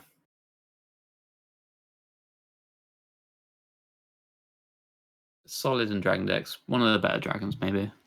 Maybe a bit too expensive, maybe not. Yeah, I'll give it a 2. Yeah, I don't think it makes a cut in everyone. Yeah. Because there are other class-specific dragons you want to run as well. Yeah. I didn't make the cuts on the ones I made. Yep. Next up, Big Ol' Whelp. 5 mana 5/5 draw a card. Good. This is just good, right? And it's just absolute unit. Yep. Look at it. Fucking hell. Oh. Jesus. It's just what's it? It's eating something, isn't it? It's just finished up eating. Oh. This is when you're lying in bed and you accidentally turn on the front camera on your phone. This is what you got to look at. Okay. It seems solid. I don't know if you want to run it in a lot of decks, really. In a dragon-based deck, sure. I mean, Bonfire like, Elemental was never that good. Yeah, exactly. It's like you play it, but like it's really awkward to fit this card in sometimes. Not on turn 5. Azure Drake was played in every dragon deck. But it costs 3 as well if you play in the dragon reduction card. Like... Yeah, that's and it cycles as well to get your cheaper dragons. Nice. Yeah, there's no restriction on this. It's just fine. I'm gonna give it a 2. Like it's nothing amazing. I mean, it's just another filler. There's not much to say about this card really. Yeah. Okay. Yeah. Sure. It's not great tempo. Yep. Evasive Feywing. 1 mana 5/4. Can't be targeted by spells or hero powers. Fairy Dragon's big brother. I think it's a lot better than Fairy Dragon though. What do you think? Yeah, this is good. This is going to be a staple in every dragon deck, right? Yep. That's it 4. Immune to rogue. Kinda. Yeah, immune to rogue like as well. Like there's a lot of reactive decks. Like for instance, Druid is quite reactive, and then if they play the Oasis Surger, then it trades. Just trades even, yeah. Like they can't swipe it or bees it. Then there's like Warrior, it trades evenly against the Restless Mummy. Yep. Can't shield summon. Yep. It's good aggressive stats. You're really out of hand. I like it. Good card. I'll give it a 3. Yeah, I think this is what you can give it 2. I think this one always makes cutting dragony. No, I'm giving it a 3. I think I like it too. Oh, okay. You don't want me to give it a 3? I really like it in the aggro hunter deck especially. Yeah, true. Yeah, I'm giving this a 3. Chat agrees as well. A lot of 3s from chat. Yep. Blowtorch Saboteur. Battlecry on your opponent's next hero power costs 3. Weird card, huh? I don't think this is too bad. Like if they were in a meta game where like Quest Shaman's a really popular deck, this is actually pretty decent against them. Is it though? You can't play on curve. You're gonna hold it in hand. They can they're not gonna totem though for 3 mana. Yeah, but they're not gonna totem anyway. They're Quest Shaman. Yeah, but then once they complete the quest, it'll cost 3, right? Oh. So they can't like hero power sandstorm. That's how it works. Okay. What if I'm playing in a meta game with Quest Druid? Oof. Yeah, I mean, I'd say this goes in like maybe some like Reno-y decks as like a 3-drop filler. Yeah, it's probably one of the better 3s around. It goes in my growing list of things that got rated 1.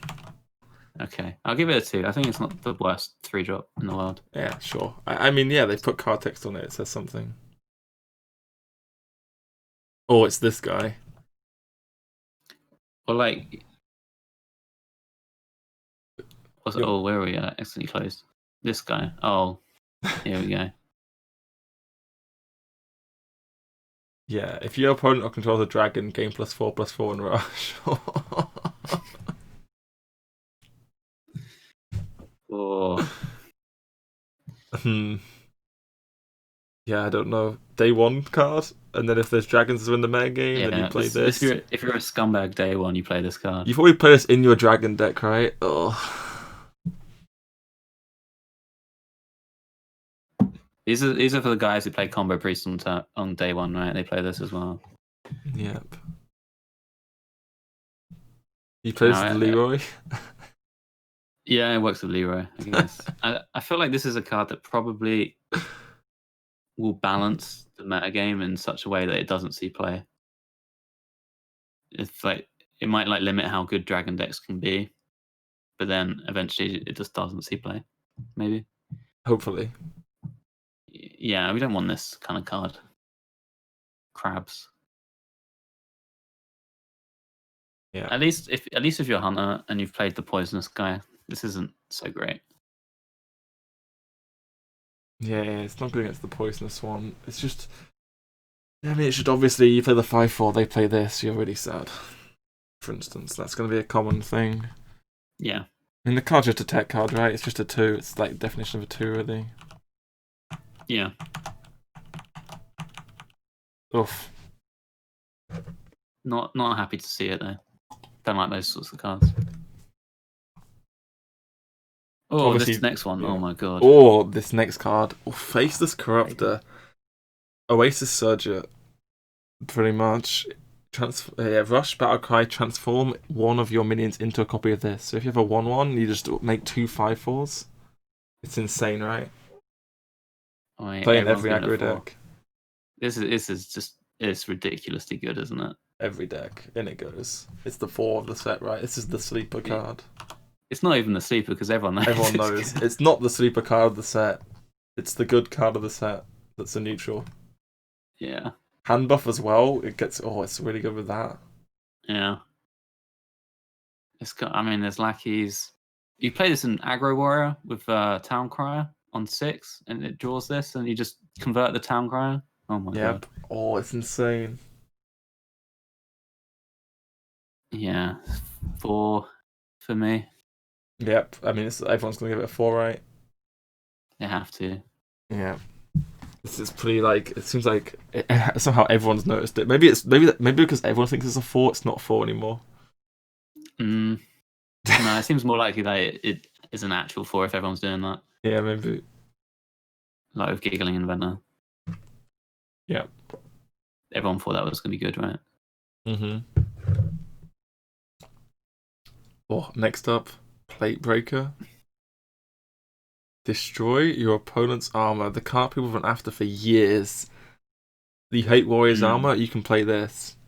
I don't think it's very good though. Could you play an OTK Paladin as a tech against Druids and Warriors? Oh, yes. I feel like that's like one of its most likely homes where they really care about them sorts of decks. Yeah, you really play an OTK Paladin. It's actually just, yeah. Oh yeah, doesn't it just end the game? I'd have to see how the matchup plays out because like they could maybe hold their armor cards till later or something. Actually, yeah, they can hold on. And then this does cost 5 mana to play. Yeah. So I'm not sure how Might it get works. I'm awkward not hand too size good at the stuff. deck. It's unplayable against non-armor classes, right? Yeah, Theckle. Damn. That's going to be on Reddit like day 1 of the expansion.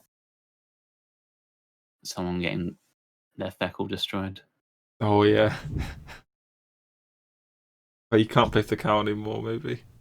Because I'll just tech this in. Yeah. This card's decent. It's got to be a 2, right? Yeah, it's just a tech card. Yeah. I don't think it's very good though against Warrior. Like, it really doesn't do that much. You'd rather to make your board bigger, almost. Well, like something you could do is like you could be less aggressive because like oftentimes against Warrior, you're like, oh, I have to go all in, pressure their life total a little bit, and hope they don't have a brawl. Because if you take it slow, you're just going to lose eventually. But like with this, you could hold back because like the face damage isn't as relevant until you've drawn this card. So you don't have to hard play into some of their AoEs as much. Yeah. That's like something you could do maybe. But yeah, fringe card for sure.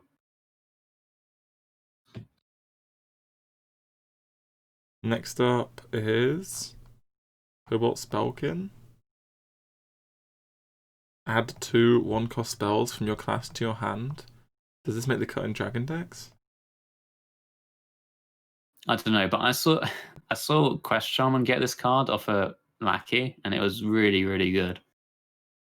When they got 4 random 1-cost Shaman spells. Oh.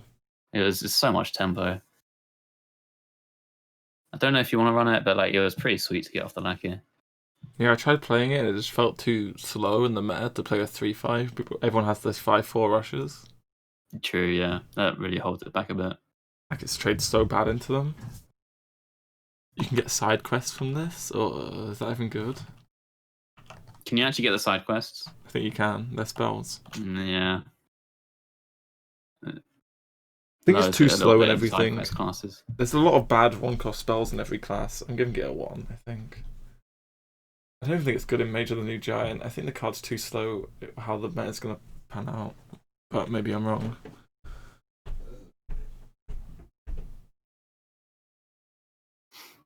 Yeah, maybe. I'll give it a 2. I think it's a cool card. It might find some fringe play somewhere. I think the card's neat as well. Oh, next up it's Frizz Kindle Roost. Wait, Kindle Roost? Yeah. Kindler Oost? Kindle Roost. Let's go with that. Reduce the cost of dragons in your deck by 2. 4 mana 5/4. Into the dragon decks it goes. Yeah. This card is pretty good. It goes in. Is it a 4? What if people play dragon decks without this? I don't know. I think maybe like Hunter could maybe not play this because Doesn't play card draw, right? If you don't play card draw. Yeah. I feel like Druid would play it for sure. Yep. I'm not sure everyone would play it. Like maybe Mage doesn't either. Maybe they do. I'll give it a 3. But it's a strong card, and if it fits the deck. A lot of chat think this is a 4. I think it might be bait of how good it is. Because if you play it and don't get immediate value, it's quite... It's like... not great. I don't know. I'm just not sure there's going to be a super large amount of viable dragon decks. I think it'll probably be good in the Druid one, and maybe not other ones. Yep. So I'm giving it 3. 3? Okay. Yeah, I think it's a 3 for me as well. I think this card doesn't see play in every dragon deck. I don't know. How much value do you need of it? If it reduces 2 cards, is it good enough? Yes, it's just good enough with 2 cards. But how many dragons are you playing? Oh, maybe it's just a 4. I'm giving it a 4. It's good if you draw 2 dragons. Let's go. Yeah, I know the Battlegrounds update's out, guys. I know. Next up, Tentacled Menace. Each player draws a card, swap their costs. Just trash, right? Is it? Yeah, it seems like trash. I feel like it's trash. Yeah, some people trying it in dual Paladin, but I don't think so. Because you still just play cheap spells in dual Paladin because you're playing Prismatic Lens. Yeah. I think it's working. Yeah, because you're drawing your opponent a card as well, which is just not good. No. Yeah. Next up is an interesting card, Depth Charge. At the start of your turn, deal 5 damage to all minions. 1 mana Doomsayer, kinda, but it dies easier. It dies easier. Like, if you have this in your opening hand, do you want to play it on turn 1? No. Not really.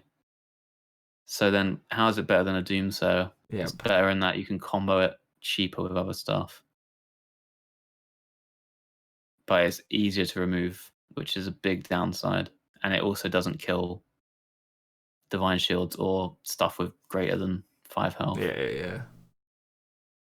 The only way I see this being played is in Highlander decks, because they want to have 2 Doomsayers. Even then, so it's not like Doomsayer's a good card. Yeah, but you for sure play Doomsayer and Mage with the freeze effects. Yep. Counter to maybe Priest. They play Cleric, you play this. You're going second, right? They have Topsy and Silence in the deck. Yeah, but it's not really a counter, is it? Yeah, I mean, I don't know. Skip then. Give it a 1. No, I'll give it a 2 because it could see play in Highlander Mage. Sure, I don't think it sees play in that deck, but okay. Oh, next up, speaking of Highlander decks, Bad Luck Albatross. Yes. Death Rattle, shuffle 2/1/1 Albatross into your opponent's deck. Chat, you better give us a 4. Oh, Bad Luck Reno decks. We're saying how much Highlander decks might be played. Do you play this as a tech to counter them? Is it good enough? I can see it. Yeah. It's really a fine body. I mean, okay, it's really not a fine body. You don't want to play a team on a 4/3 ever in your deck, but carrying high on the decks is pretty good. Yeah. I can see it. It's not too bad. Like the effect is pretty sweet if you against like a control warrior or something. Yeah, it's also just annoying for them to draw the albatross. Like, it's just quite annoying because it's unplayable, really. Like, It's a one mana card, right? Yeah. yeah. Just trash. This is a tech card, right? Against the high end stuff. It's a 2. Just a 2, yeah. Yep. Next up, Dread. You could do like an albatross deck. That's a bit memey. Could you? What's the deck? Res Priest or something. Fill their deck with albatrosses.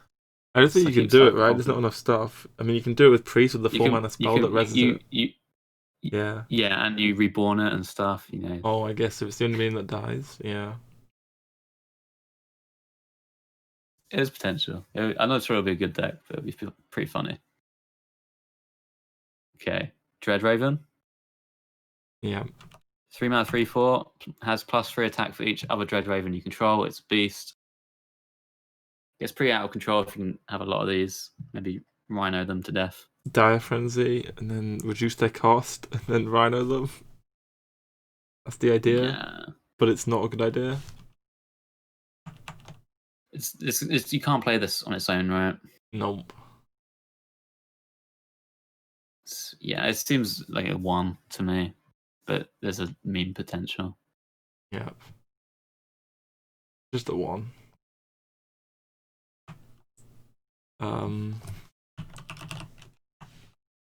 Kobold Sticky Finger.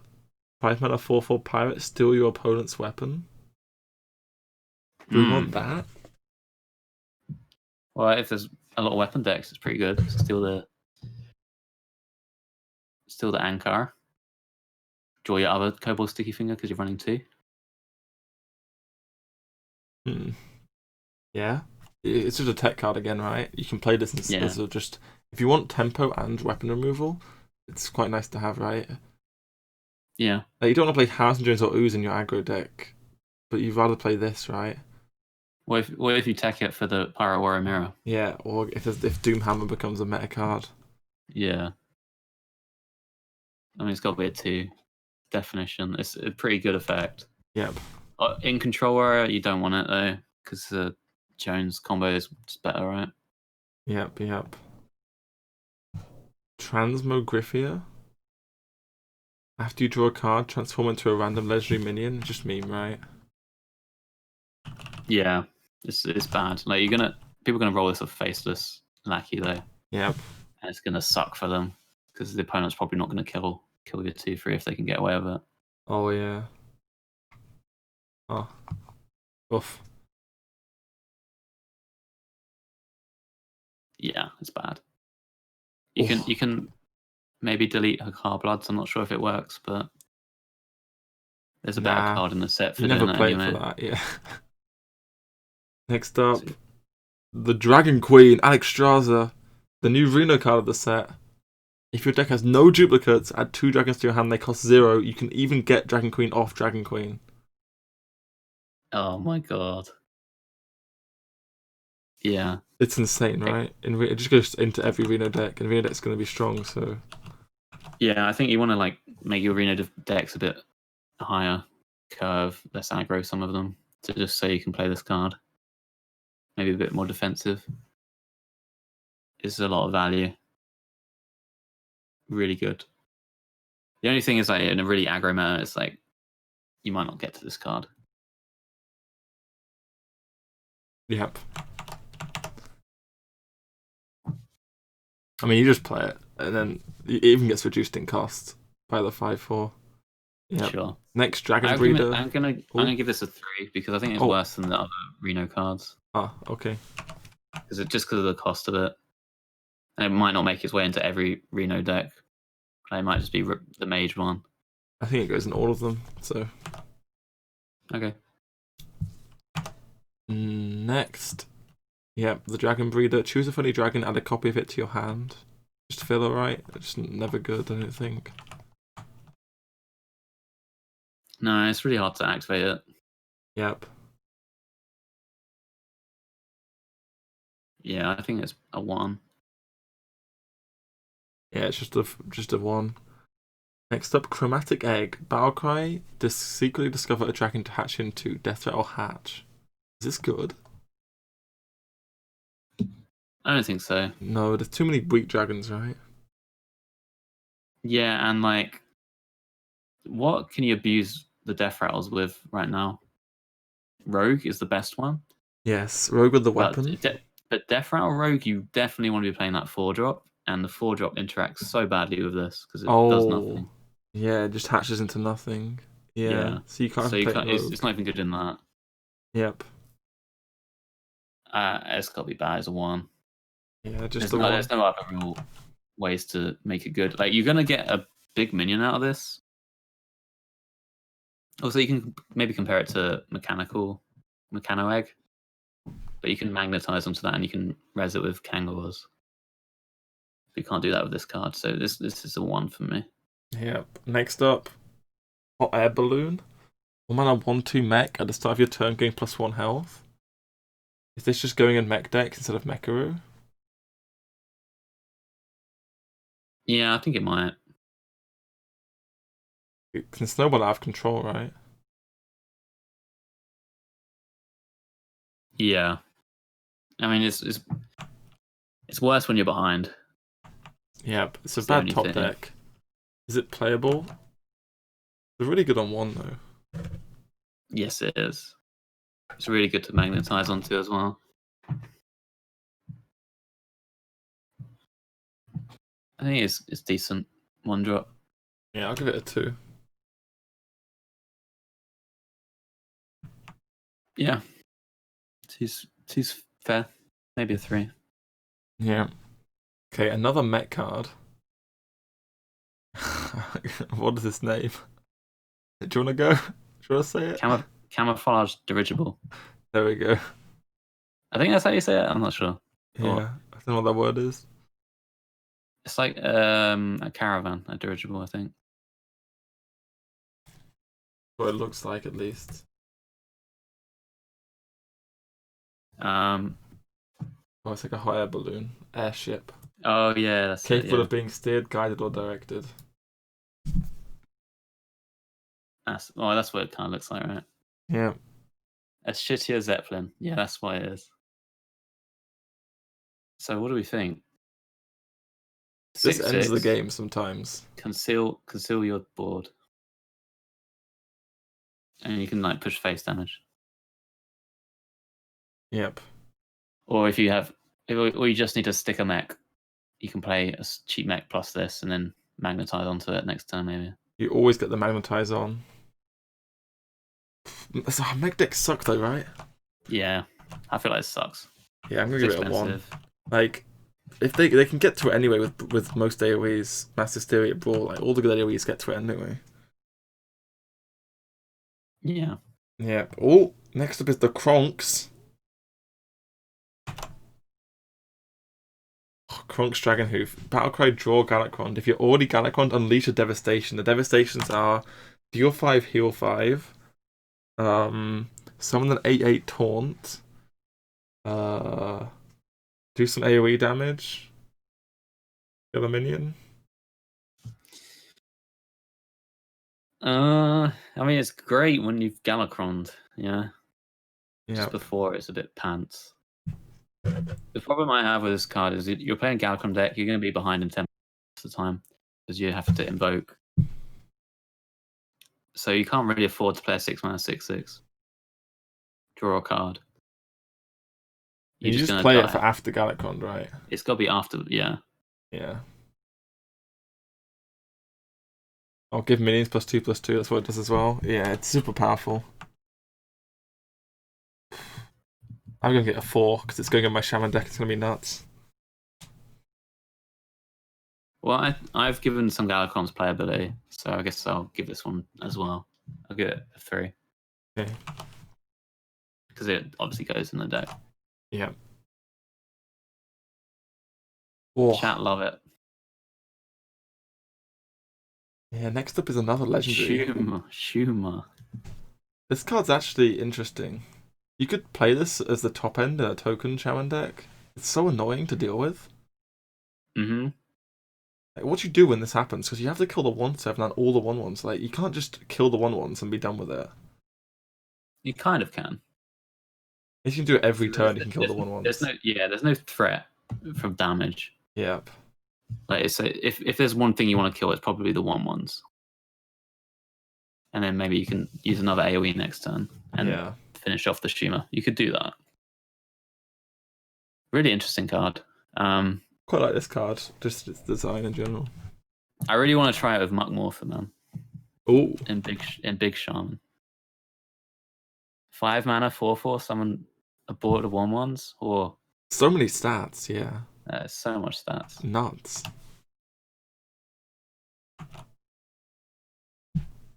Quite like this card in any token deck that you play. Yeah. I just worry if it's like the fact that it's not like the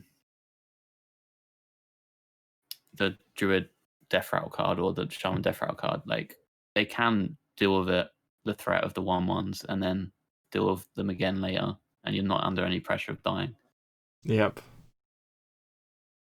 Yeah, that is a bit of an issue. I don't know. It's just like if you keep on it's just the thing of like if you keep on pushing waves, right? Wave after wave after wave with tokens, eventually they run out and this is just 7 mana and it's just a wave with one card.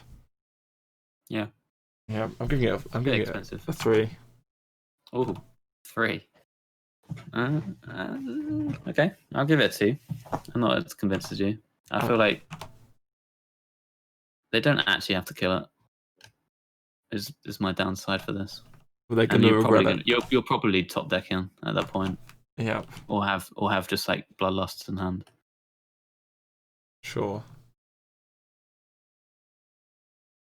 Oh, next up is a card that's already been in the game for a while. And sucks. What do you think, chat? Hey, you've literally played with this card. You can play with it right now. It's alright in OTK Paladin. And Nomi Priest. It's unplayable, right? Yeah. Probably. Yeah. And like even the decks are in now, you kind of get the impression they're only running it because it's a new card. Yes. I don't even like it in Shaman Paladin very much. Oh, some invoke stuff. 4-mana 2/2 invoke. Rush. Oh yeah, these are the other. Yeah, it's not great, right? It's just bad. Boring card. I don't like these. Is Invoke going to see play in any Galakrond decks?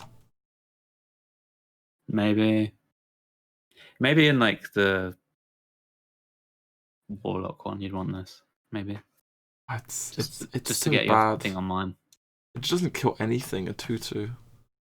Yeah, 2/2 1/1's pretty bad. So bad. I don't think it's good. I don't know, Xval was saying on the stream that this found its way into pretty much every Galakrond deck.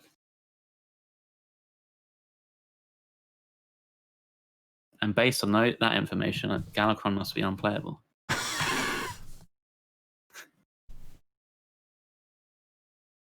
So I don't know. Seems like not a good card. Should we move on? Yep. Next. Oh, Evasive Dragonid. It's another Evasive Dragon. 7/7 Taunt can't be targeted. Is this good? War Golem can't be targeted and Taunt. I think it's good. Yeah, it's decent. Defensive. If you can make it 5 mana. Exactly, it costs 5. I do like it. It's a taunt they can't do much with other than. They have to just trade the guys in. But is there enough minion combat going on that maybe this isn't good? Or if we've got too many 5/4s on board? Oh, Dragon Poacher isn't going to be a card, guys. Yeah, I'm not 100 on this card, to be fair. could be alright. It's a very expensive card, you know. Yeah, it's probably too expensive. I'm just thinking as a dragon.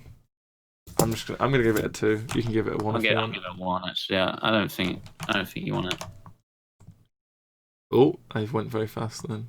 Next, Shield of Galakrod, 5 mana 4/5. Invoke. I think this is a better invoke card than the 2/2, but maybe it's not. It's more expensive. You really don't want to be spending your mana on the invoke stuff. It really. sucks. I want to give it a 1. Both the neutrals get 1s. Yeah, I hate them. Where are you invoking from? I'm only playing Shaman. Okay. You gave all the other Galakrons good ratings though. I didn't give them 4s though. Suck. I only play 4s. You said the rogue invokes suck, and now you're saying the neutral invokes suck. Yeah. And then you gave rogue Galakron like a 4 or something. I didn't give it a 4. What did I give the rogue? I gave the rogue Galakrond a 3 because it's good. Okay.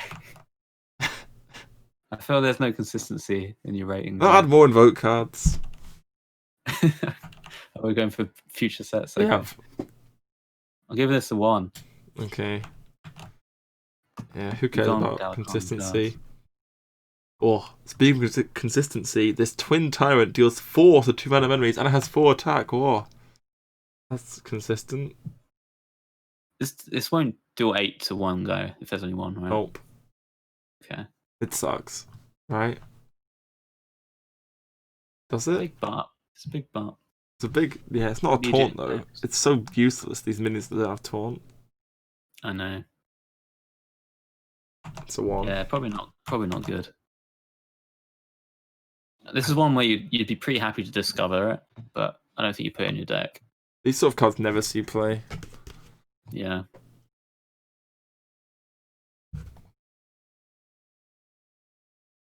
Utgard Grapple Sniper. 6 mana, 5/5 Battlecry. Both players draw a card. If it's a dragon, summon it.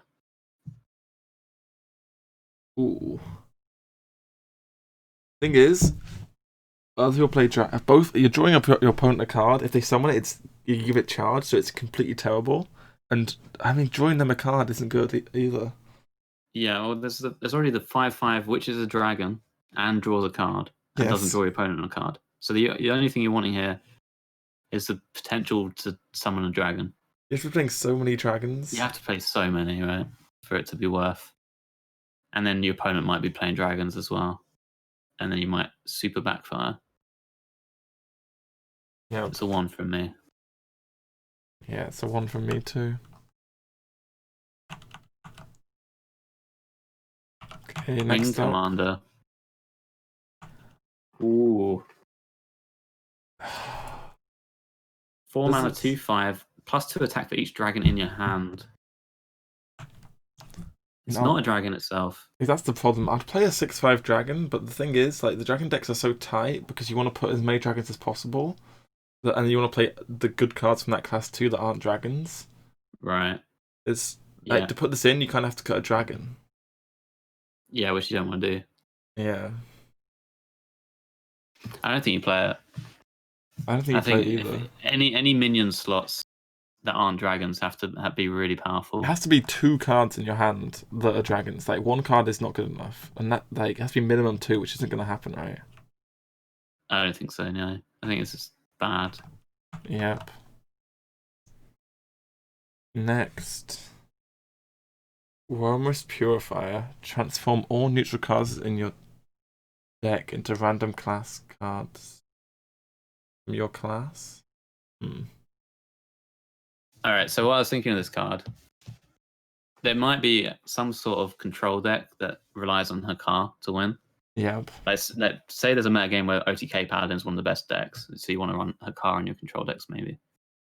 So you could put this in as well to, like, if you're in a control matchup against someone else, you'd use this to get rid of your own bloods. But if you're in an aggro matchup, you just play this early and it converts your actual Hakar into maybe a playable card. So you really don't want Hakar in the aggro matchups, right? Yeah, I mean, that sounds decent to me. That's the only way I see this being. And you can play it in Paladin too to purify your deck. Right, but you don't want to do that. Yes.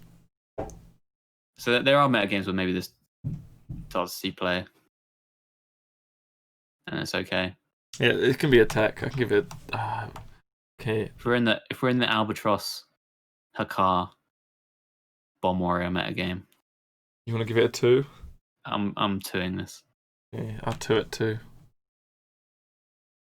I could see it in some controlled weird deck. Yep. The Zoldjalak Ritualist. 4 mana 3/9 taunt. Summon 3/1 cost minions for your opponent. This is the last card. Is it? It is. Yeah. How did I get it twice on the spreadsheet? What am I doing? Yeah, I mean, this card's pretty bad, I think. Like, 1 cost minions on average have about 1 attack. So if all the trades happens, this is a 4 mana 3/6 taunt, but that's not going to be the case. I mean, on average, they're going to have 4 attack, right? Total. Well, there's some 0 attack 1-drops. Yeah. I think Mogu Fleshaper and Sea Giant are 2 things you might want this for. Oh, interesting. So it's free with either of those cards? Yeah. Yeah, I could see that. Like, Maybe. if you play it, then you play Fleshaper, then your Sea Giant costs -1 on the turn. Oh, yeah. So if you started turn 4 with the Sea Giant at 5, it would cost 0. That's actually pretty good, actually. Yeah, maybe there. But that's the only thing. That's the only place I can see it working. Yeah, I mean, that's quite good tempo. Like, it's essentially a free card, or it makes the other things free, or Yeah. -1, like you said. Huh. Res Freeze tech card. Yeah, you could do it for that, but probably not too good. You could Yeah, I think I still give it. AoEs I and think I'm stuff. not gonna play it, but I think it could work. I'm gonna try it. I'll give it a 1, Okay. but I presume it sucks. Yeah, I think it's a 1 as well. Yeah. But you interested me with that talk there. All right, that's all of the cards. Oh. Yeah. Neutrals didn't get rated very high as Norway's, but who got the highest rating? It was Hunter got the highest rating from us. Really? Yep. Dude, I think Rogue got the best. Even though I've averaged Hunter better, I think Rogue got the best individual cards. Yes. Yeah, Rogue might have got many of them. Yeah, we actually didn't rate. You rated Rogue. You gave Rogue so many 1s. Yes. Dude, you rated higher than me this time. I did. Wow, what happened there? I have no idea. There's so many 2s from you, boy. Oh, it's a cool set. Like, the power level obviously seems super high, but we'll have to play around with it to see if it's actually the case. Yes. There's a part of me was like, surely the power level is not actually this high, and I'm just wrong. But you never know with Hearthstone. Like the 1s have got a lot better than last time. True. But does it make a difference if the filler cards are better? Because there's not going to see play anyway. I don't know. Yeah, that's the point. Like, unless the card's better than everything else, it's not going to see any play. Yep.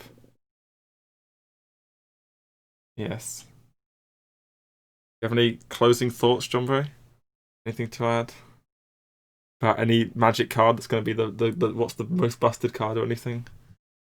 The one that seems best to me is that Rogue Death Rattle one, and maybe Ankar, my 2 standout ones that I think are really good. What are the average on previous expansions? I don't know. I was too optimistic on previous ones, I think. Yeah, I mean the 5/4 rush neutral seems this is the obvious one. Oh for yeah, me. that one as well. Yeah, that one's very, very strong. Cool. Yeah, cool, man. Sweet. Thanks for hanging out. Yeah, thanks for coming on. I think time to play some new Battlegrounds patch from me. All right. But yeah, thank you as always, Jambre. It was fun. Cool. See ya. Great. See ya. Right, and that concludes the Battlegrounds review, guys. Battlegrounds review? Card review? Oh, Battlegrounds, no.